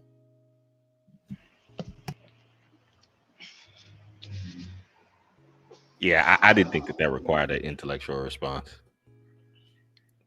And bravo for the real end. I thought that was another gold star. Bravo for what? The rebuttal of real ninja. Why would I get a gold star for something that is obvious? Nobody, we all grown here. You done missed it, SKC. He called me the hard R like 2 weeks ago. Grown than others. When you're not on YouTube, so fucking say it now. Just say nigga. Oh, Tyrone, maybe you weren't here or in the chat. I don't like the use of the word. It is not a natural go-to. Dude, I grew up in the deep South with 2 black parents in a black neighborhood, and only the kids used the word on the basketball court. Or when, we used to call it checking, not roasting. But it's the same thing. That's the only time the N-word, like in my household, an all black household, the word never got used like that. Now, my mother could be racy sometimes. She might describe someone outside the house. I've literally never had either of my parents use that word when applied to me. And I honestly, and I'm not bullshitting, I don't think I've ever heard my father say the word. I'm sure he's used it. I'm 60 years old, so I'm sure somewhere way back in the deep past, I literally have never had either of my parents not even stop acting like they never applied that. It was not used in my house. So it's not natural to me to use as even a pejorative. The only time I use it is in retaliation to someone using it, applying to me. Wow, So I'm sorry. I don't meet your expectations of what a real black man is, but I can tell you right now, I don't doubt who I am. Rarely ever have in the past 40 years. Y'all need to understand who Stanley Cross is. I don't doubt who I am. I doubt who you are. I often And doubt. I feel the same way about myself that you feel about yourself, Stanley. Hey, you know what? That you feel that way. And by the way, Stanley, fuck you too. Fuck you too. Because you said that earlier to me. Fuck you too, Stanley. Dude. Fuck you too. Yeah, well, oh well. If that is your way of saving face, I accept it. Now, it's not a way of saving face. It's a way of me saying what I'm saying to you, like you saying what you saying to me, man. Can we move on now, move Tyrone? on, man. Move on. You've had your move say. on, Stanley. Move on, Stanley. Is that an order? Is that an order? Hello? Oh, it must be an order. Hello? I thought you were going to move on, Stanley. I'm waiting for you to move on. No, motherfucker. Is that an order was my question. Was that a question? How about just you think no, you still in the Navy? You think you still in the Navy, but you're in the second. You're back in the civilian world, man. That shit don't work over here. Not with me. Tyrone Sly. I'm not your sergeant. I'm not your lieutenant. I'm not your general. I'm not none of that, Stanley. But at the end of the day, take it for whatever you want to take it. I'm meeting you where you are. I'm meeting you where you are. So whatever you want it to be, that's what it is. I appreciate you meeting me where I am. And where I am right now is host of this panel. So don't overstep your place. And don't overstep your place because we're 2 men. Don't forget that. You can be a man. A man is a man, but the bottom line is some men have more power than others. That is the real world, Tyrone. That is a world you don't seem to understand currently. We are not equal. Because you're caught up on that fascination. Yep. I got power. Deal with it. Deal with it accordingly. When you get the power, I will have to deal with you accordingly. Motherfuckers, I don't even get where you're coming from. I'm just going to assume you're high as a motherfucking kite and are not in control of your faculties. Nothing, Stanley. That doesn't bother me, Stanley. I'm very It confident in shouldn't. myself. You It can't make me wouldn't feel matter any if kind it of way. bothered you or Trying not. to trying It to would trying not to talk matter hierarchy if, to me. Man, you're a motherfucker, peon your why do fucking you self, think man. you matter on this panel? What is up Why do with you you? think you matter, motherfucker? What is up with you this Why the morning? fuck do you think you matter? Well, no back. That's why I matter currently. Now, after the show is over, So I fucking I don't matter matter. currently because of the same thing, motherfucker. Who the fuck are you, Stanley? I am the host of this show. And what the fuck does that mean, Stanley? Are you? Not a What goddamn show are you thing. hosting Not a right now? goddamn thing. This is YouTube inner fucking tainment. You You know take your what? character And too fucking this far, is my man. own Fuck little that shit corner you of on, man. YouTube, and I am going to control it. Man, you don't control shit. The only thing you can do is I don't. put me in the back. I Put don't me in the back. control That's your shit. little power. Put Would me in the you back. care As if to I give think a about fuck that? about that. You know what? I just go I'm out not. in the chat.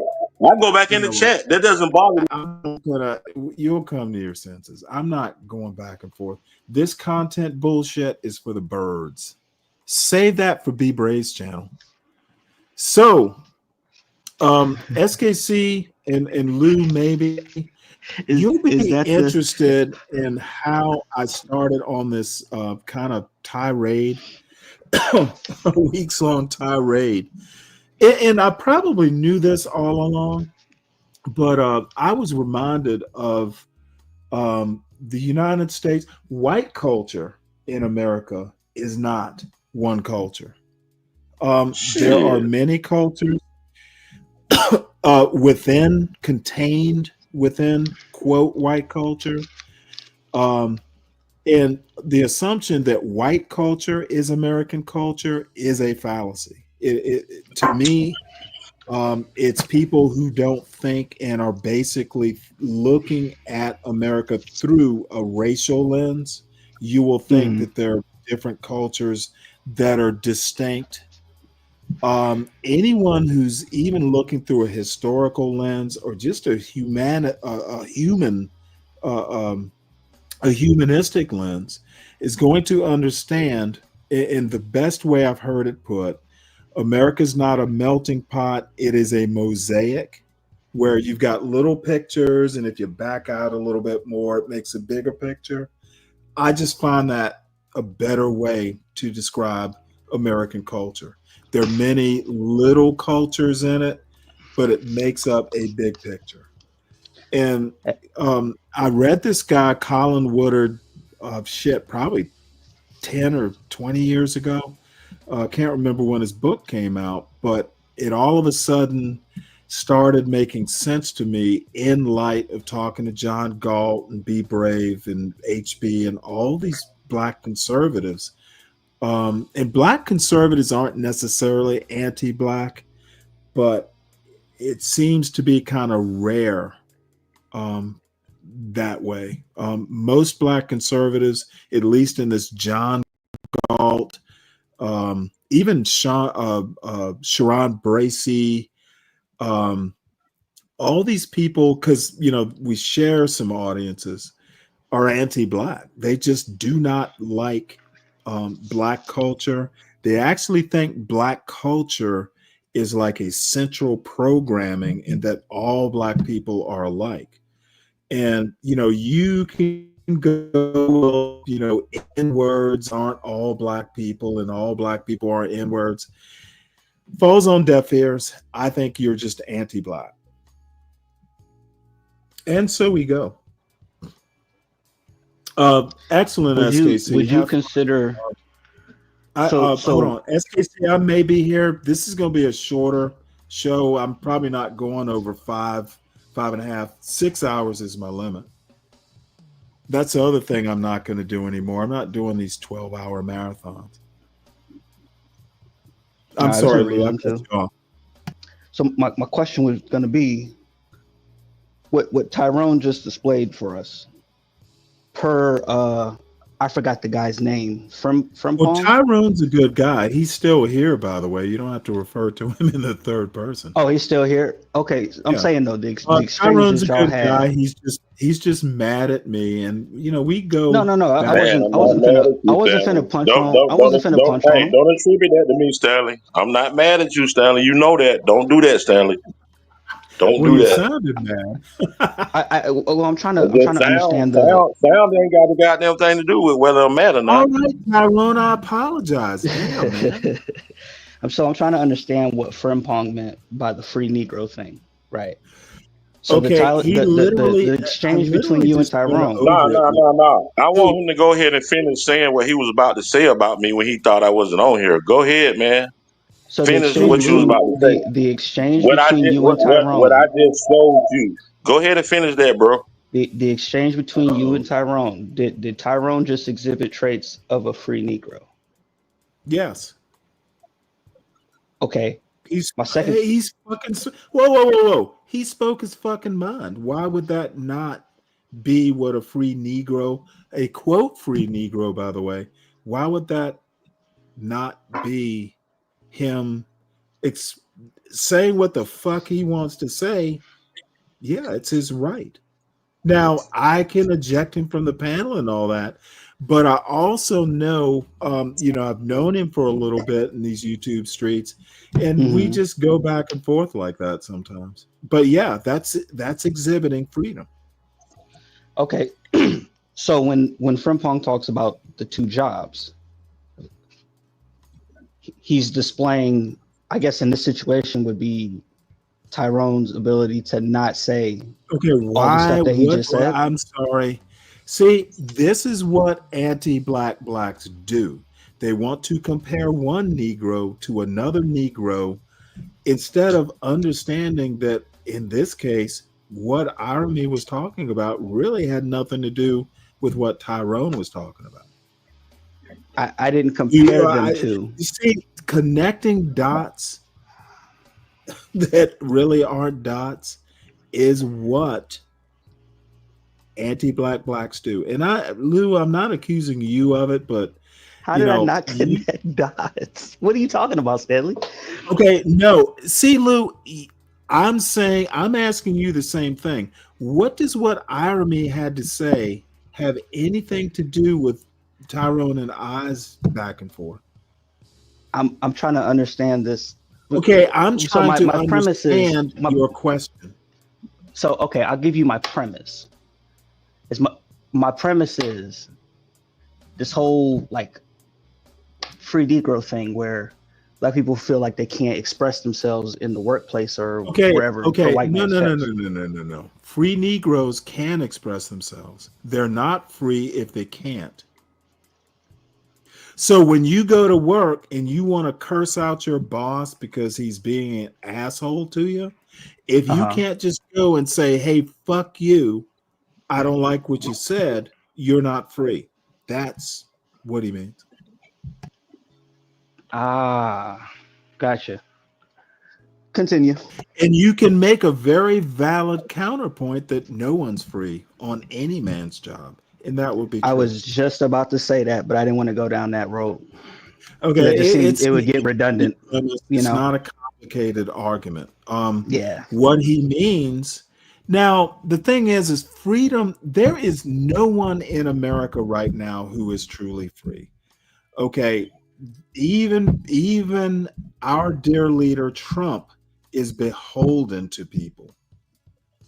Okay, because if he does what he absolutely wants to do, there will be repercussions. He may get away with it in the short term, but in the long term, he's going to affect his goals, which might just be, to continue the MAGA movement. No one is truly free. Okay. And then this goes back to the state of nature sort of arguments, which I've never really agreed with, but I'm not a philosopher. I could probably be shot down in 5 minutes by someone who knew what they were talking about. But even in a state of nature, man isn't free because there are natural laws. And I don't think natural laws actually apply to American citizenship, for instance. But that's a whole like different series of shows. No one is truly free on earth. You will always be beholden to something in a, like a actual society or community. You will be beholden to your fellow man, or even if it's some dictator saying, hey, you shall not do this, there is no one who's truly free. Because if you were, you'd be able to murder people, just wantonly and get away with it. There are things you cannot do. There is no such thing as perfect freedom. There are levels of it. And even in a state of nature, there are laws. Like if you're hungry, you can't just not eat.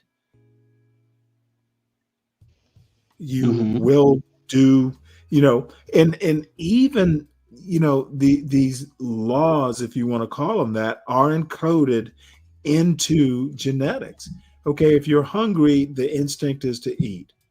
You are not totally free to go hungry, even in a state of nature, because there are consequences. So anyway, I'm done with all that stupid diatribe. And Dolomite, it's rare that I'm in a whirlwind. It happens occasionally, but usually not. So what you might call a whirlwind, I call a fresh and cool breeze that's refreshing.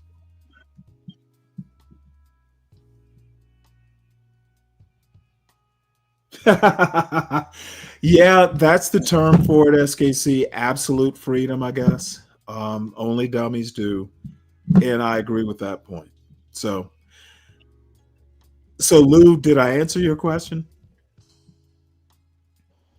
Absolutely. You sure?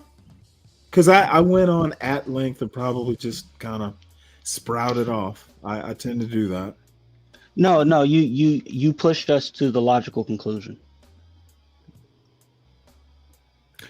Because I was gonna say that before I said never mind, but I knew it was gonna come down to this, and I knew that I was gonna agree. Well, the thing there is is no absolute freedom. Don't always depend on logic. Sometimes, I am a Trekkie to a certain extent, and you know what? How many times did logic not serve Spock well? Sometimes logic can be a cage. I have said that many times. Especially if you've ever been in the military, flying by the seat of your pants, logic doesn't and shouldn't apply sometimes. So, just if it's just an element of surprise, the enemy expects you to do the logical thing and you do something crazy and you win. So yeah. Anyway, Tyrone, is SKC still here? He's in the chat. He's having breakfast. That shit he just said. I don't want absolute freedom. Only dummies do. He's right. But what is absolute freedom? It literally means you're dead.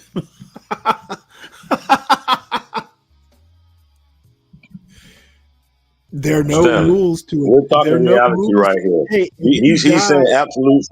He's talking about absolute freedom in this I know reality. what he's. And my question read his comment. is, what is absolute freedom in this reality we live in? Yeah,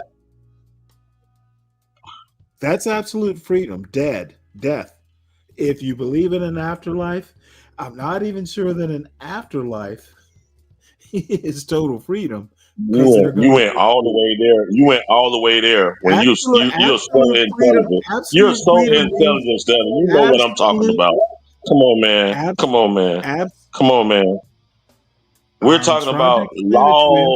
laws that bind us, and you There know are no exactly what law. I'm talking Hey, about, man. ho! You just proved your own point. There Man, come can on, be man. no Stanley, absolute. I If couldn't there have are proved my own laws, point when you just if cut me off. there are laws, there is no absolute freedom. So that's why I said what he said was he doesn't want absolute freedom. You don't want the freedom to be able to go and drop your fishing pole in the Okay, water there is no without such thing as man. absolute Here we freedom go. There you go. unless Cutting me you off again. cease to Cutting me the exist. fuck off again. You're so fucking rude, man. But you want people to Okay, fucking respect motherfucker, you. I don't want you to That's seem like nah, a fool. motherfucker. Nah, That's why I'm cutting motherfucker. you off. You're the motherfucker. You All right, always you like to go talk ahead. like you're You so go fucking ahead. intelligent, You know but what? you don't fucking My listen. apologies, Tyrone. You go ahead and be you. Nah, Say you're what you being want to you. say. You're being you, and I'm not allowing you to do that. I don't like black people looking foolish. Man, you're That's looking foolish. that's my You that's always look my foolish, ultimate but you think you always pro-black look goal. intelligent. Come on, My Stanley, cut that bullshit ultimate out, man. pro-black I done been on goal this motherfucker is when you've been to drunk. I done been on this head motherfucker this court as quickly at as all possible. times when Stanley has been Stanley. So stop the bullshit. I know what Stanley does on here. So stop that shit, Stanley. Stop that I don't bullshit. want you to seem foolish, but you go ahead and be you. Say what you want to say, bruh. Nah, I'm good, man. Because you kind of think I'm below you, beneath you. So you go ahead, man. Do Do I your think thing, that? man. Do I really think Yes, that? you do. Yes, you do. So go ahead, What Stanley. if Do your thing. what if I actually think you're better than me and I just want you to prove it? So reverse psychology. Here we go. Oh Dumb shit boy, it's again. so easy to do. Come on, man. How Stop that, how man. do you know it's even psychology? What if I actually believe Stop that? that, man. What if I You don't actually believe that. believe You don't you believe are that. You better don't than believe me that. and turning You you don't off believe that. so you don't Because you sound talking about silly the is black people who are actually beneath lifting you. you So up? stop that shit, man. Stop that shit. I'm not going with that shit you on right now, man. You want some Lou, bullshit. we can go back and revisit that point. If you've ever read W.E.B. Du Bois, I think he's kind of alluding to double consciousness, which in my opinion is a very metaphysical point, but is a thing. So is this why Negroes have two jobs at work? Um, Lou, he literally said it. Um, you have to do your job and you also have to appease your boss. Now, maybe you think that's part of your job, and maybe you'd be right, but I think that's what he's getting at. You have to do your job, but you also have to make sure your boss, it's almost like office politics.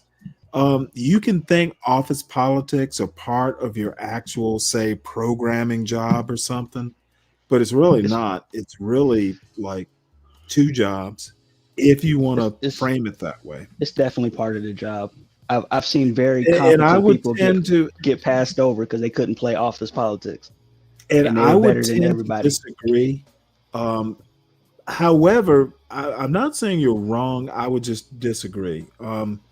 But there is the phenomenon where the smartest person at the job can't play office politics because all he cares about is the job. But in my mind, and I'm maybe introverted in that way, I just want to do my job and go the fuck home. Okay, I don't live for work. I work Correct. to live. So it's really a framing. I'm not saying you're wrong. I'm just saying that, there are really two ways to come at this. And I think irony is more like, hey, you know what? If I can't say what I want to say on my job, um, saying what the Start boss your wants own. me to You say know. or playing the office politics is a job separate from me tapping on a keyboard. You disagree with that. I agree with that. I don't know that either of us are wrong. Wait. Say what you just said again. No, the Playing off last part. Yeah, the last politics part. is a job. Tapping on a keyboard, say you're working in a cubicle, as I did Uh-huh. for a while, doing computer stuff. Those are two Mhm. separate things in my mind and always were. They are, but you of all people know because you were in the military as I was. Office Well, the politics plays a military huge is part. kind of different than a civilian job. Correct. Now, of course, I didn't have a family at the time, and I was in my 20s. So the deal is I know I've said this, I am my job. My job is Mm-hmm. me. Of course, I felt that way in the Navy. I am Uh-huh. my job. However, I might have felt that way all the way up till I got married. And, I got married, in my very late 30s. So, Mm-hmm. um, my idea of what work is or should be changed after I had a family. Now, had I gotten married in my 20s, I know plenty of people in the Navy who were divorced or were going through marital problems. The only people who seemed to be happy at my level in the Navy were the people who weren't married. The married folks. I know one guy. Mm-hmm. Is what they used to have Navy wives, and you were in the Army, right? Air Force. Yeah. Air Force. There were Air Force wives who, Mm-hmm. their husband's career was kind of what they did. I had a buddy of mine who's a 3-star admiral right now. His wife was a Navy wife. She was into his career.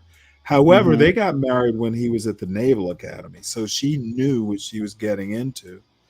My point is that I probably wouldn't have been as successful in the Navy had I been married, because for some reason or another, maybe it was age, or just I bifurcated my work life from my home life.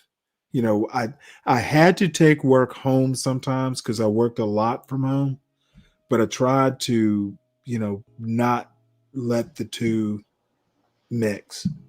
Correct. Like, I'm not going to get mad at my wife because my boss yelled at me. Right. And my wife never asked me, how was your day? I'm sure she asked once, and I told her, never ask me that again. Uh-oh. Hey, I didn't like my wife calling me at work. Unless it's an emergency, don't call me, because I'm working. I don't need the two to intermix. Right. Yeah. There it is. I mean, you gotta play the game. You do, but you don't have to play it within your four walls. Correct. Now, I just again, think this could be. I think when This could people be a say whole nother freedom, show. I think when people say like they're not free at their job, a lot of times when They I hear them shouldn't talk, be. I think a lot of them when they say that they want to be free to do things that are counterproductive to the whole business entirely. Well, I'm not saying you should be free at work. I'm just saying you're not free at work. So if you want to be a Mm-hmm. quote free Negro and call yourself that, you're not a free Negro on your job. You're not a free white man. You're not a free anybody on your job, unless, and even if you own the business, that's the other thing, this entrepreneur bullshit.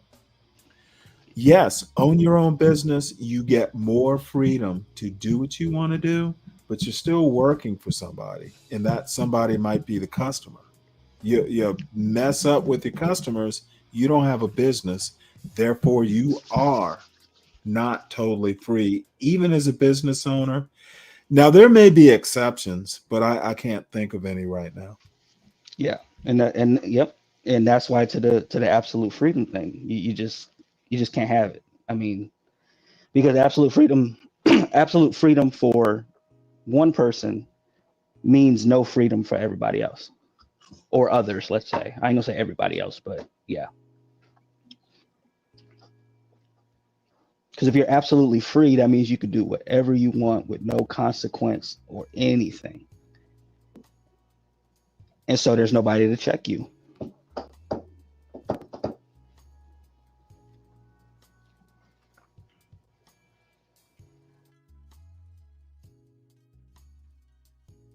Well, I thought about this on the fly. You know, I haven't given it deep thought, but I think the only way you can have absolute freedom is be dead, not be alive. That's the only time, you know, people can't have expectations of you, you know, if you're not there. So, yeah. So anyway, finally, we get to move into this point, and Colin Woodard wrote a book decades ago. I'd have to look up the year it was published. I think it was in the 90s, actually, or definitely early 2000s, about it's called 12 Nations. America is not, and I think it's probably self-evident, to use a phrase, America is not Switzerland. We are not homogenous. And where I started thinking about the diversity within the Black community, besides it being a Pew poll, a Pew report, there is no white culture in America. There are white cultures, plural.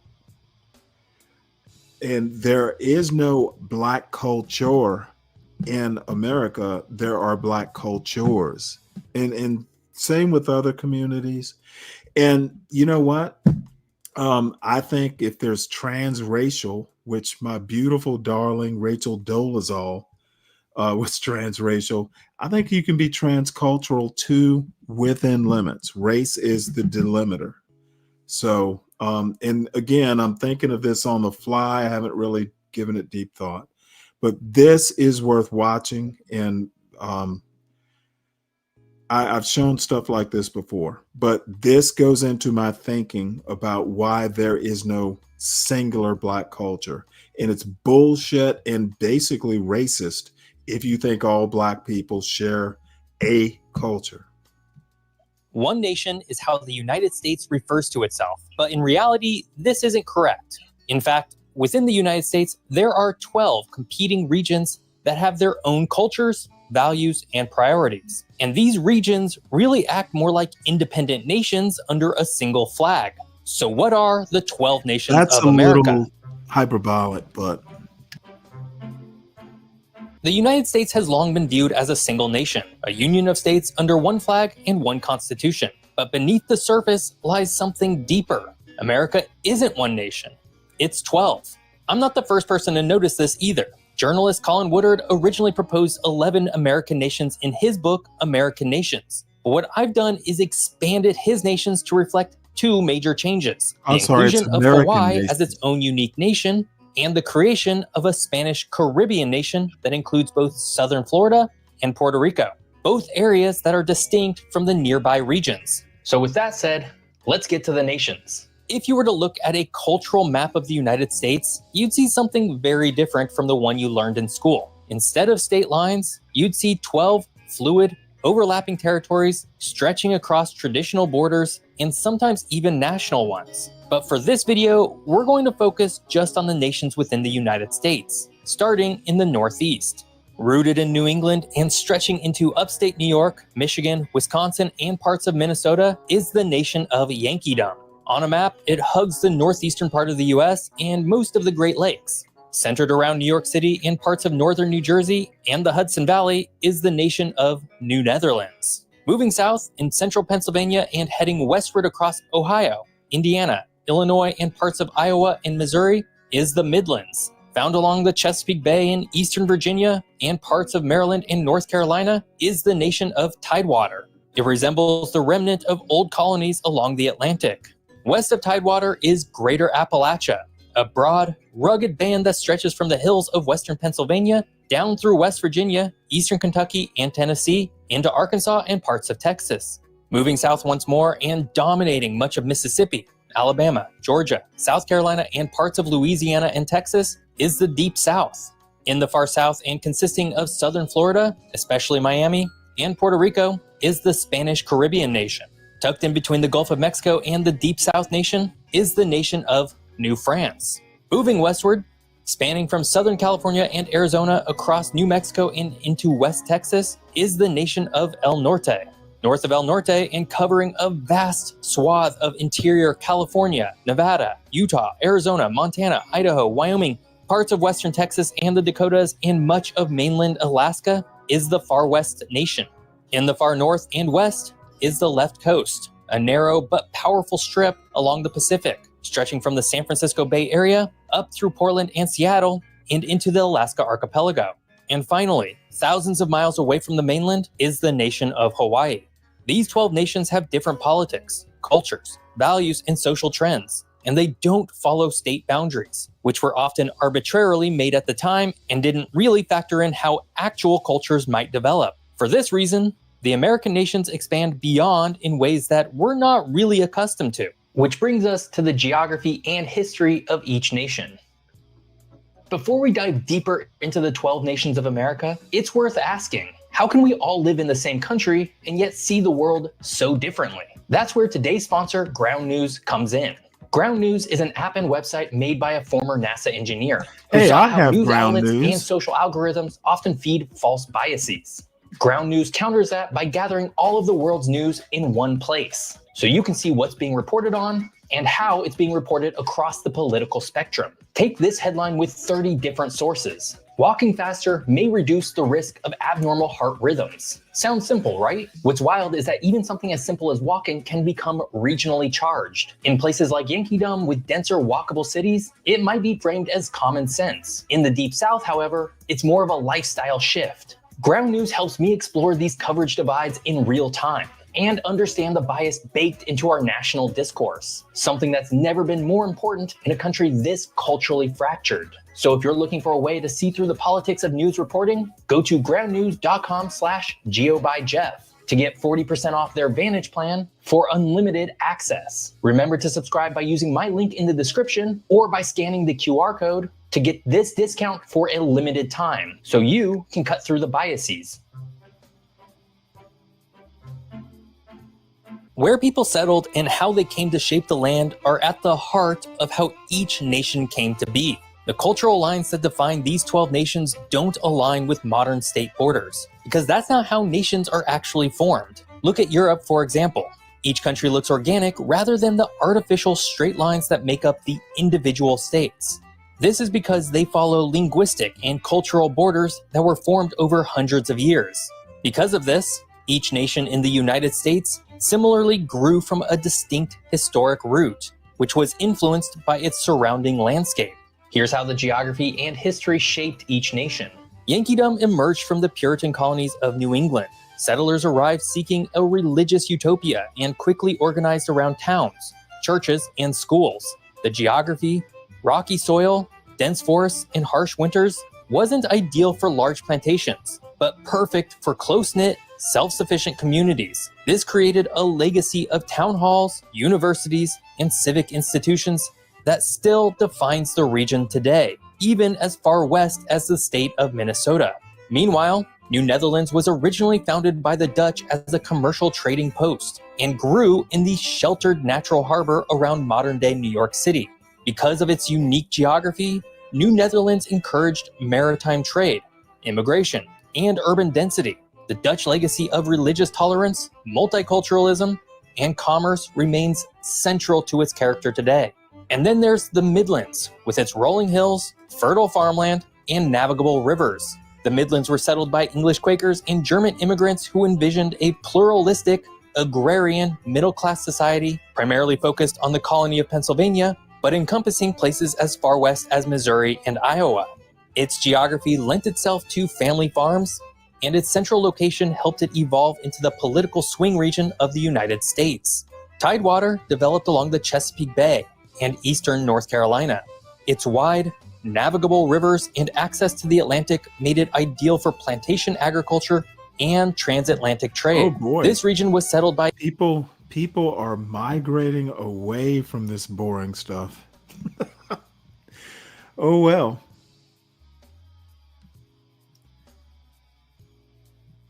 This is interesting. Why are you lent itself to family farms, and its central location So helped it anyway, evolve. seems my usefulness has run out. So Tyrone, you still there?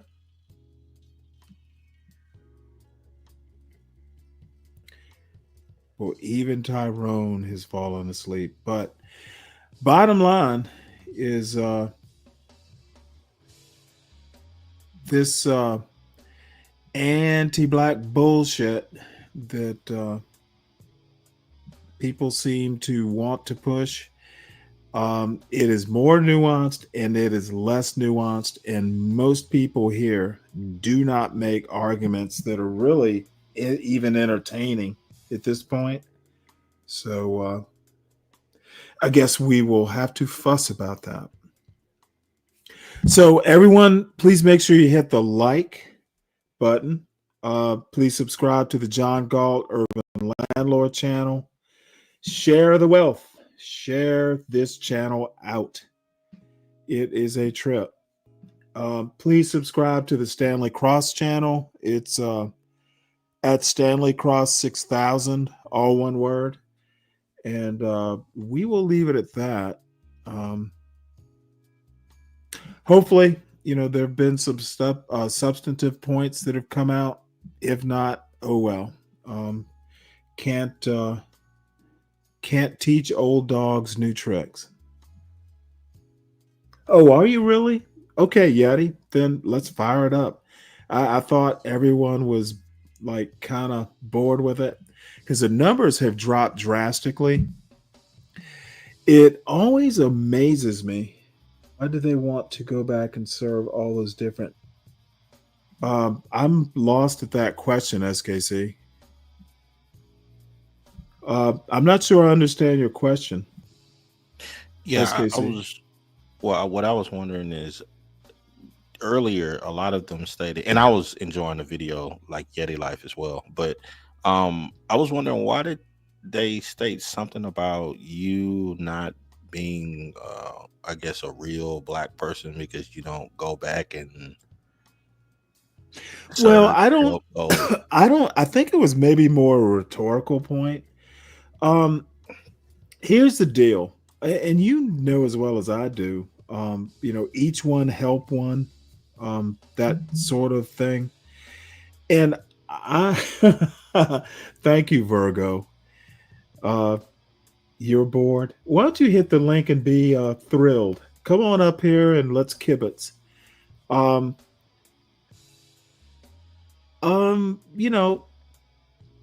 Help a brother out. There is, and oddly enough, people like the anti-blacks will go, well, for instance, if I'm a plumber, I've heard American Man, you know who he is. He has literally, talked about, and I think validly so. I don't have a problem with this argument, but you go, if you're a plumber, for instance, and he's not that type of plumber, by the way. He's more a contractor. He doesn't do like fix your toilet sort of plumbing. And he will tell you that he doesn't. He is like a senior plumber, like a plumber's plumber. You go, and hell, I did it myself. It's like, hey, hey, brother, you're my skin folk. How about give me a couple $100 off? And I learned that, a black plumber will get offended by that because, hey, I'm not pricing this on my skin color. I'm pricing it on my skill, availability, and, all the other normal business factors. So, hey, black people shouldn't expect a black discount. However, those same people will say 70%, and this is a be braveism. And maybe I think I've told you this, but there are people in on this channel picking up on a white racist's point. Number one, he says black culture is destroying America. Huge problems with that. There is no one black culture for starters. However, he's saying that 70% of 45 million people make excuses for 3% of 45 million black Americans. The crime they commit in the inner city, like inner city culture, the violence, the violent crime rates are destroying America. And that's just fucking ridiculous. And it is 70% of the people are making excuses for the people in the inner city making crime or doing crime. And by implication, I'm inferring from that statement that 70% of those people are responsible for the 3%'s crime, which I thoroughly disagree with. I also disagree that 70% of black Americans, of that 45 million people, are making excuses, because I'm one of that 70%, if you want to put it that way. I have no fucking clue. I live near Atlanta. I have no fucking clue what's going on in the hood in Atlanta. I don't even get the local news. And my local news isn't the Atlanta Journal-Constitution. And that's mostly because I'd have to pay for it. You actually have to pay for the Atlanta Journal-Constitution. Even an online subscription. I never, like, if I go to the Marietta patch, they don't do Atlanta Journal Constitution articles because they'd have to pay. So totally aside, 70% of black people in America are not responsible or even care about it, let alone make excuses for what's happening in the inner city, because they don't live there. And why should the 70% be responsible? I'm not sure they make excuses. Not even sure they care. They don't live there. And for someone like me, for instance, I've literally never lived in the hood. Okay. Pick a hood. I'm not responsible for it, because why would you care about a neighborhood you have no connection with? But Yeah, I agree with you. The racists and the anti-black blacks think that skin folk are kinfolk. And I'll give you another example. All this talk about Shedeur Sanders, which I kind of understand because there's a sports connection. The Carmelo Anthony thing in Texas. People have been did shows about that for 2 or 3 weeks over the racial angle. And to be honest, I keep up with, some of the left tube or bread tube, whatever they call it, like the Sam Cedar show, those sorts of things. They didn't talk about Carmelo Anthony. It was really only far right black channels, the ones that I'm kind of associated with, and some of the black, like Revolutionary Black Network. They did a show or two, but not for 2 weeks. It was the far right blacks who did a week's worth or 2 weeks worth of shows, making it, talking about the racial issues. I literally had someone who shall remain nameless tell me that, you know what, those black people had just moved into an affluent neighborhood, And that kid, Carmelo Anthony, because his school was mostly Asian, he felt a way about it because compared to the richer Asians or the richer whites, he was relatively poor. Therefore, that's why he was acting out, which is the fucking height of stupidity.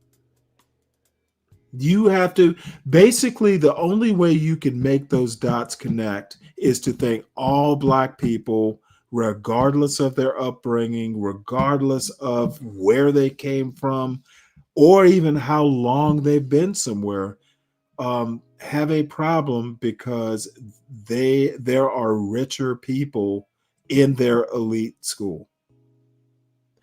And, you know, speaking from my personal experience, fuck, I went to a pretty exclusive high school. Hell, you know, I wasn't absolutely poor, but you know, I wasn't driving a BMW. I wasn't driving a BMW. You know, my first car was not a BMW, though I did have a first car. And in my opinion, that's fucking lucky as shit.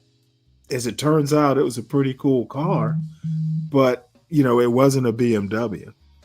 So this being beholden because we need to act like a group.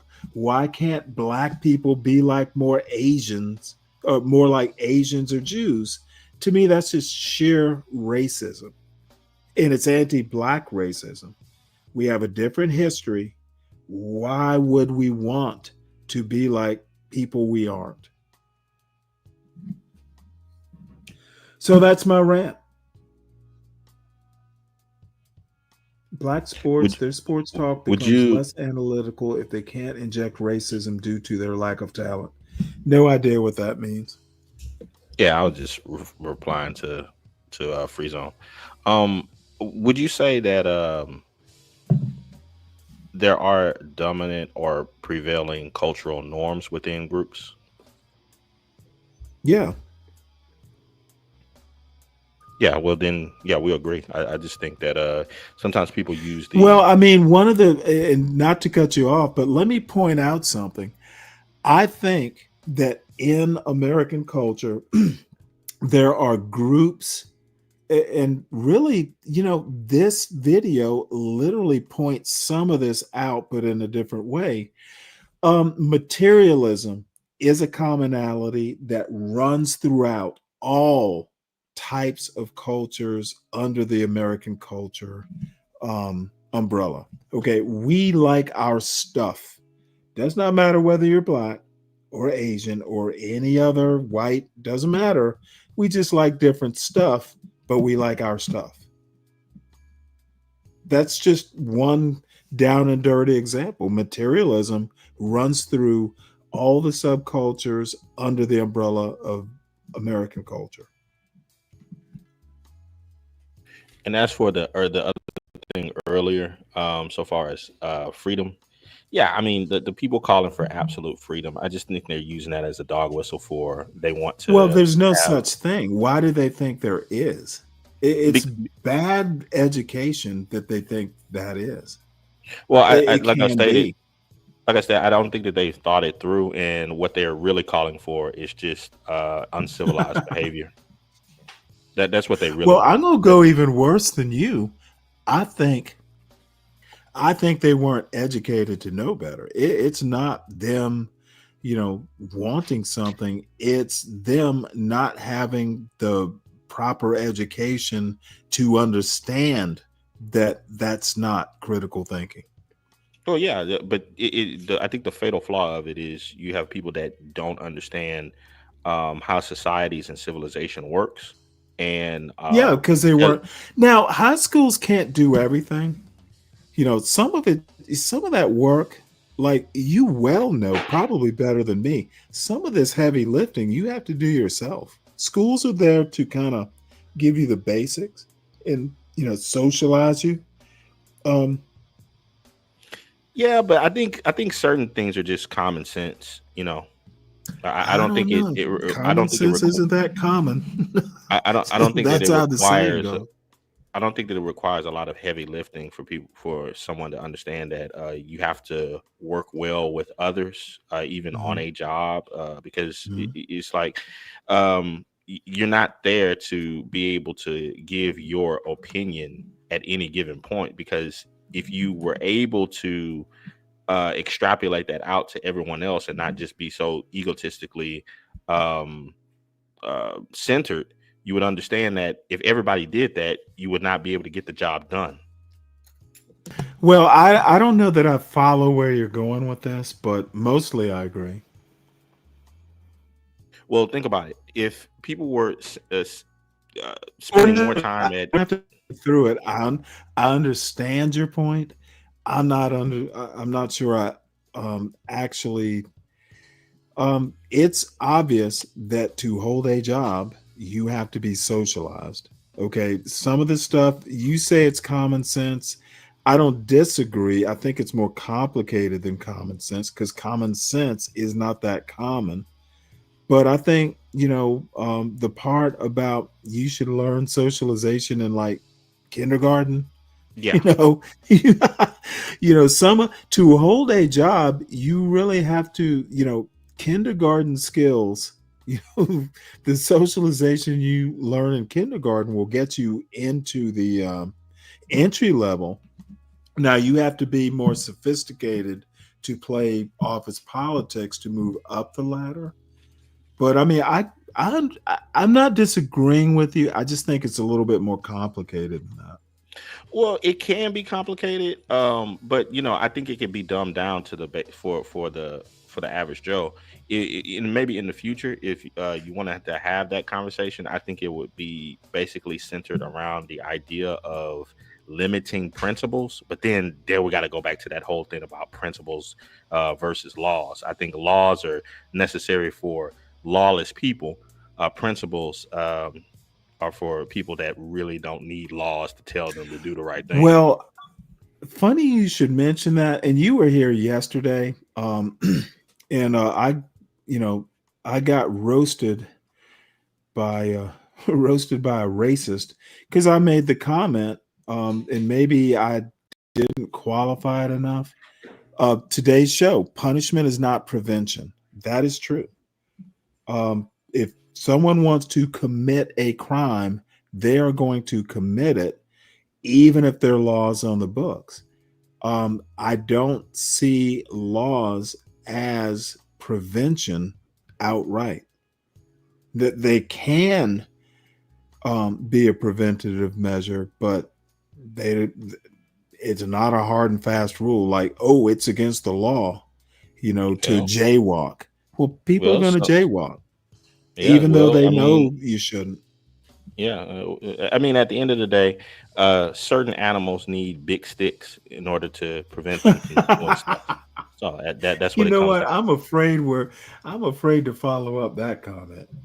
Yeah. I mean, it is what it is. You need big sticks for certain animals that that will not comply unless they see you with the stick in their hand.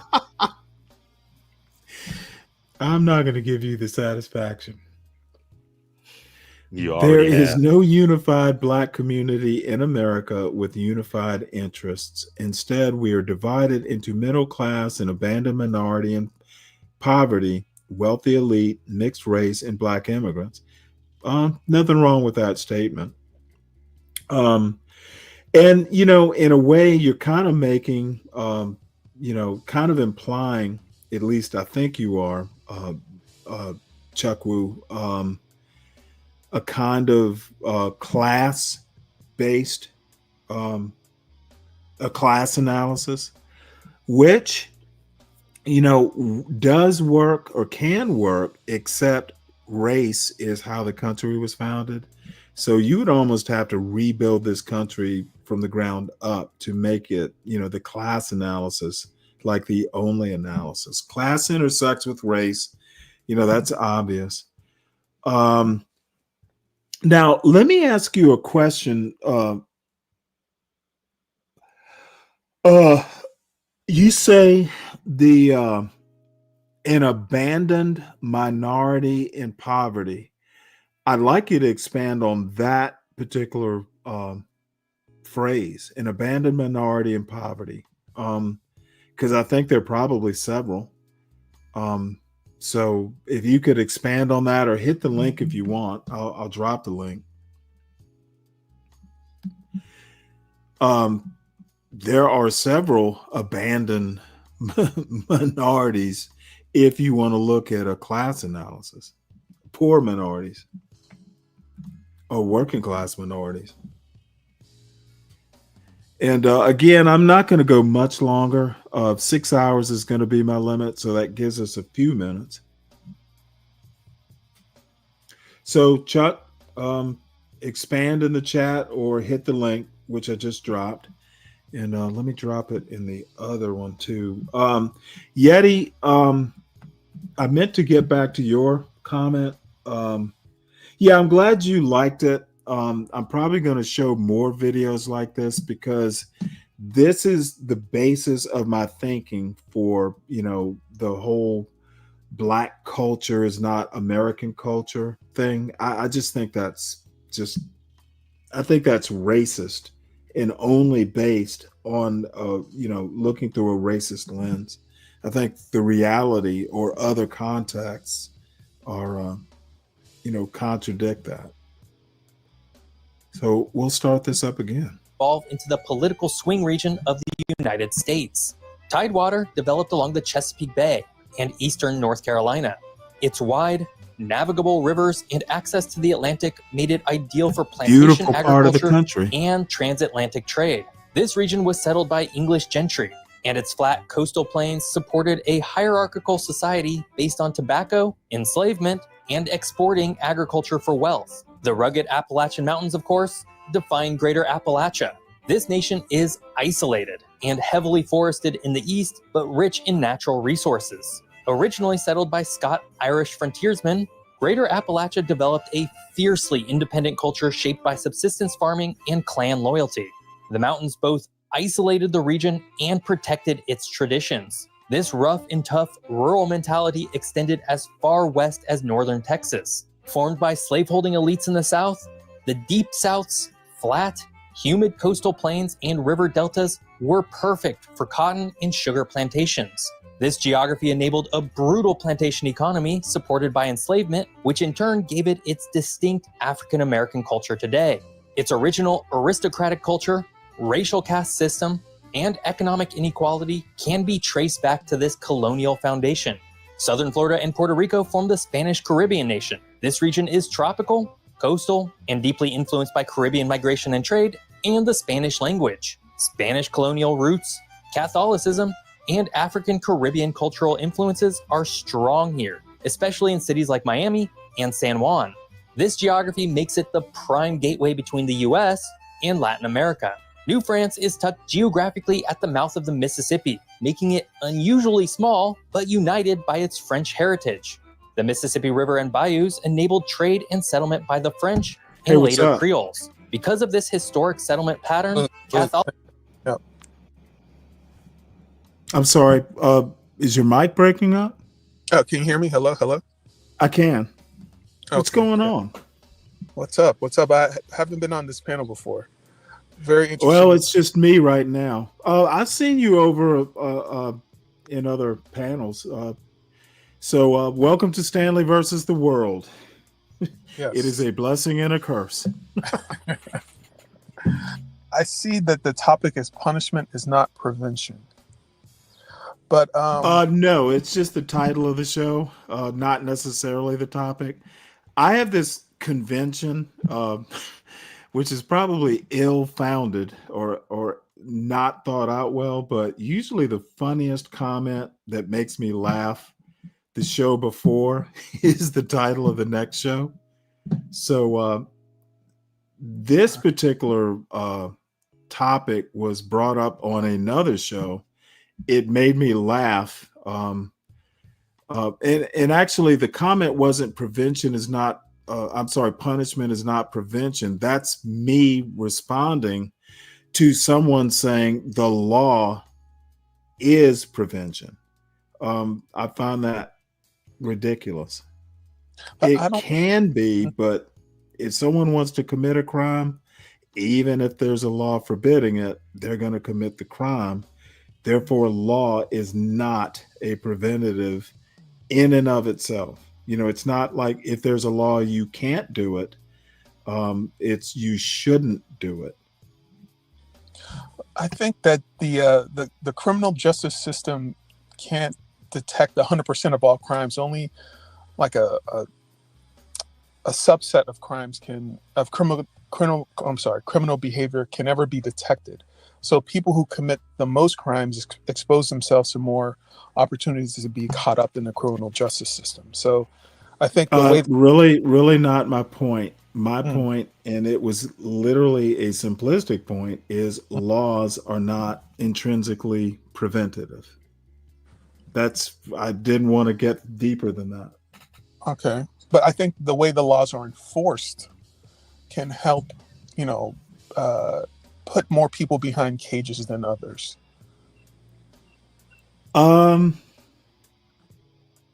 Could be.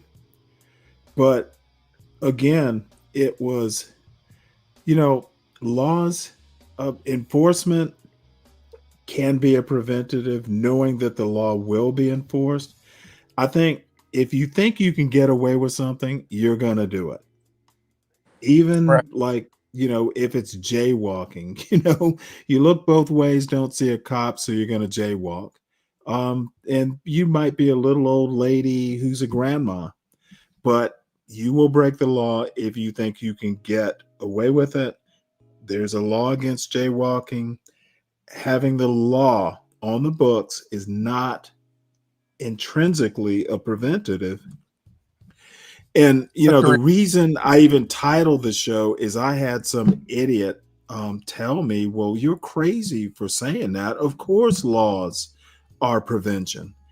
Totally. That person is not able to think deeply, at least, about what laws are. Well, yes, I agree with that point. But if the laws are enforced and the more times again, I didn't think any deeper than that. We haven't really been debating, how laws are enforced. Of course, if they're enforced. However, to enforce it, there has to be a presence. You have to know that the law will be enforced. If you don't think it's going to be enforced, then the law is not a preventative. Literally, it wasn't deeper than that. Understood. But when you say punishment, to me, in my mind, that equates to enforcement, not just a law on the books. No, the two aren't the same. Punishment comes after you're judged guilty. Enforcement is basically, hey, we think you committed a crime. We're going to actually enforce the law. Now, you can choose not to enforce the law. If you're a DA and you go, oh, hey, this isn't, we're not going to be able to, we suspect he did it, but we're not going to be able to prosecute or actually get a conviction. Enforcement in my mind is basically thinking or noticing or detecting that a law was breached. Punishment means you're convicted. So the two aren't connected in my mind. They are, if you look at a linear progression, then yes, punishment will be the result of enforcement and an effective prosecution. But enforcement of a law does not ensure punishment for breaking the law.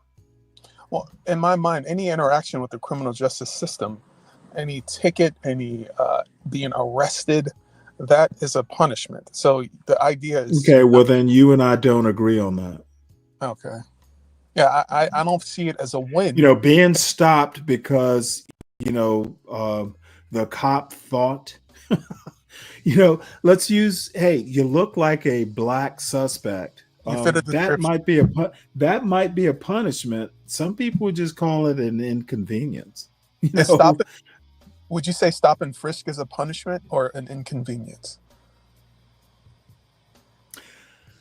Depends on context.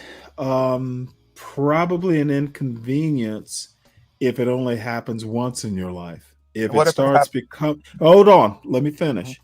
If it starts becoming something that you're subject to every time you walk down the street to the bodega, then it becomes, a punishment. Right. So And that, it depends on the context, the frequency, etc. Being stopped once for stop and frisk is not a punishment. It is an inconvenience in right. my But mind. risk is something that is an enforcement aspect that, produces situations where you Okay, can well, I stop. just answered your question. Enforcing that law isn't necessarily a punishment. You and I won't agree that being stopped by the cops and being let go because they are enforcing a law, you and I disagree whether that's a punishment or not. Right. But continuously being seen as a suspect who fits a description. You know what? That's not punishment unless that's racism. Okay. But It's basically profiling, right. which is a racist, and if that's part of the law. And this is the weird thing when people talk about colorblind law. Okay, stop and frisk is on the face of it colorblind, but the results are a community that is profiled. Okay, and Right. But the this is question, why CRT and things like that back in the Derek Bell days are absolutely valid. Okay, but it is a totally different thing. It's kind of a separate show from what we're talking about. right. But from the point of view of a person who's continuously stopped and Don't frisked. care about an individual point of view.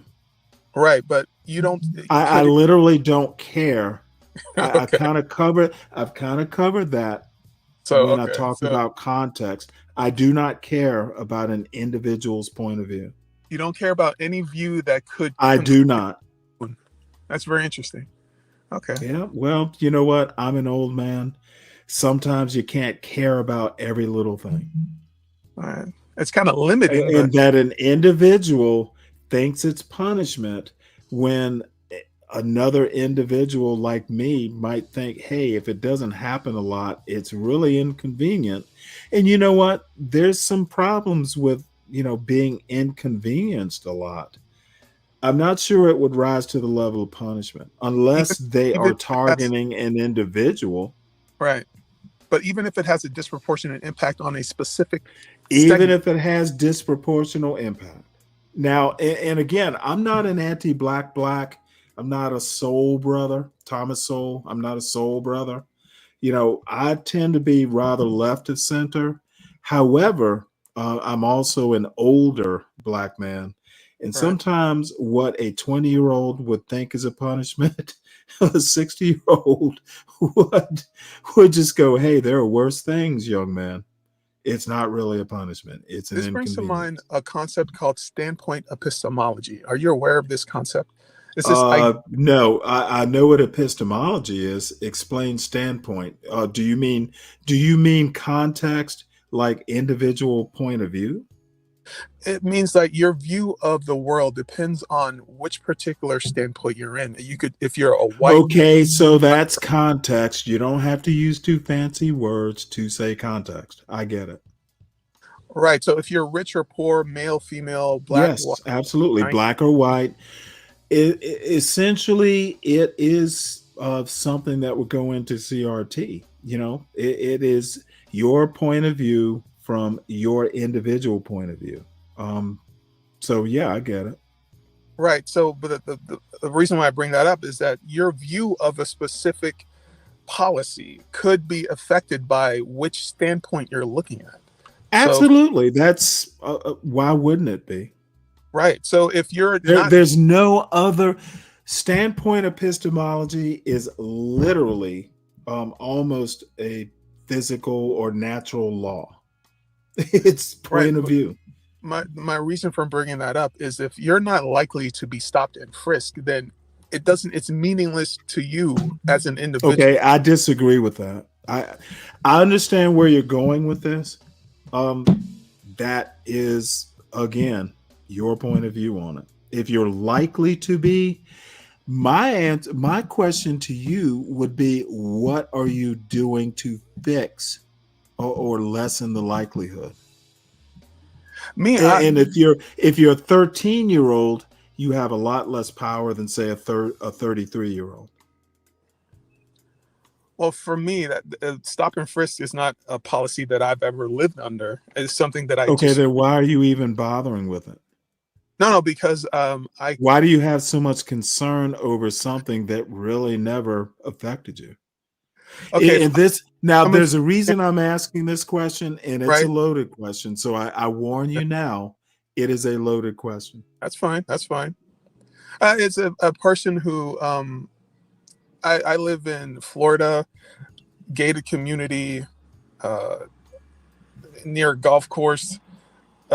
This is not anything that is going to impact me directly, but I have children, and I don't want them to live in a world where they feel like the color of their skin is going to be, they're going to have a bad outcome just because they have black skin. And I honestly, and again, when I was your age, I'm guessing you're in your 20s. 30s. 30s. Well, a little bit better, but kind of the same. Stop worrying. What you need to do is prepare your children to live in that world. Now, I live in Georgia and am from Savannah, Georgia, South Georgia. So Florida, I'm kind of familiar with that part of the United States. A lot of it is how you're going to carry yourself. I think what you do, and I am a father. I got a son who's at Georgia Tech, who, by the way, will be home tomorrow, and I'm pissed off because I converted his room into my little studio. But he's a black child, and there will be people who will say, well, he's a mixed kid, and he is. But he knows he's black, at least, in some backwoods sheriff in Georgia's eyes. But you know what? I didn't raise him to be hypersensitive to race. What I did raise him to be is aware of it and being able to problem solve. Okay, I think a lot of it is how you carry yourself. Okay, and to sound horribly like Bill Cosby, dress the part. If you are in the hood, wear your saggy pants. But if you're not in the hood, if you're in a gated community in Florida, do as the Romans do. See, that's very interesting. 'Cause my parents, I was born in Nigeria. My mother is a Black Mhm. American. My father is a Nigerian. Mhm. And I lived in Nigeria until the age of 5, where we moved Nice. back to the States. By the way, I have a Nigerian friend. We're supposed to do a show later today. So I've never been to Nigeria, but you might want to tune in. There's a channel called Critical African Thinkers, and Charles Ekukutu, who is the kind of the proprietor of that show, is in, I think he might be in Lagos. I can't remember now, but anyway, you mentioned Nigeria. We have a Nigerian connection. Nice. On Stanley versus the World. No, but my parents, when when we're moving to the States, Where was your mother from, by the way? Which part Florida. of the United States? Also from Florida. Okay, gotcha. Yeah. My parents met, they both went to an HBCU. That's where they met. So anyway, my parents gave me this talk, like, America is a racist country. If It is. You can't do what you see these white people doing, because you will be judged. I had that talk. You can't be out here, drinking and driving, using drugs, skipping school. the punishments for breaking the rules will be applied more harshly to you. They grew up in a different time where they experienced more racism. How old are your parents? Because my father's 81. My mother died over a year ago, and she was 80 or 81. So did your parents grow up during Jim Crow? I know your father didn't. My father he's in his 70s. My mother's in her 60s. So, Okay. Well, she's my age then. I'm 60. So unless she's much over 60, she didn't, I don't think she's going to remember that much about Jim Crow. No, but I She imagine, grew up in Florida. Now, Georgia and Florida, South Carolina, Alabama, maybe, Mississippi, definitely, Louisiana, the deeper South. It was slower to change. So your mother, I kind of understand your mother's mindset. I can identify with that because, I graduated in 83 high school. So, the N word was thrown around in my high school, by white people. Usually, boys are cruel. I went to an all boys Catholic military school. So boys are cruel, teenagers are cruel, but I might understand your mother's mindset. However, my son is 18, so he's quite a bit younger than you are, and I'm more or less in your mother's age cohort. but I never gave my son that talk. You didn't tell him. I think she was right, but I think times have changed. Well, what they were doing, they were preparing me for the time frame that they lived in. They experienced Absolutely. more negative racial profiling than I grew up with. So they were preparing me for a much harsher environment. Thankfully, I didn't experience much racism. Right. Now, let me ask you a question because I get where you're going with this. The other weird thing about you having kids, you don't have to repeat the same mistakes or be as hyperbolic. Times have changed. You in your 30s know this. So you don't do the same thing. Don't raise your kids the way you were raised because you don't have to. Well, no, but I think racism is like, there's never going to be a time where there is no racism. In America, I hope there will be, but not in the foreseeable future. I agree. I think as long as people prefer their biological relatives to complete strangers, there will always be an element of my group is better than your group. Racism. And I disagree as to the severity. Well, I think the reason I disagree is I married into a white family. So I know it can be. And oddly enough, in this John Galt anti-black space, not so much Sean's space, because I actually recently started, maybe in the last month, started watching Sean Bracey's show. And there's some problems, I haven't come up on a panel yet and not sure I will, but there's some, not Sean himself, but there are some problematic black folks who come up on his panel. Yep. And I'm on a very anti-black far right Trump voter channel, and I'm center left. I would have just as many problems confronting some folks on Sean's channel. Though Sean Bracey, in and of himself, he seems like a pretty solid thinker. I don't know. He's very progressive leftist. You're right. Well, I'm not as progressive as he is, but I'm also older. Right. You tend to become less progressive as you get older.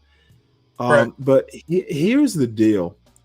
You're still young. You will learn. And I don't mean that in like, hey, you're a foolish young man.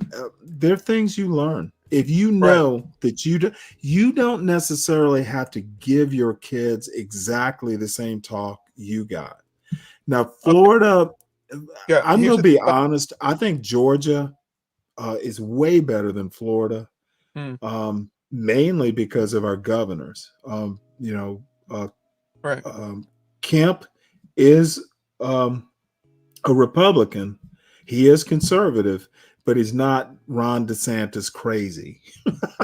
Understood. However, I don't think DeSantis is Trump crazy. So, there is some leeway there.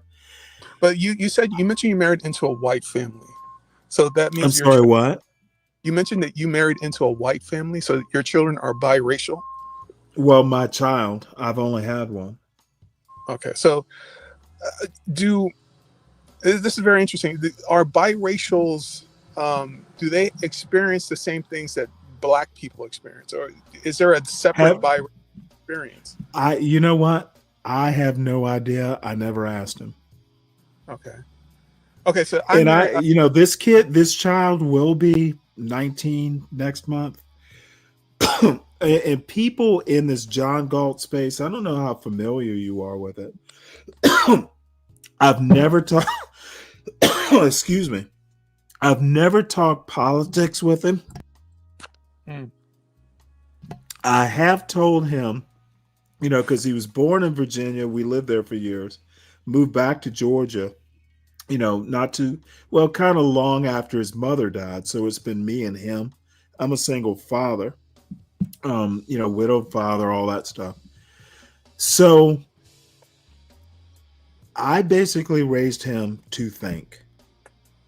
And that's really the only criteria that I insisted upon. He knows about race, because I have had some talks with him, but not the talk. Like, you have to be scared of cops and all that stuff. Right. You don't necessarily have to be. And the reason being is my father is a long retired cop. So I don't have a fear of cops. You just have to not do anything to threaten them or, make them feel that they're threatened. Might have to say, yes, sir, more than you want to say, just to make sure they don't get jumpy. But I don't think that's necessarily a punishment. It's understanding what America is. You don't think that it's like a second-class citizenship experience No. where No. the police are going to be harsher with No. you if you have any infractions of the law? You don't see that as a No. cross you have to bear, or some kind of No. extra punishment that you have that's on your shoulder? Well, I'm not saying it doesn't exist. When it exists, see, here's the whole thing. Don't anticipate it. In this case, assume you're equal until you're proven not to be equal. Understood. Yeah, that makes sense. Okay, don't go in. Now, usually you plan for the worst. Hold it. You expect the best, but plan for the worst. I'm saying almost the opposite, and it's counterintuitive. Plan for the best. And then if the worst happens, you have legal recourse. Okay, one question for you. You treat that officer because he has the gun and you don't. He literally, or she, has the power of life and death. Whether you agree with it or not, the one thing is that he has the gun. Don't care about race. Don't care about all that bullshit. This becomes a matter of survival. Right. But if you want to reduce it to that, I don't think it has to be that stark. But if you must be that way, if saying yes, sir, or yes, ma'am means you survive the experience and you can deal with any problems that the cop or the system may present, you need to survive it to sue it. Yeah, my parents taught me the exact same thing. What you're saying, right? So, but the thing is no, I was not as stark, and I had that same talk, but I'm 60. I had that same talk like back in the 70s or the early 80s that you can't do what white people do and get away with it. I agree with that 100%. even in 2025. That's obvious. The question I have for you Okay, is, there can be no black version of Elon Musk in America. but this is precisely my question. Will there ever be a post-racial society? Is racism something that Not within your lifetime, maybe even your kids' lifetime. okay, but will racism always exist the same way that stupidity will always exist? There will always be a segment. Stupidity. Well, racism is a form of stupidity. Right, but my question is this. Well, I'm sorry, racist behavior and racism is the result of stupidity, but racist behavior, when people say that everybody's a racist, I think they're sometimes kind of hyperbolic about that. However, if you accept the premise that being a racist is stupid, being a racist behavior, racism is a form of stupidity, then no. If stupidity never leaves, racism is one of the forms. Probably not would be my answer. But okay, for me, racism, classism, nepotism, nationalism are all expressions of tribalism, and human beings are tribal creatures. So I'm was born in Nigeria. I'm Igbo. My wife. Hold on one sec, Shredder. I understand you want to be cool and all that. Don't do that in my chat again. Oh. Now, listen, look at this motherfucker. What did he say? How is that respectful of anyone's chat? Be Brave just went live if anyone wants to listen to something interesting. Ultimately disrespectful. I'll ban your motherfucking ass and get away with it, Shredder, if you want to do this bullshit. Okay, you better motherfucking don't ever do this again, Shredder. And I will talk to Portia about this bullshit because my instinct is to just outright ban your ass.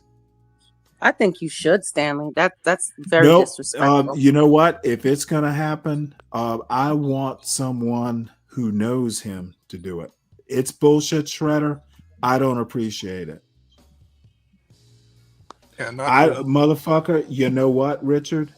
The only thing I want is him not to ever do this bullshit again. I will give a dumbass one chance to not be a dumbass again. So anyway, I'm sorry. I let this idiot fucking. Well, if your reaction is ha ha ha, well, I have an answer to that. Not apology. Ha ha ha.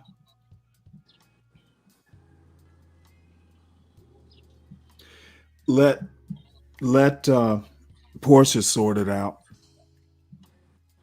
And Virgo, you'll have to be my witness on this. That's bullshit. I will be. I don't like Shredder anyway. Well, I actually like Shredder. I'm just not going to put up with that level of disrespect. So, Richard, say hi to Shredder over in Be Brave's chat. So, I'm sorry, I got so derailed by that. And this is kind of what I mean. Stupidity. It can only be timed out because somebody's going to excuse that stupidity. So I'm sorry, y'all have. I've got an old man's brain. What I'm saying is that don't overthink. We know America's a racist country. What we need to do is outthink it. Don't put yourself. If saying yes, sir, to a cop means you live another day to sue the cop, I say live and sue the cop. So, but not all cops are your enemies either. Of course not. Of course not. I I like the police. I think they reduce crime. Well, let's not go that far. Well, let's just say, hey, I like individual cops. You know what? Cops are cool, but not all cops are cool. But let me The ask you, fact that you are a cop does not make you cool. And by the way, Virgo, you're always my co-pilot. I haven't said hello enough, but you know how I feel about you. Hey Stanley, how you doing? Hey. No, but I was going to ask you, do you think that your interactions with police differ from that of if you were from white people? So if you were white, do you think your interaction with police would be any different? Go ahead. No. So And I mean, yeah, that might be a little bit too presumptuous, but for my purposes of answering your question, no. Now, let me also tell you something. My son is biracial. He is 19. He is in a major city. The motherfucker's in the middle of he's I don't even remember what part. He's literally in the middle of Atlanta. Now, the one thing that I did tell him about the cops is you want to do everything not to even have contact with them. Exactly. The more times, the more, but this goes for white people or any other group. The more times you interact with a cop, the more risk you take. And the reason being is generally, unless you break a law or they suspect you of it, you won't. If you're on on an interstate, don't be doing 100 in a 70-mile-an-hour zone. You increase your chances of contact with, state cops. But do black people enjoy the same presumption of innocence that, let's say, a white person enjoys? Okay, but that's the same thing applies. If you are a white person, don't, decrease the number of times you have to interact with the cops. White people get killed too. And I'm not taking that John McWhorter, Tony Timpa bullshit. I'm just saying, when I said earlier, when America catches a cold, black people get the flu. It applies here. Right. White people are in danger. It's just black people might be more in danger, but you're both in danger. Okay. Don't break laws. Don't break laws if you don't have to would really be the bigger point. I completely agree with that. But does a future in America exist where there is no racism? Or is this a utopian vision? Not in. I can't predict the future. I would say no if you're forcing me to predict. And at a minimum, it won't be within your grandkids' lifetime. However, racism is not the brick wall it was back in, the antebellum South. Agreed. 100% agreed. Okay, so why obsess about it? I'm not obsessing about it. If you can overcome it,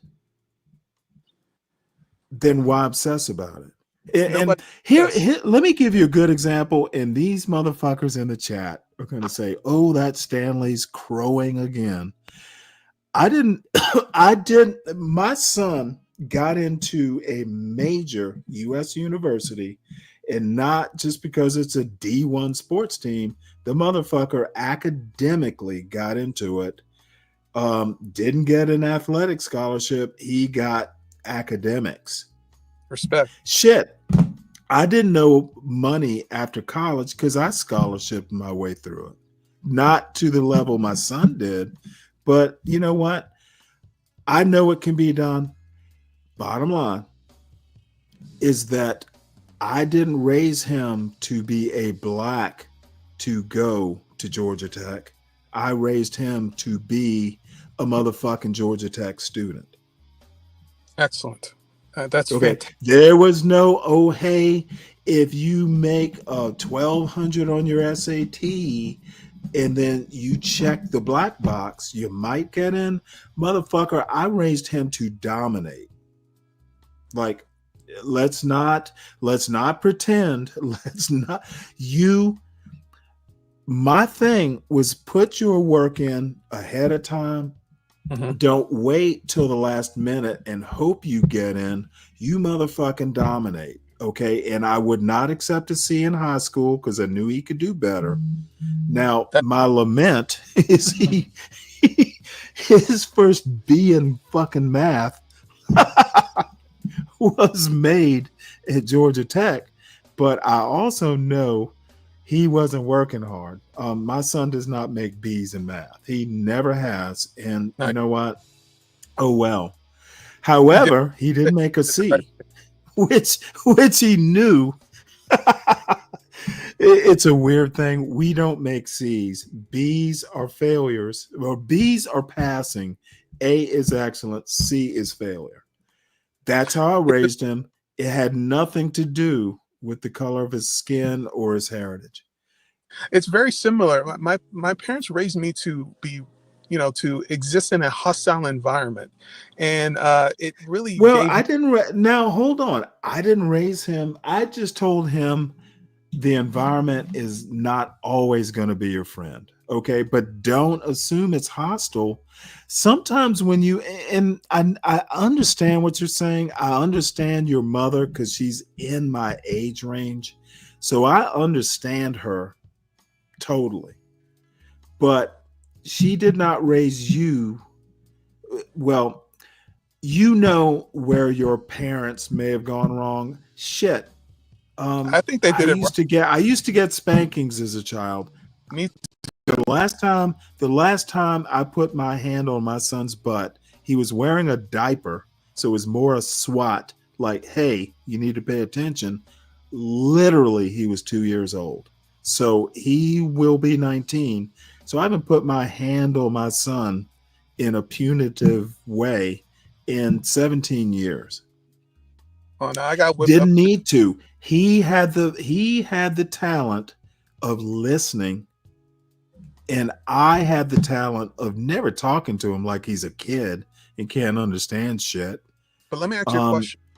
If you're preparing your children for a journey in a hostile environment, I'm preparing them for life, not necessarily a journey. Let's not a journey, but mythologize. You're preparing your children to exist in a world where you're not there.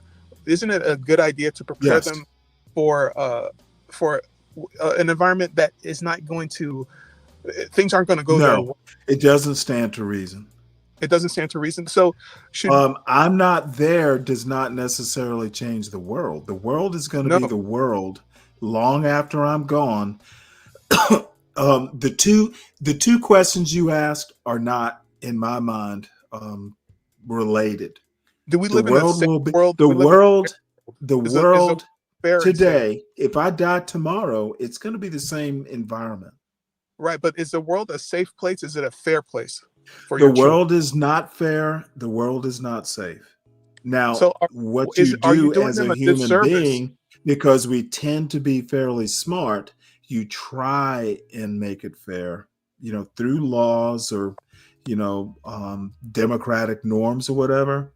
You try and make it safe by not fucking doing 100 in a 70-mile-an-hour zone and getting stopped by the cops, a cop who gets jittery at a traffic stop with an itchy trigger finger. You try to make the world safer, but inherently, the world is not safe.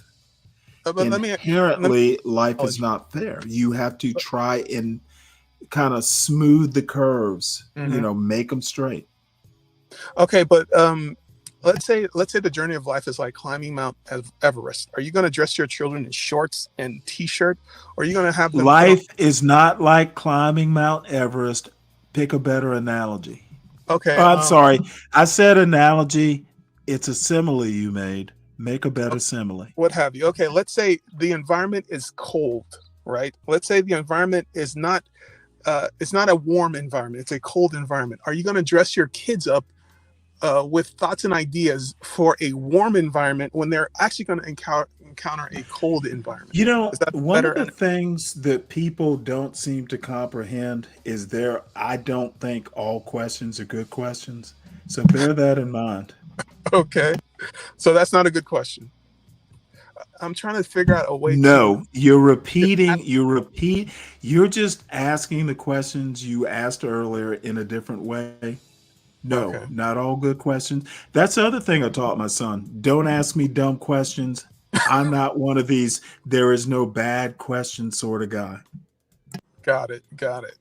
Okay. So if there's a lot of children falling by the wayside who were given bad advice by their parents, should we just walk over them? All these drug addicts, all these kids who are school to prison pipeline, all these, baby daddies, step daddies, are they just bumps in the road that we should just, take the path no matter what happens, just look out for your family and just keep it moving? Well, I kind of hate to answer a question with a question. So but I will have a question. My answer is yes, we should, if we can't directly help them, you can't do anything about it, move on. So the answer is yes, leave them by the wayside. Now, my question to you is, how can one single individual address the magnitude of this problem? It's a government level problem, not something that an individual can address. And you know what? I'm not going to pretend to be St. Francis or the Pope. No, I have a child to raise. I have a life to live. If you have a family to raise, I'm not going to take away from my family. If I can help an individual, child or something like that I come across in my personal life, absolutely I'll help. But you know what? If there is a homeless problem or a baby daddy problem or anything like that, that's what institutions are for. We are a republic. We have institutions that we vote for that are supposed to address our concerns. And the problem is if the majority is not concerned with baby daddy problems in the Black community, then what are we going to do? We complain about it, we do shows about it, etc., but all we can do is protest. Right. But is there a unified Black community in America? No, the answer is no. Don't even need to elaborate on it. I've literally gone on for several shows about there is no unified Black community. There are communities, but a coast to coast national leader, we need a Black leader to speak for all of us. No, there really hasn't been in decades. Right. I would say since desegregation, since the 1960s, I think that Jim Crow kind of forced everybody into the same community. But as soon as that was lifted, it fractured. Well, I agree with you in large part, but the Great Migration kind of, made some permutations to that. I also think that the Great Migration is something no one ever talks about. That's where the problems with Black family life started. I think people like Thomas Sowell are just really not good historians. They want to think that the Black family breakup started with welfare. I argue it started during the Great Migration. Very interesting. Very interesting. Now, do you? I've read a couple books in my life. Do you perceive any class differences in Black Absolutely. people? Go back and read E. Franklin Frazier, who just recently completed. He talks about that. Black bourgeoisie is it's either Black. Shit, I'd have to look it up. I think it's Black Bourgeoisie or Black Bourgeois. I can't remember. But he talks about the class differences, how they came about in the Black community. He wrote that book in the 50s. So there's So literature on it. are there Black underclass, these poor people who live in inner Most cities? Black people are not working poor. No, Look no. at blackdemographics.com. Of course, most people are middle You can class. answer that question for yourself.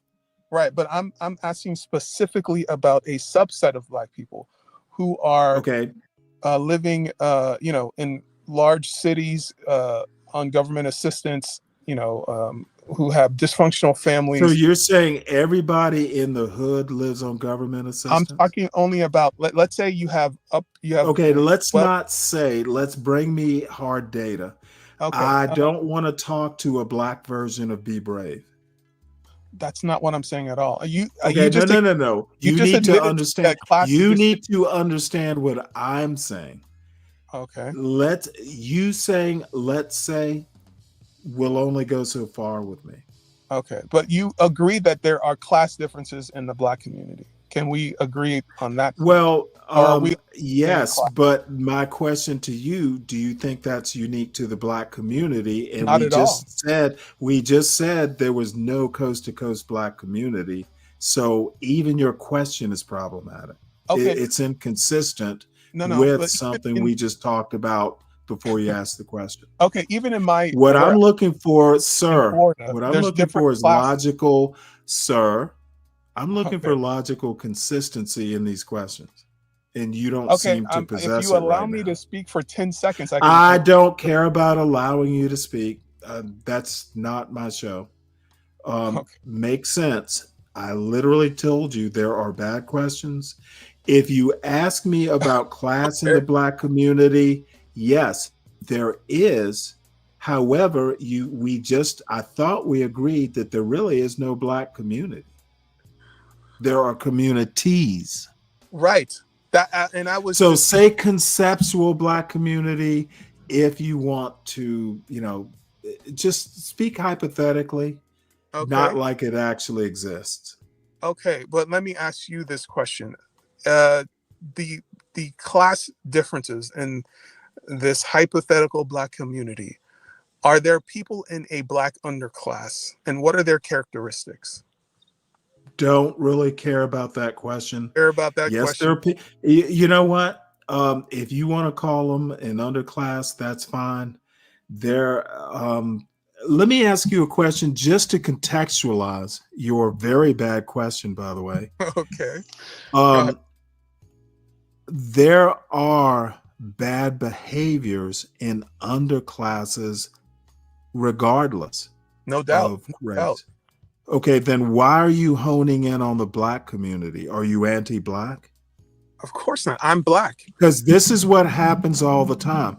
We want to talk about a Black underclass, racialize the whole point of class. That doesn't always work with people who can think through that very anti-Black context. Okay, let me take it away from Black America. I'm Igbo. Well, good for you. Let's let- start talking that way. Okay, fine. Let's take it off of Black America. Let's talk about Nigeria for a second. There is income Well, I inequality. don't know that much about Nigeria, so you are at an advantage. All right, there's income inequality in Nigeria. Mhm. That is to say that there is Now, wait, hold it. Before we go there, are Nigerians Black? Yes, they're Black. Oh, you know what? I've talked to so many Nigerians who didn't realize Chimamanda. Chimamanda Adichie. She's Igbo. Yeah. Yeah, I can never get her whole name right. She didn't realize she was Black until she came to America. Have you ever read her? Yeah. Have you ever read her? Of course, I've read all her books. Okay, well, she didn't know. So she didn't know she was misunderstanding her Black point until there. she did not know. The reason I asked the question is not all Nigerians think they're Black. They think No, they're that's not true. That's not true at all. Okay, well, you've been there. When's the last time you were there, by the way? December. Okay, well, I have to defer to your expertise. All right, but when when Chimamanda Adichie says that she didn't realize that she was black, what is she saying is that, okay, Nigeria is an environment where 99% of the people are black. So there's a difference in an environment where everybody's black, where you're in a black majority, to where you're being in a black minority.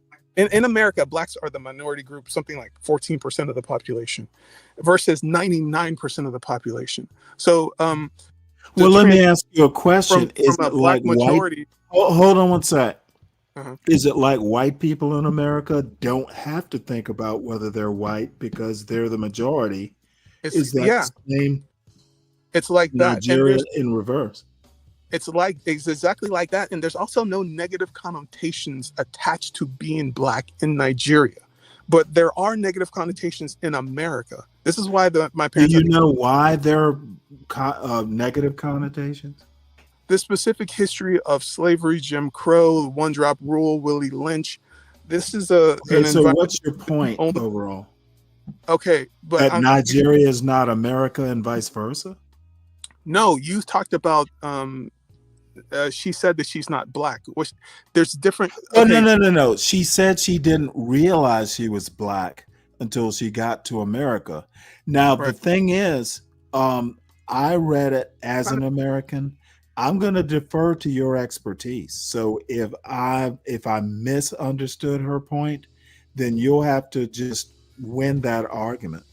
But the point is this: there's a difference in black consciousness. So in America, black consciousness is a result of the specific environment that black people were experienced here in America. That included slavery, Jim Crow. Okay, dude, you don't need to remind me. I've read Du Bois.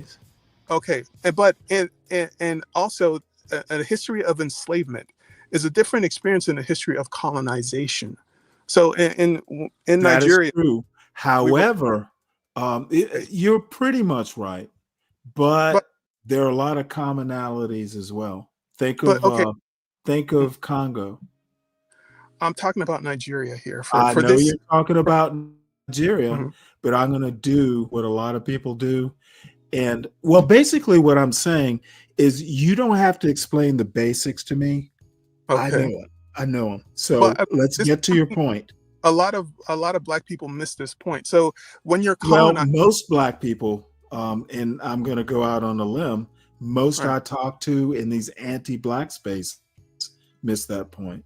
Right. So when you're colonized, you still retain your ethnic identity. So we were colonized in Nigeria. That's a fact, but we still retained our ethnic identity and our history.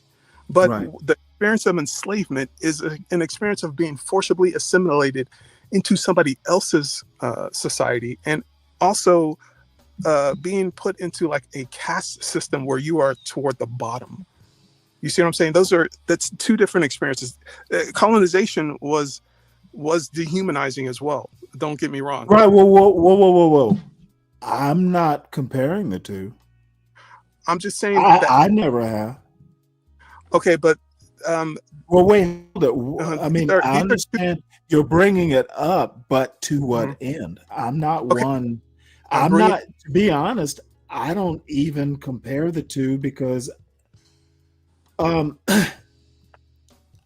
literally am a domestic policy guy. I'm not like I know Nigerians. If I ever have a question about Nigeria, but this whole, African immigrant versus FBA thing, I'm not interested in that. Well, no. I just need to kind of define where I come from. Yeah, I don't ever compare colonialism to American slavery. They're not the same animal. They're not. But the only reason why I bring it up is because it produces a different consciousness. Okay, I could see that point. Right. So when you're in an environment where everybody's black, being black is not the primary thing that distinguishes you from other people. It becomes your ethnic group, the language you speak, your religion. But in America, where you're the racial minority group, your entire essence is summed up in your racial category. Okay, well, let me kind of deal with that very good point. We've had 400 years to deal with it. I think we should have outgrown that. To me, it's immature. If you don't recognize that a black man from Savannah, Georgia, who grew up in Savannah, Georgia, is going to be somewhat different, there will be commonalities, different from a black man same age who grew up in LA. If you think that skin folks are kin folks, then you're not facing the reality.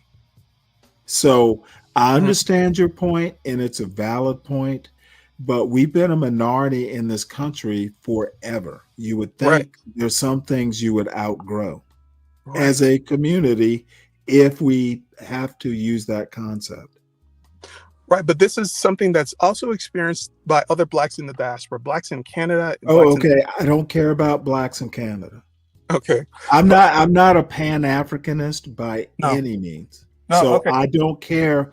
I mean, more than I have to. I've never had the Black Canadian experience, though I do know a couple, Somalis in the Toronto area.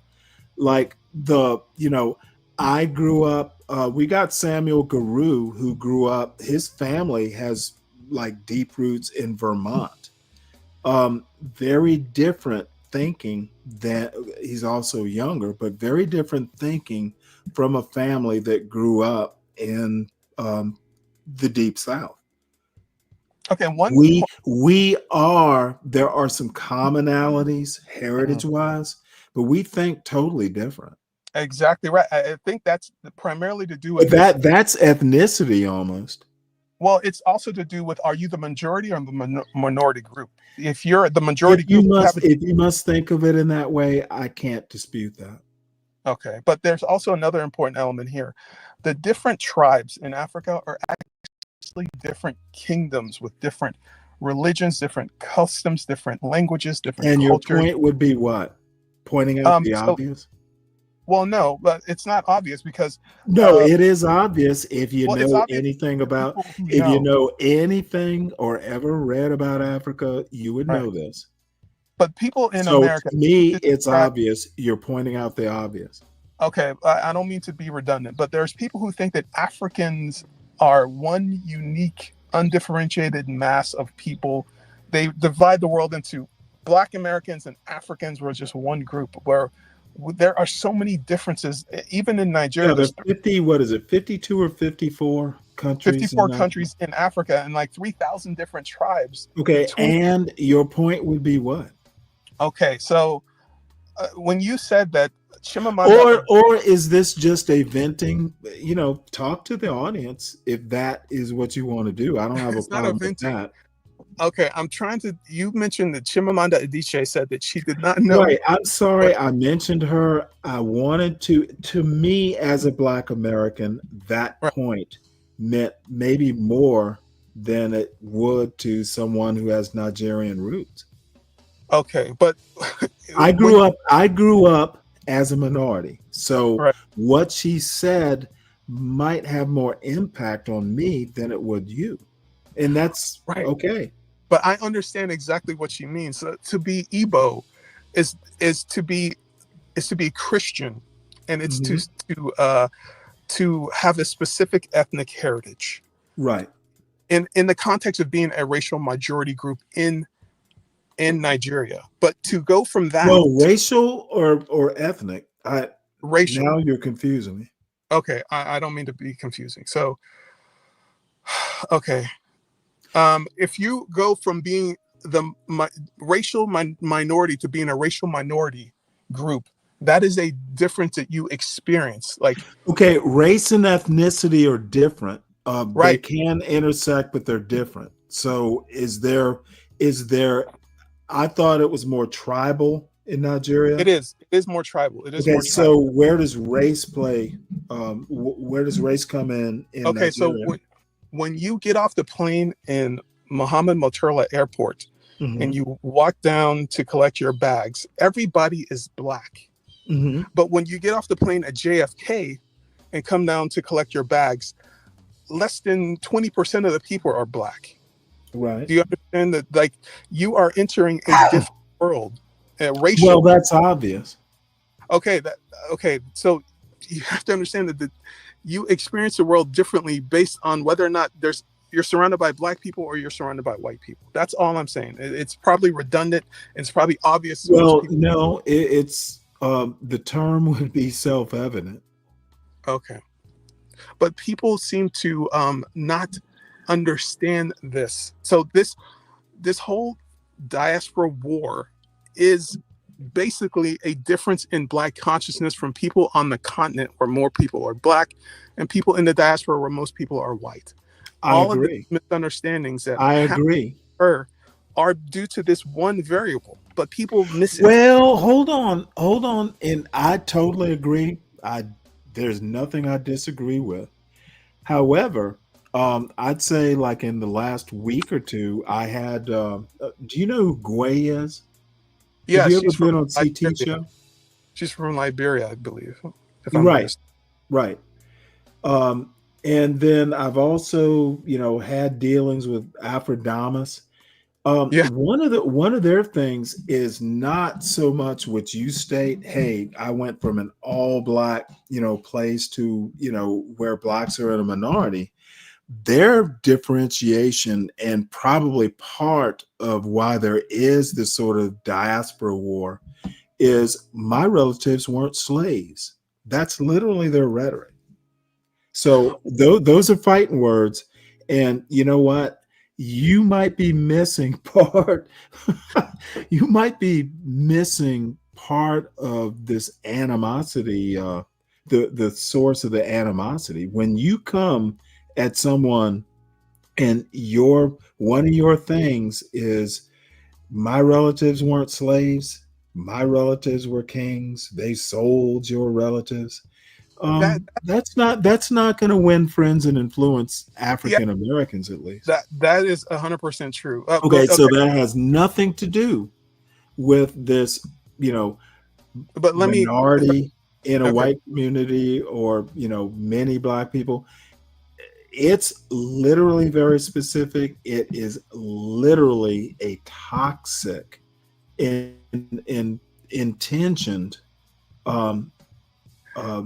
difference they're trying to make. I've heard they're that. Not going to win friends. If there's a reason for a quote war, it's because of people like Gway, who I love. I love Gway, by the way. I think she's great.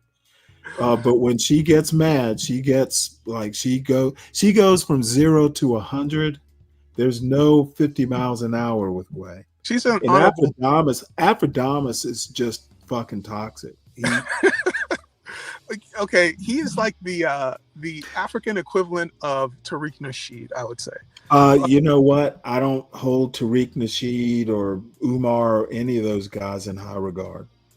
Okay, but regarding slavery, okay, I'm Igbo. So the Igbos were... My only point about slavery is that that you are an immigrant that comes to a country that had African slavery. You're not going to win friends pointing it out that your relatives sold my relatives into slavery. Besides being imbecilic, because I have no clue what part of Africa my African forebears came from. It is pure malice. But you're missing a key point here. There are no tribes of FBAs in Africa. Okay, so and you're missing the key point in that you don't win friends by pointing out bullshit. Okay, I don't give a fuck about FBAs. What I do care about is talking to people who can think past their toxicities. Right. Okay, and when you wanna do an FBA as a tribe versus, you know what? To me, it tells me you're unserious. No. But I'm making another point. No, me. Okay, you're misunderstanding. I don't care about numbers. I'm not Sean Bracey. I don't entertain fools. I don't suffer fools gladly because I don't have to. Right, but I'm making another point entirely. Igbos were a source of slaves that were put onto those Don't slave ships. care about it. Why are you? Look, You brought up I only brought it brought up up to slavery. point That's what. out. I only brought it up to point out the toxicity And I'm that pointing out that some my people were part motherfucker. of the You slaves. will let me finish my point, please. Okay, go ahead. I only brought it up to point out that it's not so much a different level of consciousness about race growing up in Africa versus growing up in America.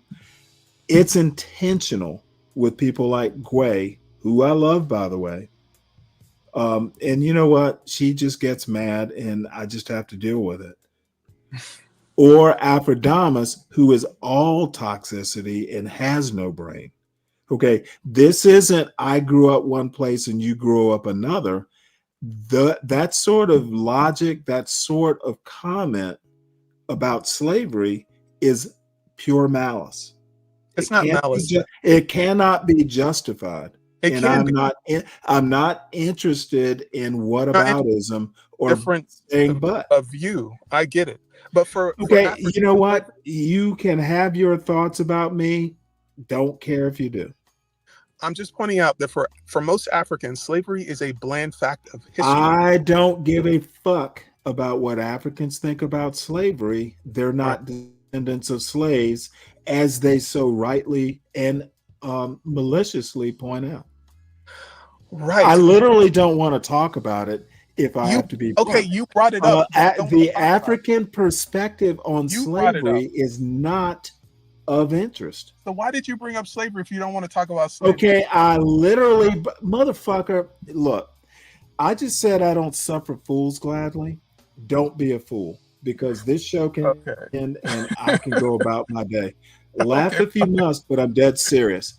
I brought up slavery as a counterpoint to, hey, the problem between African immigrants and FBAs, or people who are like a minority in America. I'm saying it's not just a different. It's not just a difference of perspective. It is actually. It is how the perspective is presented. So it's about how the words make you feel. It's about your feelings. It's about how the words are chosen and presented. The feelings are almost, of course, words will make you feel one way or another. Right. I'm basically saying people who don't choose their words carefully, or choose them carefully in order to wound and heighten animosity, don't interest me. Okay, understood and well said. But I do not go on with the point, because it ends here. I've said what I said. If your intent is to wound with words, you know what? If that's the war you want, if that is the war you want to fight, do it with someone who wants to fight back. I literally don't care what Africans think about slavery. They didn't go through it. Consequently, I almost never talk about what goes on in Africa, because I only hear it through the news and don't think deeply about it, because I care about American domestic policy. I would never go and talk about Nigerian politics, because I literally don't know it. Don't know, don't care, and I get it. I don't care. If I cared, I would know it. If I cared, I would know it. Right. That's what's the word? So There's a word. When are we moving on from this? I know you want to talk about FBAs. I don't want to talk about FBAs. I want to talk about, I am a descendant of chattel slavery through my mother. I trace my lineage. Yep. I trace my lineage. So you might have a dual perspective. I understand through that. Chattel slavery. Like my grandmother, we did her, her genealogy, and she came from, her people came from a specific plantation in Raleigh, North Carolina, in the Midway Plantation. So I am a descendant of American chattel slavery on one side of my family, and I'm very sensitive to this topic of slavery. Nothing I'm saying is to in any way discount the suffering and of our ancestors who were enslaved in this country. So I don't want you to think that anything I'm saying is being provocative. So if I did come off as flippant, believe me, if I did, you'll know. Okay. So I just want to make it clear. I'm not famous for being subtle with, if I think you're a fool, I'm not going to hold that back. Understood. But I have a vantage point that I could see both sides of the equation. And I think there's some things that are missed. I think there's a main character syndrome that Africans suffer from and that Black Americans suffer from. That's Now, let me ask you a question. Do you think Yeah. I'm interested in that back and forth when I literally just said some people are, I don't happen to be one of them. I'm really a domestic policy guy. Do you All right. really think I'm interested in what you're about to say? No, it's a serious question. I literally just said I'm a domestic policy guy. Right. I'm not that interested in, this back and forth between Africans and FBAs. So why are you continuing this? Yeah. You're a very interesting character. You're like, Yeah, I tend to be, but you're avoiding my question. Why do you think if I say I'm not interested in it, this needs to go on? Okay, I'm just saying you have main character syndrome and you like echo chambers. You know what? It is my show. It's literally All right. called Stanley versus the World. I'll let you have it. What were you expecting? Would be my question. Oh well. Well, that ended that. And for the folks, let's see. I haven't been looking at the chat. The white John Gall, almost like one can predict the exact moment when he cuts others off. You know what? Yep, I cut people off, and fuck you if you have a problem with it. I literally cut people off because I know where they're going. A lot of people are predictable, especially if they are white John Galts. We know where you're going, white John Galt. We know you'll be offended when you. Here is my thought on the topic. Dumb people want to express their dumb thoughts and feel oppressed when they can't get their dumb thoughts out. If that is suffering, then let them eat cake. I don't have to put up with the stupidity. Scroll up, Stanley, for what?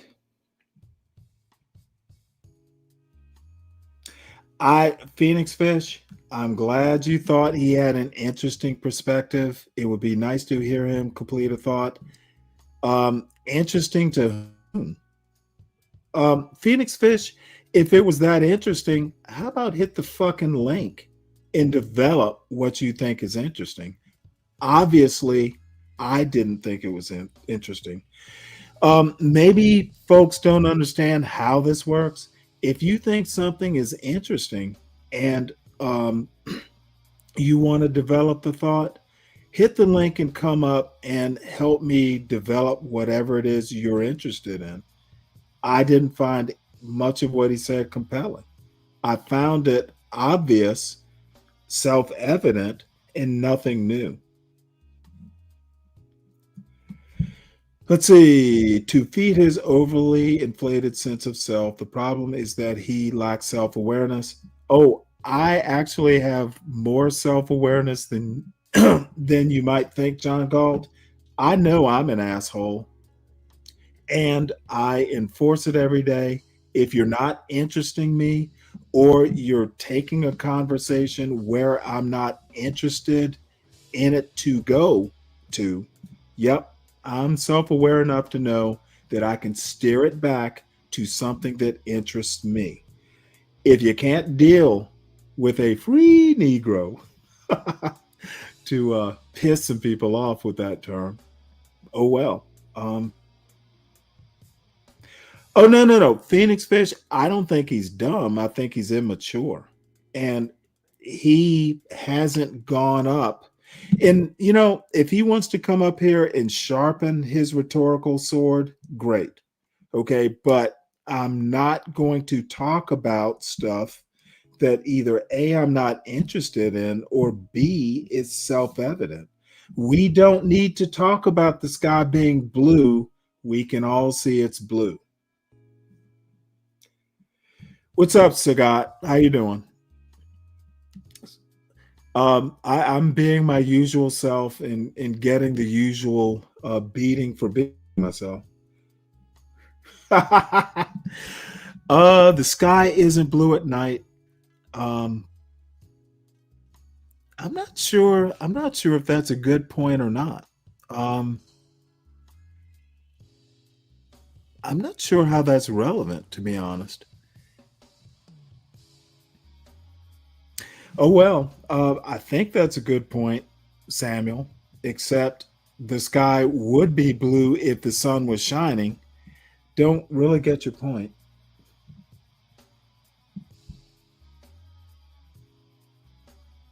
I call police on Chenard, unlike Charleston White.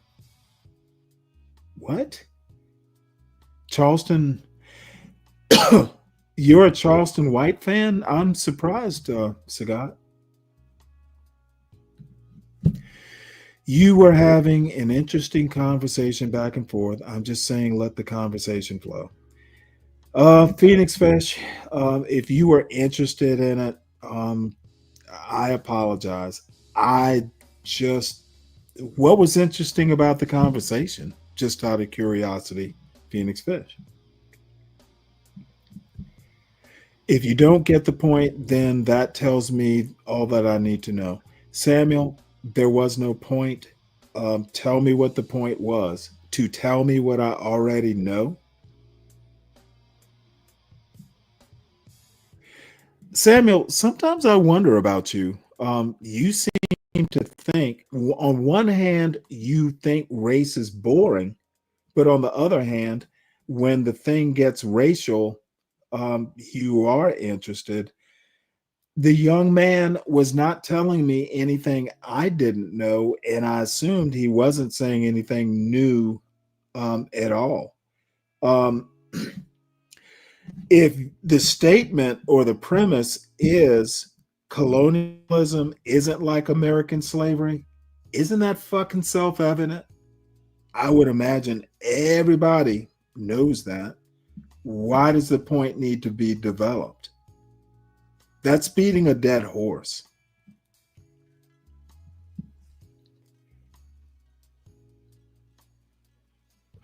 Really?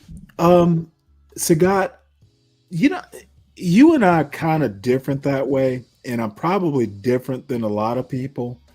Uh, Almost, if you want to say it's kind of a feminine trait. If you turn me off, I have no use. Even if you make sense, if I think you're an asshole, they're better people to make the same point.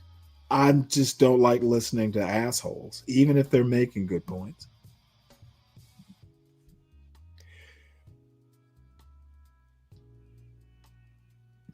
Um, Samuel, the problem is people have died in the past for race. I think people still do die over, even if it's not directly race, a misunderstanding of race. This stuff can be serious, and it's not, unless Richard Pryor, is your standard, it's not always hilarious.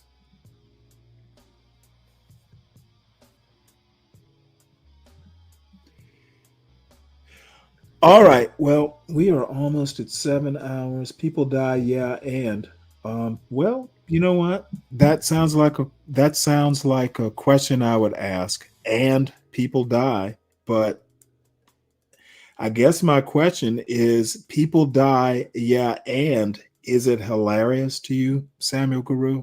Maybe that's how I should respond to that.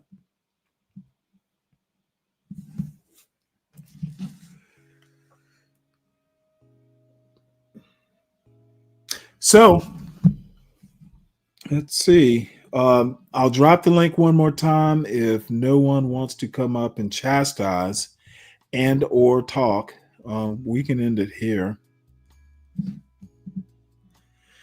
And the other thing that I am noticing that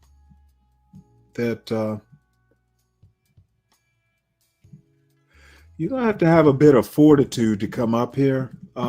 I'm not really that interested in beating dead horses, stating the obvious, or anything of that sort. It just gets boring. Well, hey, White John Galt, the reason I dropped the link is so you can hit it. Well, fortitude, patience can be fortitude. The two can intersect there, Samuel.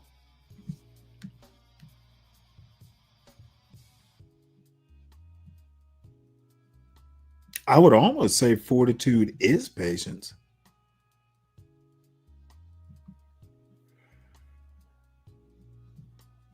All right. Well, I guess self-awareness is important. White John Galt 2. I noticed there's a 2. Are you the junior White John Galt Jr. or the second? Are you the original White John Galt? Self-awareness is important. You know what? It is very important. And I argue that people who want to point out that self-awareness is important don't have self-awareness because they are pointing out the obvious. So,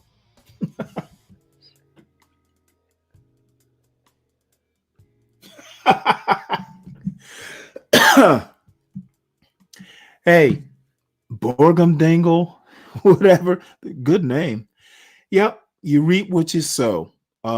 As self-aware as I am, White John Galt too doesn't think I'm self-aware, but I am painfully aware that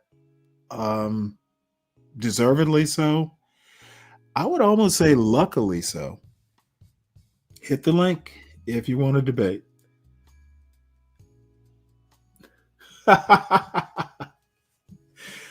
So anyway, I'm not going to belabor. There are still 21 people.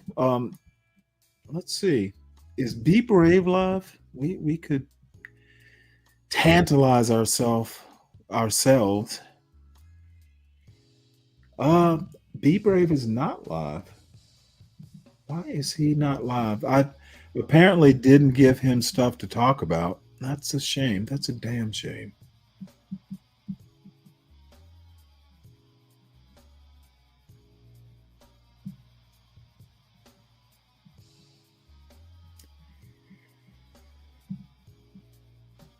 Let's see. Yeah, you know what? If that is your take on it, Be Brave. I'm sorry, Samuel. If Be Brave is living rent free, I have yet to name a show after something Be Brave said.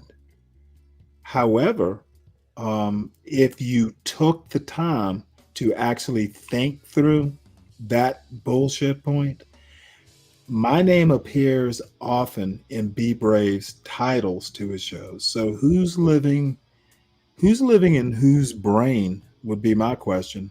Maybe you ought to think better, son. Oh, is he? That's right. Laughing like Sagat is my bro, Shenard.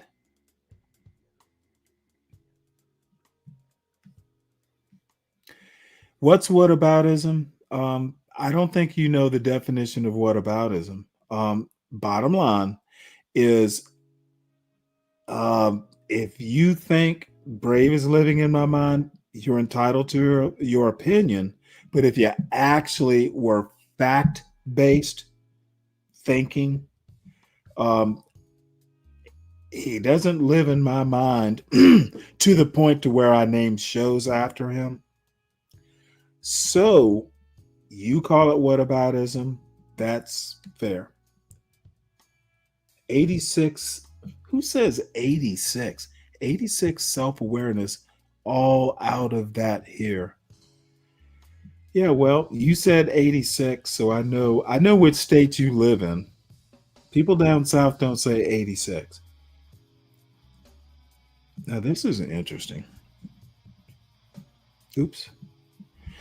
If we had an objective social intelligence test, Stanley's score would get him. Oh, absolutely. I don't live for society. Never really have. Borgum Dingle. I love saying that name. It makes me laugh. It's called Marching to the Beat of Your Own Drum. Try it. It is liberating. Oh, wait. Be Brave skipping? Yeah, he's skipping to his loo, apparently. Time's a ticking. Well, let's see if I can find Be Brave show. I don't think I unsubscribed to it. Might have. Who knows? Nope.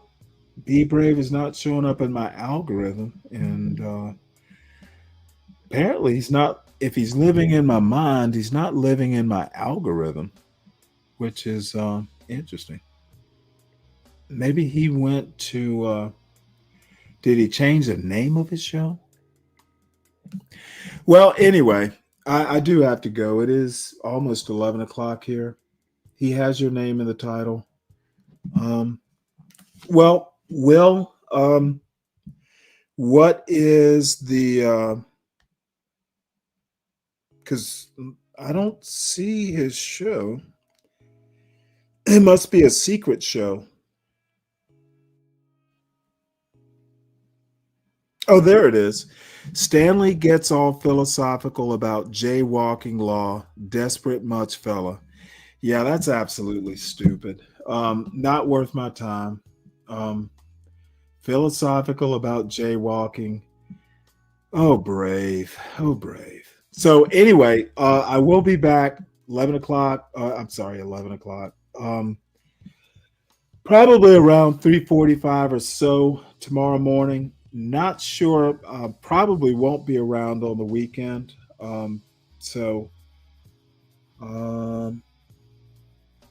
Tomorrow morning, 3:45. Yeah. Niggas be skipping through Bray's mind. Yeah, and winning, as a matter of fact.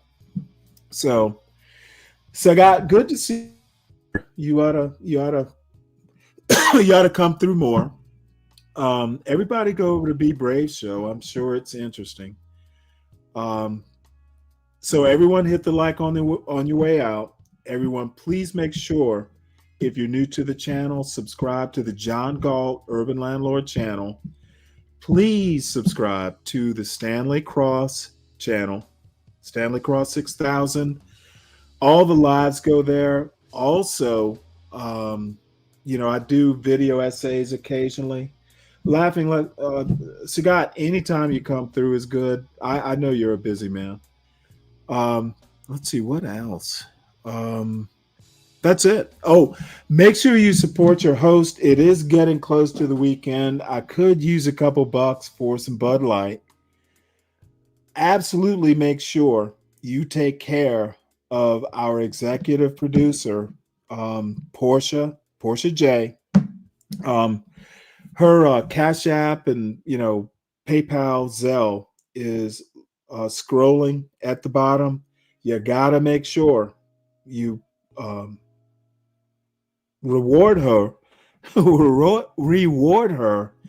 for bringing me to you. It was her bright idea to inflict me upon you. So reward her, or just give her $1,000 to take me away. Maybe she'll split it with me. So, you know what? King Shenard, the self-awareness for you comes in threes. There's King Shenard, there's the White John Galt 2, and there was the White John Galt. You have three self-conscious streams going through your brain. Now, I'm guessing someone might call that schizophrenia? How about take your 3 strands or your 3 identities, put it into one identity, and become one with a cogent thought? So, I will see you in the morning. Take it easy, y'all. Have a good day. If you know somebody who drive a truck, I bet you he done had a relationship with a lot lizard. All these truck drivers love these lot lizards. I promise. Lot lizard, come on baby, get inside the truck. Lot lizard, put your head down and ass up. Lot lizard, call me $40 just to fuck. Lot lizard, twerk, twerk, twerk, twerk. And she at the truck stop, walking with her butt out, and she got her stomach out, and she only come out when the sun out. She's a lot lizard. She's a lot lizard. He can be your boyfriend, cousin, husband, daddy, brother. It don't even matter if he driving trucks all around the country and he making money. I bet you he fuck a lot lizard. Come on, baby, get inside the truck. Lot lizard, put your head down and ass up. Lot lizard, call me $40 just to fuck. Lot lizard, twerk, twerk, twerk, twerk, twerk. Twerk, twerk, twerk, twerk, twerk. Twerk, twerk, twerk, twerk, twerk. Lot lizard, twerk, twerk.